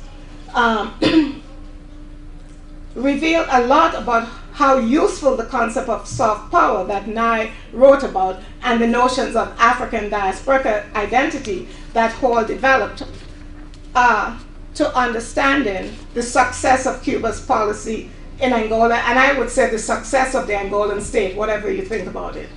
Fidel Castro, an astute student of history, expressly linked the reasons for Cuba's intervention by pointing out the historical and cultural ties that Cuba and Angola shared. The presentation relies on a wide range of research conducted at the National Library in Cuba. I've been going to Cuba now since 2011. I've gone maybe 5 times doing different aspects of this project. Journals, books, and magazines, whenever I go down in old Havana, I just pick up whatever I see, old books, new books, I just pick them up because I know I wouldn't get them in America. Interviews with Cubans in Havana and the US who served or whose family members served in Angola. Books and newspapers published in Angola, where I brought back a whole, for my year in Angola every day, I would get the newspaper, and whenever I go, I get an opportunity to bring back newspapers from Angola. As well as books, articles, newspapers, reports on Cuba and Angola available in electronic sites in Brazil, Angola, the US. I have a young Cuban-American student. She's just a freshman last year, but she's excellent. She's doing a lot of interesting work on some of these, and she's looking at Cuban youth and the extent to which Cuban policy involvement in Angola may have informed the national identity of the youth in Cuba. I'm really looking forward to what she comes up with.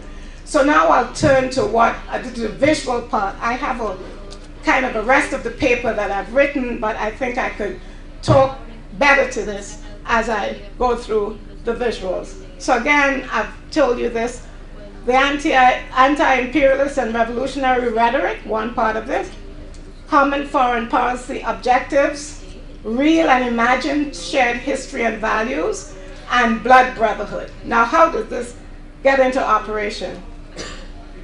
Well, as you heard from this morning, really the origins of the relationship started, with, even though I could tell you that Agostino Neto was reading things about Cuba from the 1940s, and we have that, record.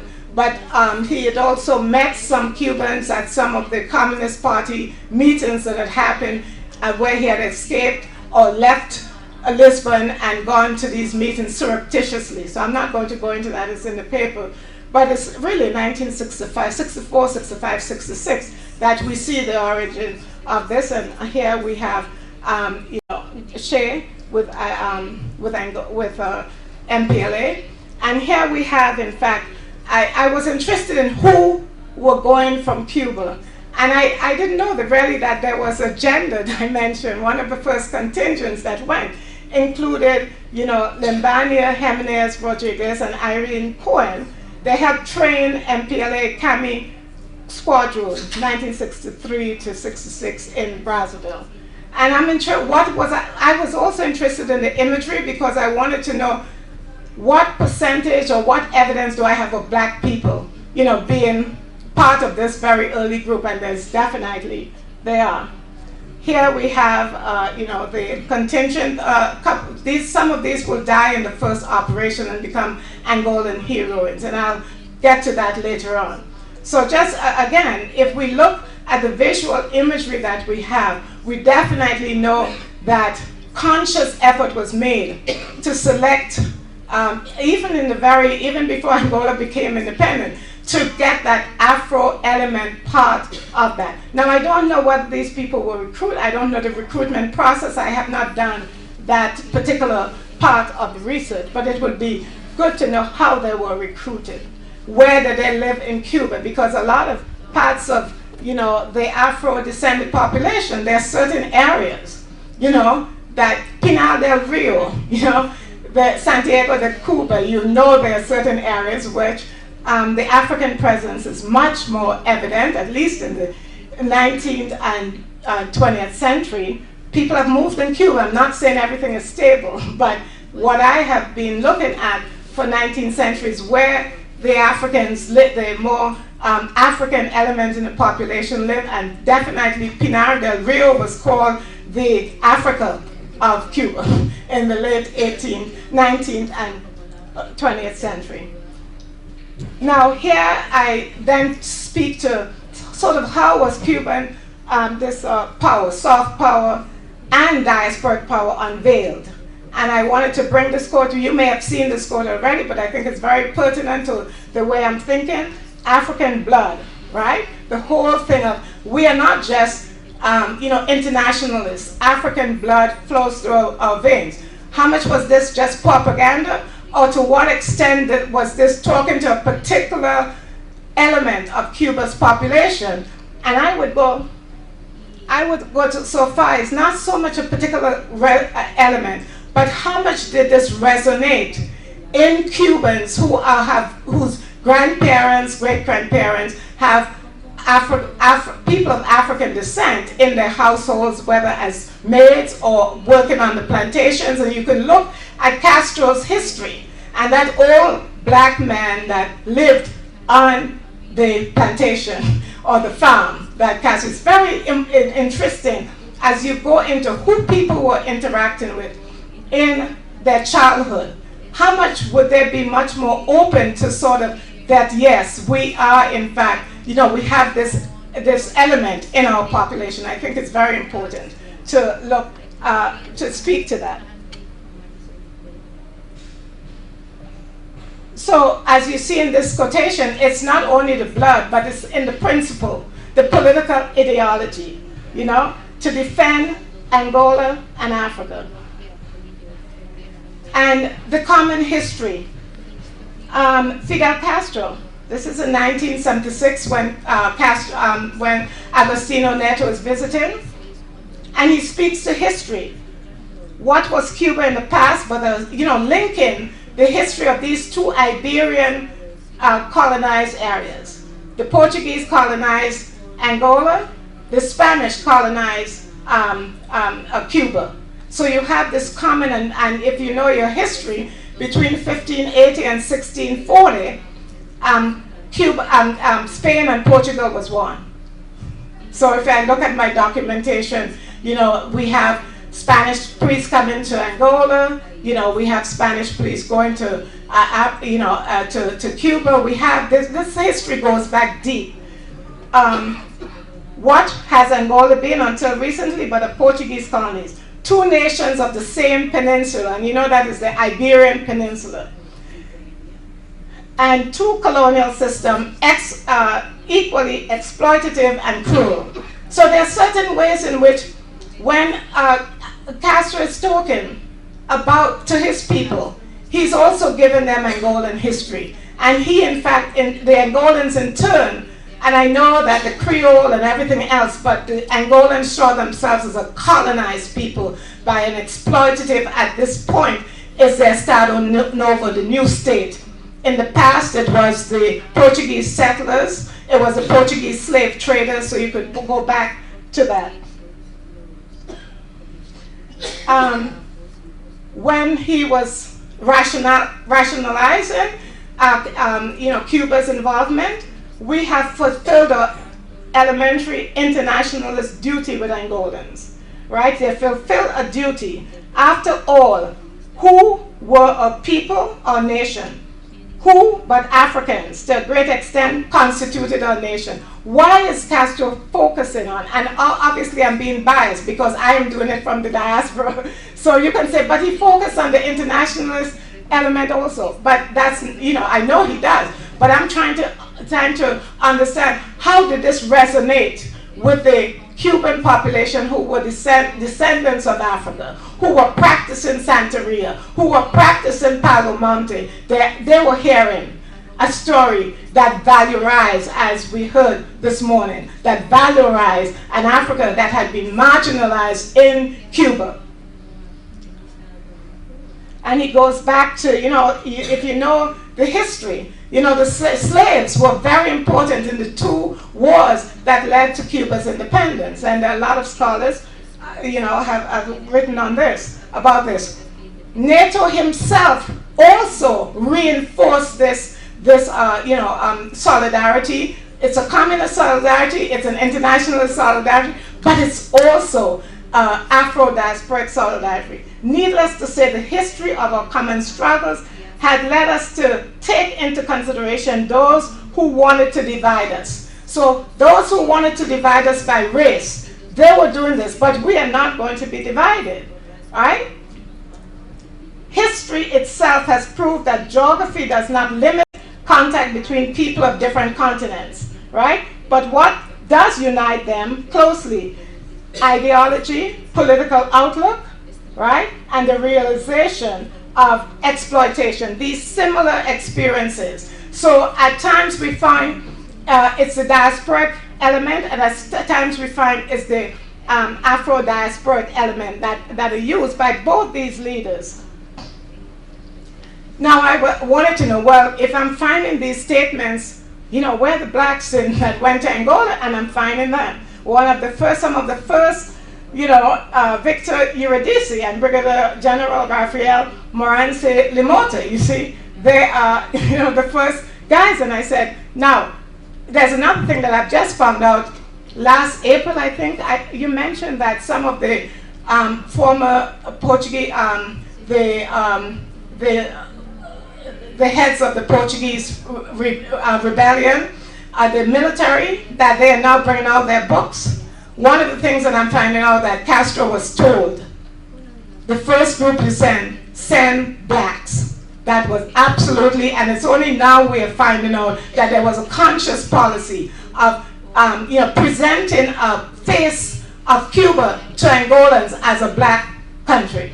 Now there were whites too, I'm not saying there weren't, but there is a conscious effort to make the presence of black, because Agostinho Neto had to deal with UNITA, who was pushing that these MPLA are all mulattoes and mixed, so they're not real Africans, and that's the whole thing. So Castro sending a group, his soldiers who are mixed are very important. It's not just speaking to the mulatto element. It is speaking to the African, because the Africans are the majority of the African-looking people, the majority of the population.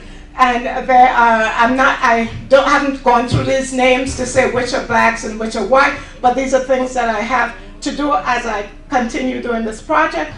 And it's very important for you to know that, in fact, had Cuba not come into Angola, you would not have Angola you have today.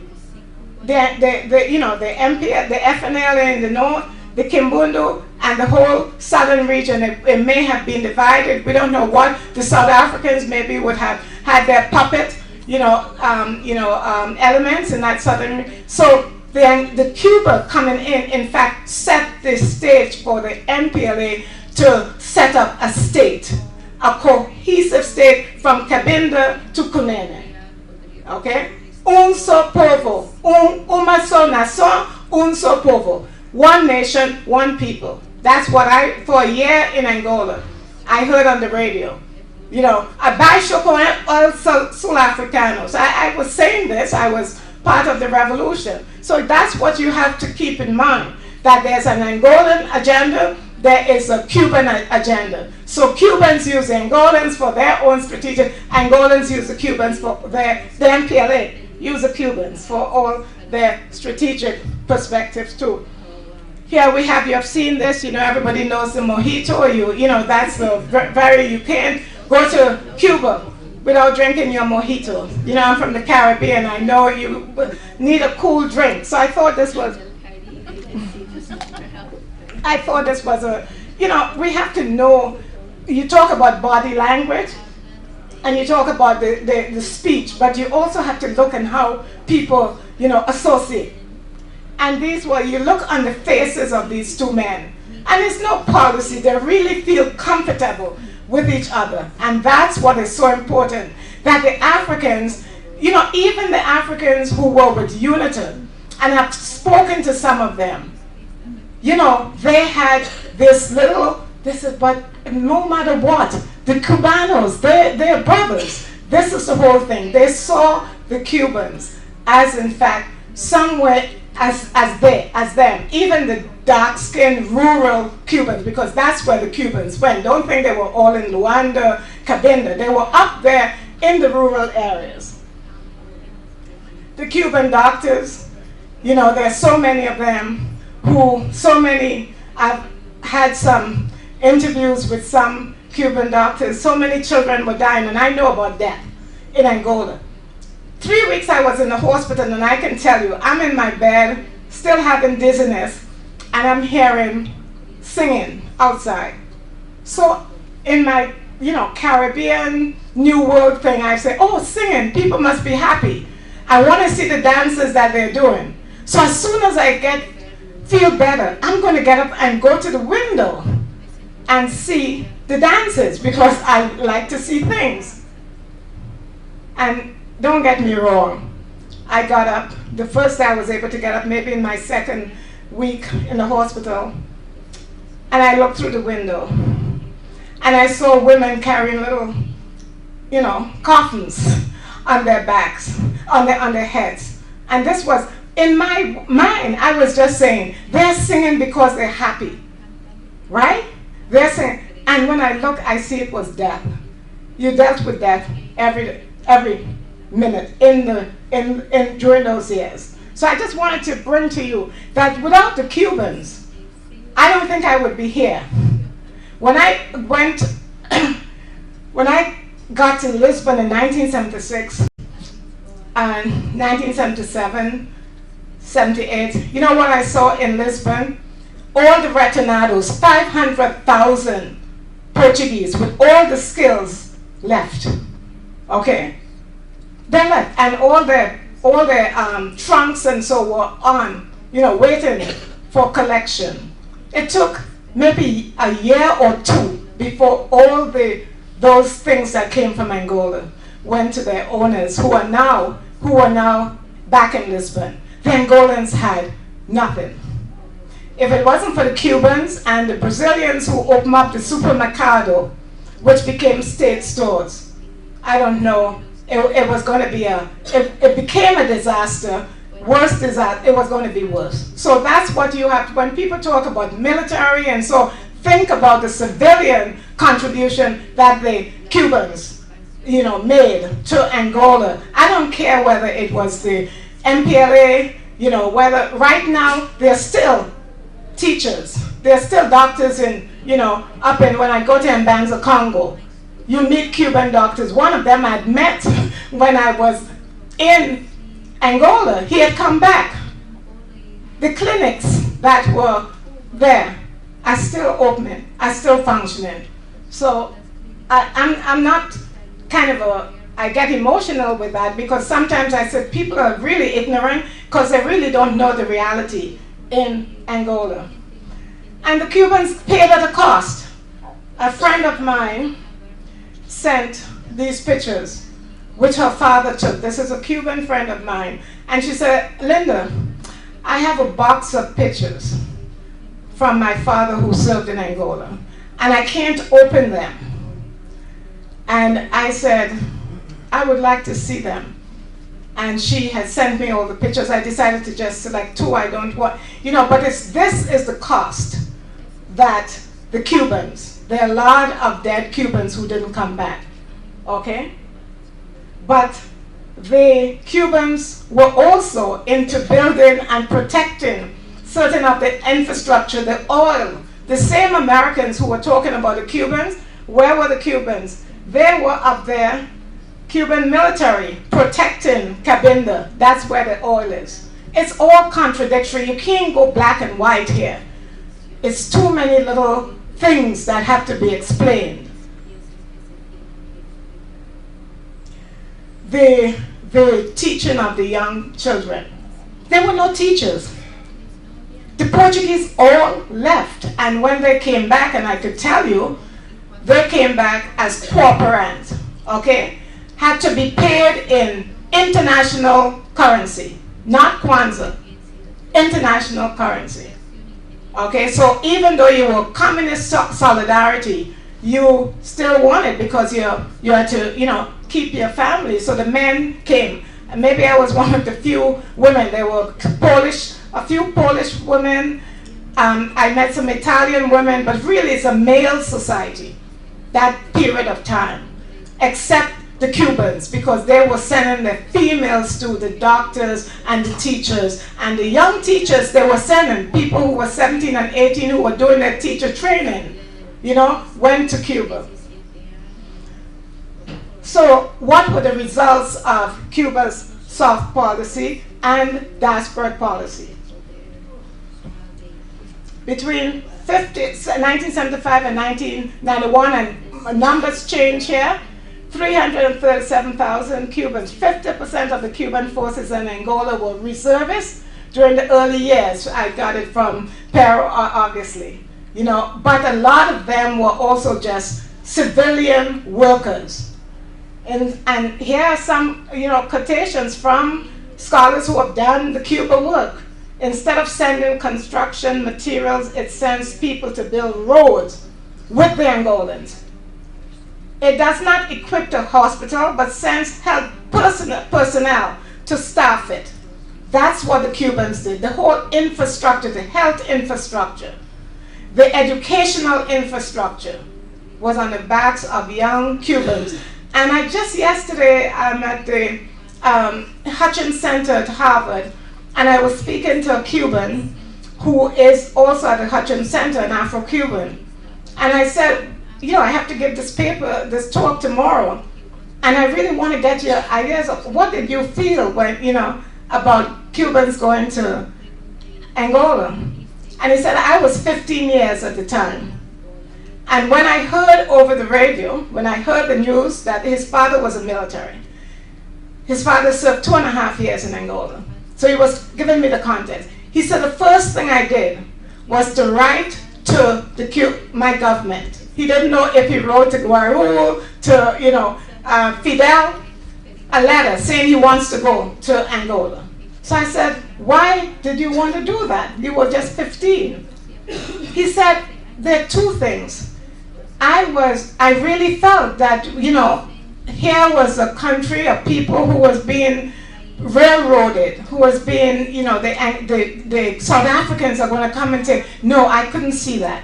It was like emotional, young people, obviously, But he said also, there's something in my mind, and he was just so surprised that he began reflecting about his African, he said something about, I think I had to do it. I can't tell you, but I had to do it. Obviously, he got a letter back saying, we want you to study, to stay in school, so he didn't go. But he said, you know what happened? I was so angry that they didn't choose me, that I tore up the letter. And he said, I wish I had that letter with me now. But what he does have is all the letters from his father, who served 2.5 years, and from his cousin. So you have all these civilians in Angola, and I want to go quickly here. What I was fascinated about is, again, the reflections of the meaning of going to Angola. And I think this quote is so very relevant. This time the ship was not carrying gold, silver, and ivory, so it was not a slave ship, or even some feared Muchala cargo as an amulet, right? It did bring back blacks and others less black. So it bring back the Afro-Cubans and it bring back the white Cubans, mulatto Cubans. But none was a slave. all were Cubans. Cubanidad was what, at the state level, was important. That was the nation being united, right? Which is the equivalent of saying that there were the freest of men and brothers of the whole world. Obviously, this is exaggerated, but it gives you the sense that always Fidel and the Castro regime was linking history, and this history was in the context of the black population that is part of Cuban national identity. Here is a picture of the Agostino Neto dam. And one would think that it would, it's a juncture. It's a very important date for the Angolans, but it's a juncture. I was there, as I said, at the time. And Mr. Dos Santos, Eduardo Dos Santos, who is still in power, and Cuba. And, I said, would this relationship change? And very quickly I wanted to know. Fidel Castro to Eduardo Santos, 1988. We do not know how the United States will interpret peace and detente, whether it will be peace for all or whether the North Americans will interpret coexistence as peace with the USSR, peace among the powerful and war among the small. This has yet to be seen. We intend to remain firm. That's the whole thing. Angola and Cuba relationship was going to continue on that path no matter whether the troops were out, at this time, which is what we had such an excellent presentation on this morning.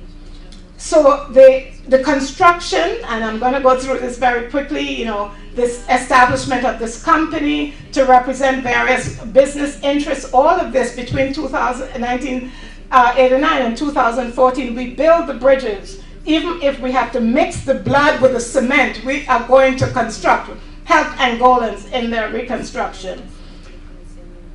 Now, I wanted also to get an idea from Afro-Cubans, from other Afro-Cubans, because there was a lot of tension. And I thought I would bring you this perspective, this sort of Afro-diasporic perspective from Pedro Perez Sado, the Afro-Cuban poet journalist, where he writes an open letter to Carlos Moore, who had written a very critical book, as you all know. And here's what he said. I felt proud to be black in a country in revolution with a leader. He was like 16 when in 1959, when the leader of Iberian ancestry who launched Operation Carlotta in one of the hardest terrains on the African continent, an operation that was to shatter South Africans' effort to prevent the consolidation of Angolan independence. I told you that the initiative of our government had the backing of the majority of Cubans, especially those of us of African origin, who saw in it an act of redemption, and why not? We approached the centennial of the abolition of slavery in Cuba with with a rebel spirit of Carlotta. The decision to get involved when our African sisters and brothers called on us was 100% product of Cuba. It doesn't have white Cubans or black Cubans. What you have is Cubanidad, this idea from since the revolution with Jose Marti, to make sure that in fact you're not black and white, you're one Cuban. And Cubans had been testing this and working through this. And the Angolan intervention was, I think, a pivotal point in bringing back that into conversation. So what was the young Cubans who went? A lot of them, by this time, Angola is really a third world country. And Cuba, with its, health system, its, educational system, young Cubans were seeing things they had never seen in Cuba. The malaria, the diseases, the food, lack of food, all of this. But they continued going. And in my visit to Cuba, I surreptitiously try to find Cubans who served in Angola. Can you tell me? So I have some interviews with a couple of them. One of them 8 or 9 years. This is an old, I don't know if he's still alive. Francisco Payne. So who is this man? I was in Havana just walking around and I saw an old man who looked like a West Indian, like an English-speaking person. So I went up to him and he spoke English. So we had some conversations. Yes, I didn't tape or anything, so I don't tape these things. And then I said, well, did you serve in Angola? Yes, he did. And he tells me that he was an interpreter. He's of Jamaican descent, but in where he grew up, in Cuba, they had the English-speaking schools, and he went to English-speaking school because the Jamaican British West Indian population were teaching English. And when the revolution came, he was there in Havana. He was part of it, and he was sent as an interpreter. And he told me that he actually had to interpret some of the documents that in Spanish, and the Russians who would speak English would speak to them because they couldn't speak Spanish. So it was a very interesting thing that here are black people in the middle of the crucial negotiations and contributing to the Cuban, involvement and the success of that. So I just want to very quickly now go through some, because I have some visuals that you would not, I'm not going to go into the rhetoric of this. What we find is that Cuban presence in Angola is being challenged, there are lots of Portuguese who are coming back. The Brazilians are there. If you see the difference between 1991 and 2015, the Chinese, the Americans are also coming, and I said, where is Cuba? Where is Cuba going to be? Okay, and all of these are the different investments, as you see, Chinese investment, and even though people critique the Chinese for the roads they built, and it's not, very structurally sound, but they're there. And here's, I just want to show you a picture of the Agostinho Neto and the Portuguese. The Brazilian, the firm, I know Elderbrick is now in some trouble. Its director is in prison and everything. I'm not going to go into that. But it's not, Cuba's not the only one in the picture now. You have other players. And other players who could play on that diasporic and South-South and solidarity, and that's Brazil. So it's a very interesting, Brazil, as I said, was always there, but in low key. Today it's high key,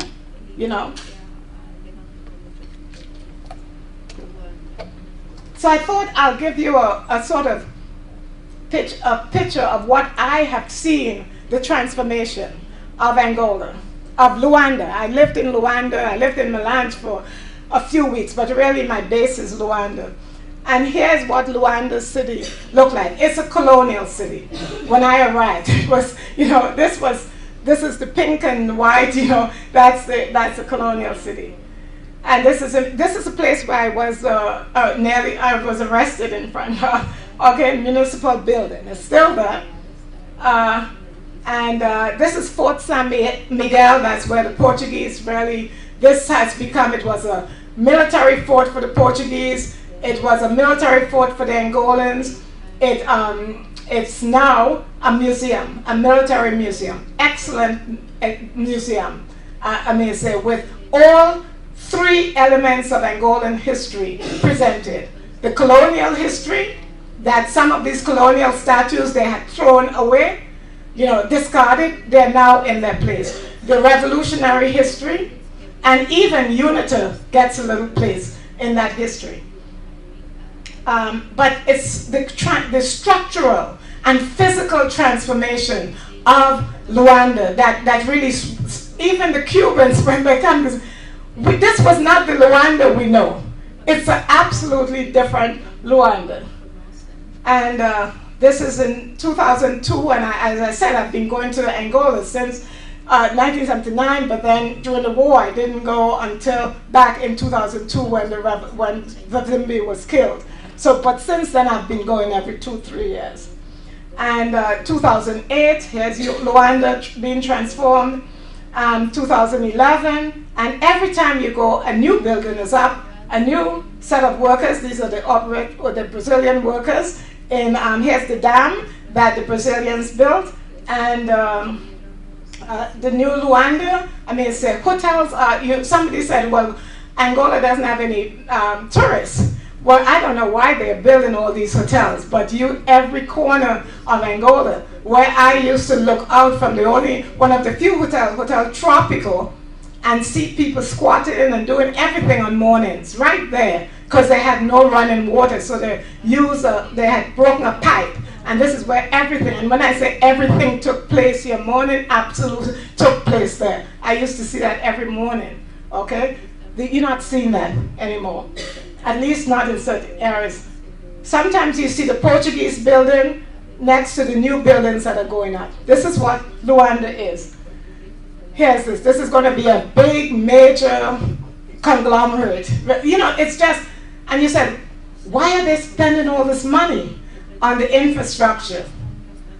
And people have different views on this. In my view, I'm conflicted because I'm still seeing too much poverty and too much sort of this disconnect between the modernity and the colonial musekes, even worse than the colonial musekes. And that's what Angola is in a period of transition. And we have to understand that, Angola, without the Cubans being there in the beginning, the state would not have existed. The state is very strong, it's a top-down, but I do think that the Angolans, at some point, Angola is going to be transformed. And I would say that the Cubans would have, and obviously they're going to be transformed not as we expect as a democracy. This is not what the state is going to run things. But if we can work with the Chinese, we certainly can work with the Angolans. Here's the marginal, just very fascinating. You walk along here. When I was there in '72, and they said this is in '79. This was you were afraid to go down to the marginal. Now all you have hotels on the beaches there. You have everything is transformed. In fact, I had to go back to that place, municipal building, that I was arrested at. And I said, I have to take a picture there. This was 2014. Guess what? A police came up and said, you can't take a picture there. And I said, look, I was here when Agostino Neto died. I'm going to take a picture. You can arrest me now, but I know I'll get out. I'm going to take a picture. So I had the picture taken there. And this is what I was telling you about the new museum. It's absolutely, I have not seen, and I've gone to different places in Africa, a museum that tells the story of a country's beginning, a country's progress, and a country which is arriving. Now, where are the Cubans in this? The Chinese are here.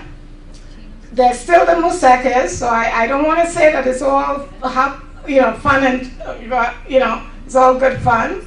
You have the negatives, but the Cubans themselves are surprised at the transformation. And I wanted to end with a couple references here. I have been in Luanda many times, but this time it was difficult for me to recognize the city when I arrived. It was a turning point, leaving behind the burden inherited from the colonialism and war.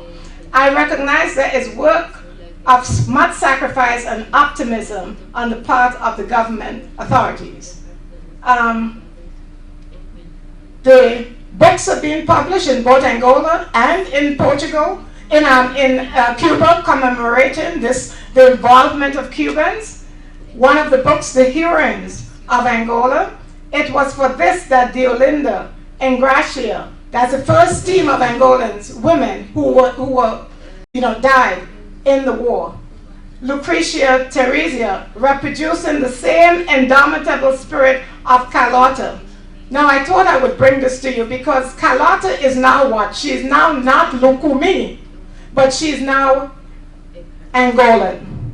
She is now an Angolan slave. She is no longer Yoruba slave, who rebelled against slavery in Cuba. It was for this that Deolinda, Ingracia, Irene, Lucretia, and Teresa, following the example, and now my queen comes up, the liberating Queen Jinga, and overcoming all prejudice they face, the monstrous colonialism.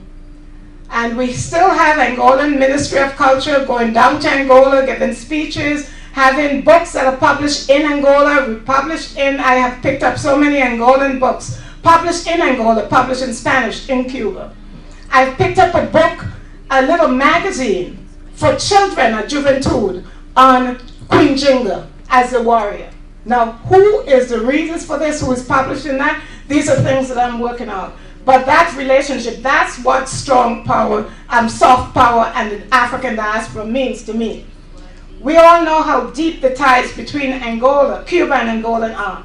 From the earliest times of tragedy of the slave ships on the seas of the Atlantic that brought to the Caribbean thousands of Africans, among whom were those who came from the area which is today Angola, and who underwent here various types of modifications, contributing to the current state of Cuban culture. We believe that the Angolan literature translated and edited now by Cubans publishing houses would be a good contribution that will change what you know, as well as deepen the cultural ties between our two people. Even in Cuba, you had the same emphasis, going back to Carlotta, that everything. This is from the Juventud, that magazine that is published by Cuban, for Cuban youth. You have this relationship in terms of economic relationship still very much being negotiated and, in fact, reinforced and taken different contexts.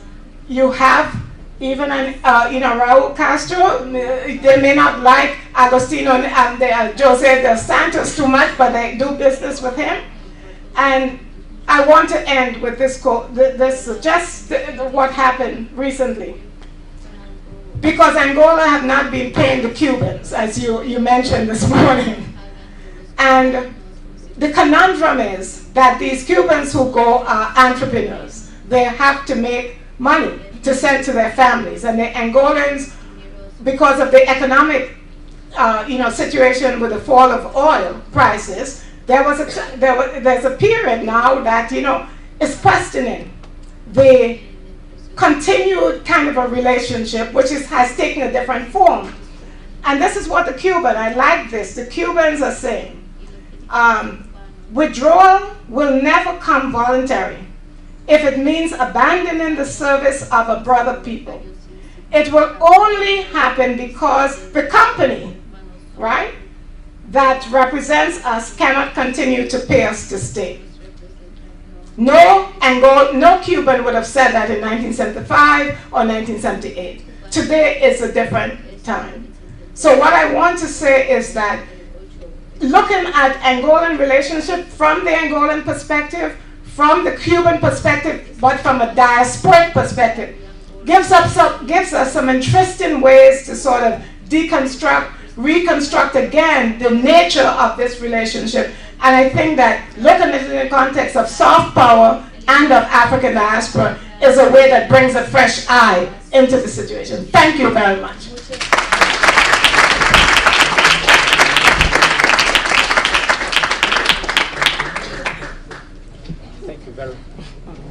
Thank you very much, Professor Heywood. So we have time for one couple of questions. Anyone? Questions? Okay, that's one question back there.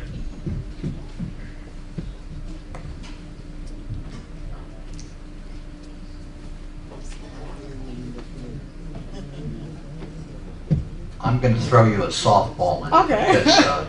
You know, you were at Columbia when I was there, and I remember we had mutual friends. Oh, what? Yeah, Alfred Sears, all these Oh, guys. okay, yeah. Now, but I want to, before I throw you the softball, I want to throw 3 things in that should be considered in this period. Right. 1, we know that before the overthrow of the Portuguese government, the MPLA was considered the weakest of the liberation movements vis-a-vis Frelimo and PAIGC. So we need to have a better sense of what that really meant historically, because we know that that was one of the things that attracted the South Africans to think that they could quickly overwhelm them. Secondly, when I was doing research on this at the time in '75, I saw indications that there were not only the Americans and the CIA involved, but the French Secret Service, MI6, etc., with the support of Fleck. And so that has to be flushed out more in terms of our understanding. Now the softball is Queen Mixinge. I remember when I discovered her in the Journal of African History years ago. What is your ideas of how that has evolved in terms of the consciousness angle? Because we think about the great ruins of Zimbabwe and all the nonsense the white Rhodesians had about it. It was built by Phoenicians, etc. But how has Queen Mixinge evolved? Just as a short sort of summary about how you see that. That's in my second book on Queen Mixinge and memory. I have, in fact, written most of the chapters for that, and it's a sort of 3. You can approach that 3 ways. 1, she has become, and she's been referred to at certain points after independence as the mother of the nation. The interviews I did in Kinashish, where her statue was, where in fact during the time that her statue was there, women would go and have their pictures taken in front of the statue. I interviewed several, the photographers and several other Angolans who congregate in that space, who used to. Now they've thrown it out and building some big building, I don't know. But for them, it was a contested memory. Because everybody is saying, Queen Mixinge was not my queen. I'm from Ovimbundu, or I'm from, so you have that. But you do have, because of the way in which she has been integrated into the schools, every school child knows about Queen Mixinge as a resistor. So that's common, okay? Her memory is contested in the areas where she actually lived and where the descendants of her warriors have been identified in Portuguese sources as Jingas. And they were the most resistant of, the resistance against the Portuguese began in that area. So they will tell you it's not these urban Kimbundu who in fact started the revolution against the Portuguese. They started it, and it's because of the resistance narrative that they had in their own history about Queen Mixinge. Now in terms of Queen Mixinge and her export abroad, one of my chapters is going to look at her in Cuba and another one in Brazil, because we have a sort of new life. She has had a new life since the MPLA integrated her as a symbol of resistance in the late 50s, 1960s. So I don't know if that answers your. Look forward to the book. Okay. Yeah. Yes, hi Linda. On one of your slides showing the different nations that are currently involved in Angola, Brazil, China, and so forth. At the bottom, I saw that you said that Cuba can't compete. Do you think that is that a pessimistic thought, or is there are there areas that you feel where they can compete? Yes, I said they can compete in terms of economic investment. Where they're far outclassed, they're outclassed anyone else is in terms of that soft power dimension. That in fact they're going to be a staying power. There is something in the nature of that relationship that would outlive any type of commercial and political, rearrangements by the Angolans.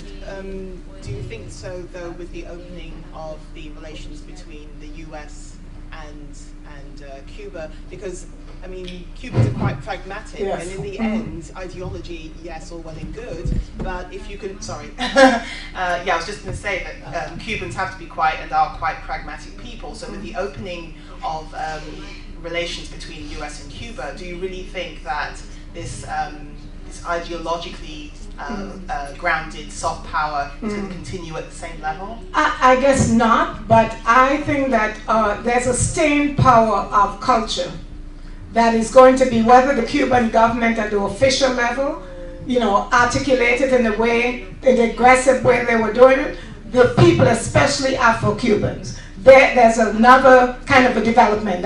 So you have to look at it both at the official level and at the societal Afro-diasporic dimension. Now, Cubans will tell you, no, I'm not we don't have Afro-Cubans, but there is something about, that the consciousness of the rappers and so on that are calling for the celebration and recognition of the 1912, the exclusion of these pivotal times in Afro-Cuban experience in Cuba. They're the ones who are bringing it. So it wouldn't come from the officials.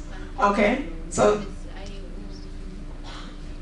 Hi, Linda, thank you for a wonderful presentation and for sharing so many of your materials. I think one of the things that I really enjoyed about it was how you brought this really kind of effective and personal register to an international event that we frequently only witness from the kind of removed vantage point of just looking at how two states maybe interact, and the images of the hospital and of all the bodies, which is also the really what compels people to participate in this, and it's not always just state politics. There's something deeper.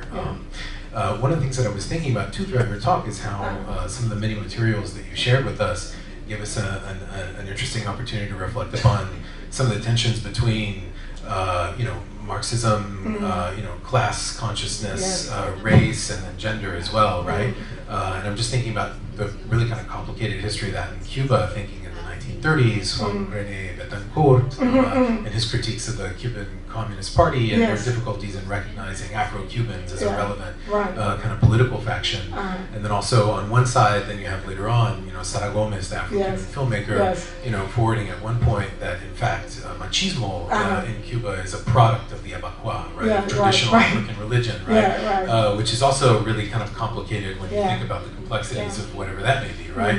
And it's even doubted that Sara Gomez really thought that was actually a position of some of the white filmmakers in Icaic at the time. But nonetheless, there seems to be kind of an ongoing tension or conflict within Cuba itself about how to address those tensions between class, race, and gender. And it seems that something kind of comes into fruition with these Cuban women and these Cuban Afro-Cubans who come to participate in Angola, as really enthusiastic participants. So I just wondered if you could kind of speak a little more to that. Well, I must not give too much of an optimistic, kind of a portrayal of this, because when I first went to Cuba and I started kind of saying, have you served in Angola? I would meet somebody, maybe the guard at some, at some restaurant or my hotel, and I would ask him if he served or had a family member who served in Angola. And initially there was a lot of, the first time I went in 2011, really people that didn't really want to talk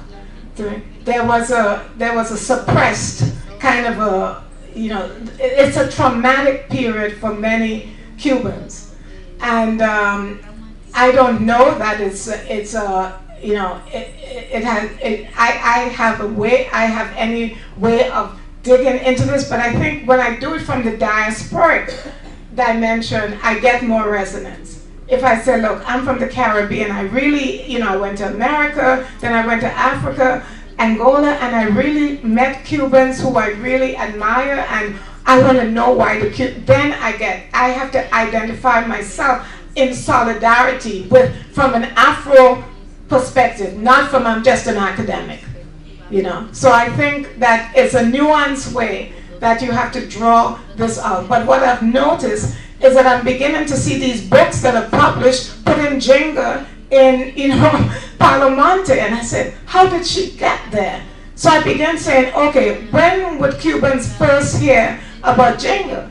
And it's an article that appeared in Presence Afrikaans in the mid-1960s, the first article by a branch that in fact, and there were Cubans reading a branch, so reading Presence African. So what I'm doing now is to look at all these publications and trying to find the exact precise time that she's beginning to be inserted into the notebooks of the Paleros, because that's what you're finding. I find a history date, I find Matamba, and I said, it can't be, I know it doesn't come from the traditions. It had to be inserted. And it precedes, by the way, the formal entrance of Cubans into Angola in 75. It precedes that, I know that. So I'm still working that. My chapter, I'm still writing my chapter on Jenga in Cuba. So, you know, some of the stuff that I've found, I've not really analyzed them as yet. Okay. Thank you. Once again, it breaks my heart, but I'll have to finish. Thank you very much, Dr. Heywood. Thank you very much, Piero Gleijeses, Peter Adriano, Toni, Pinelli, and Sublette. Thank you very much. Cassandra. Cassandra. No, I was. Thank you very much, Julian. Thank you very much, Cassandra, for wonderful work. 3 languages. And Julian. I just wanted to finish by thanking Raphael for bringing us all together.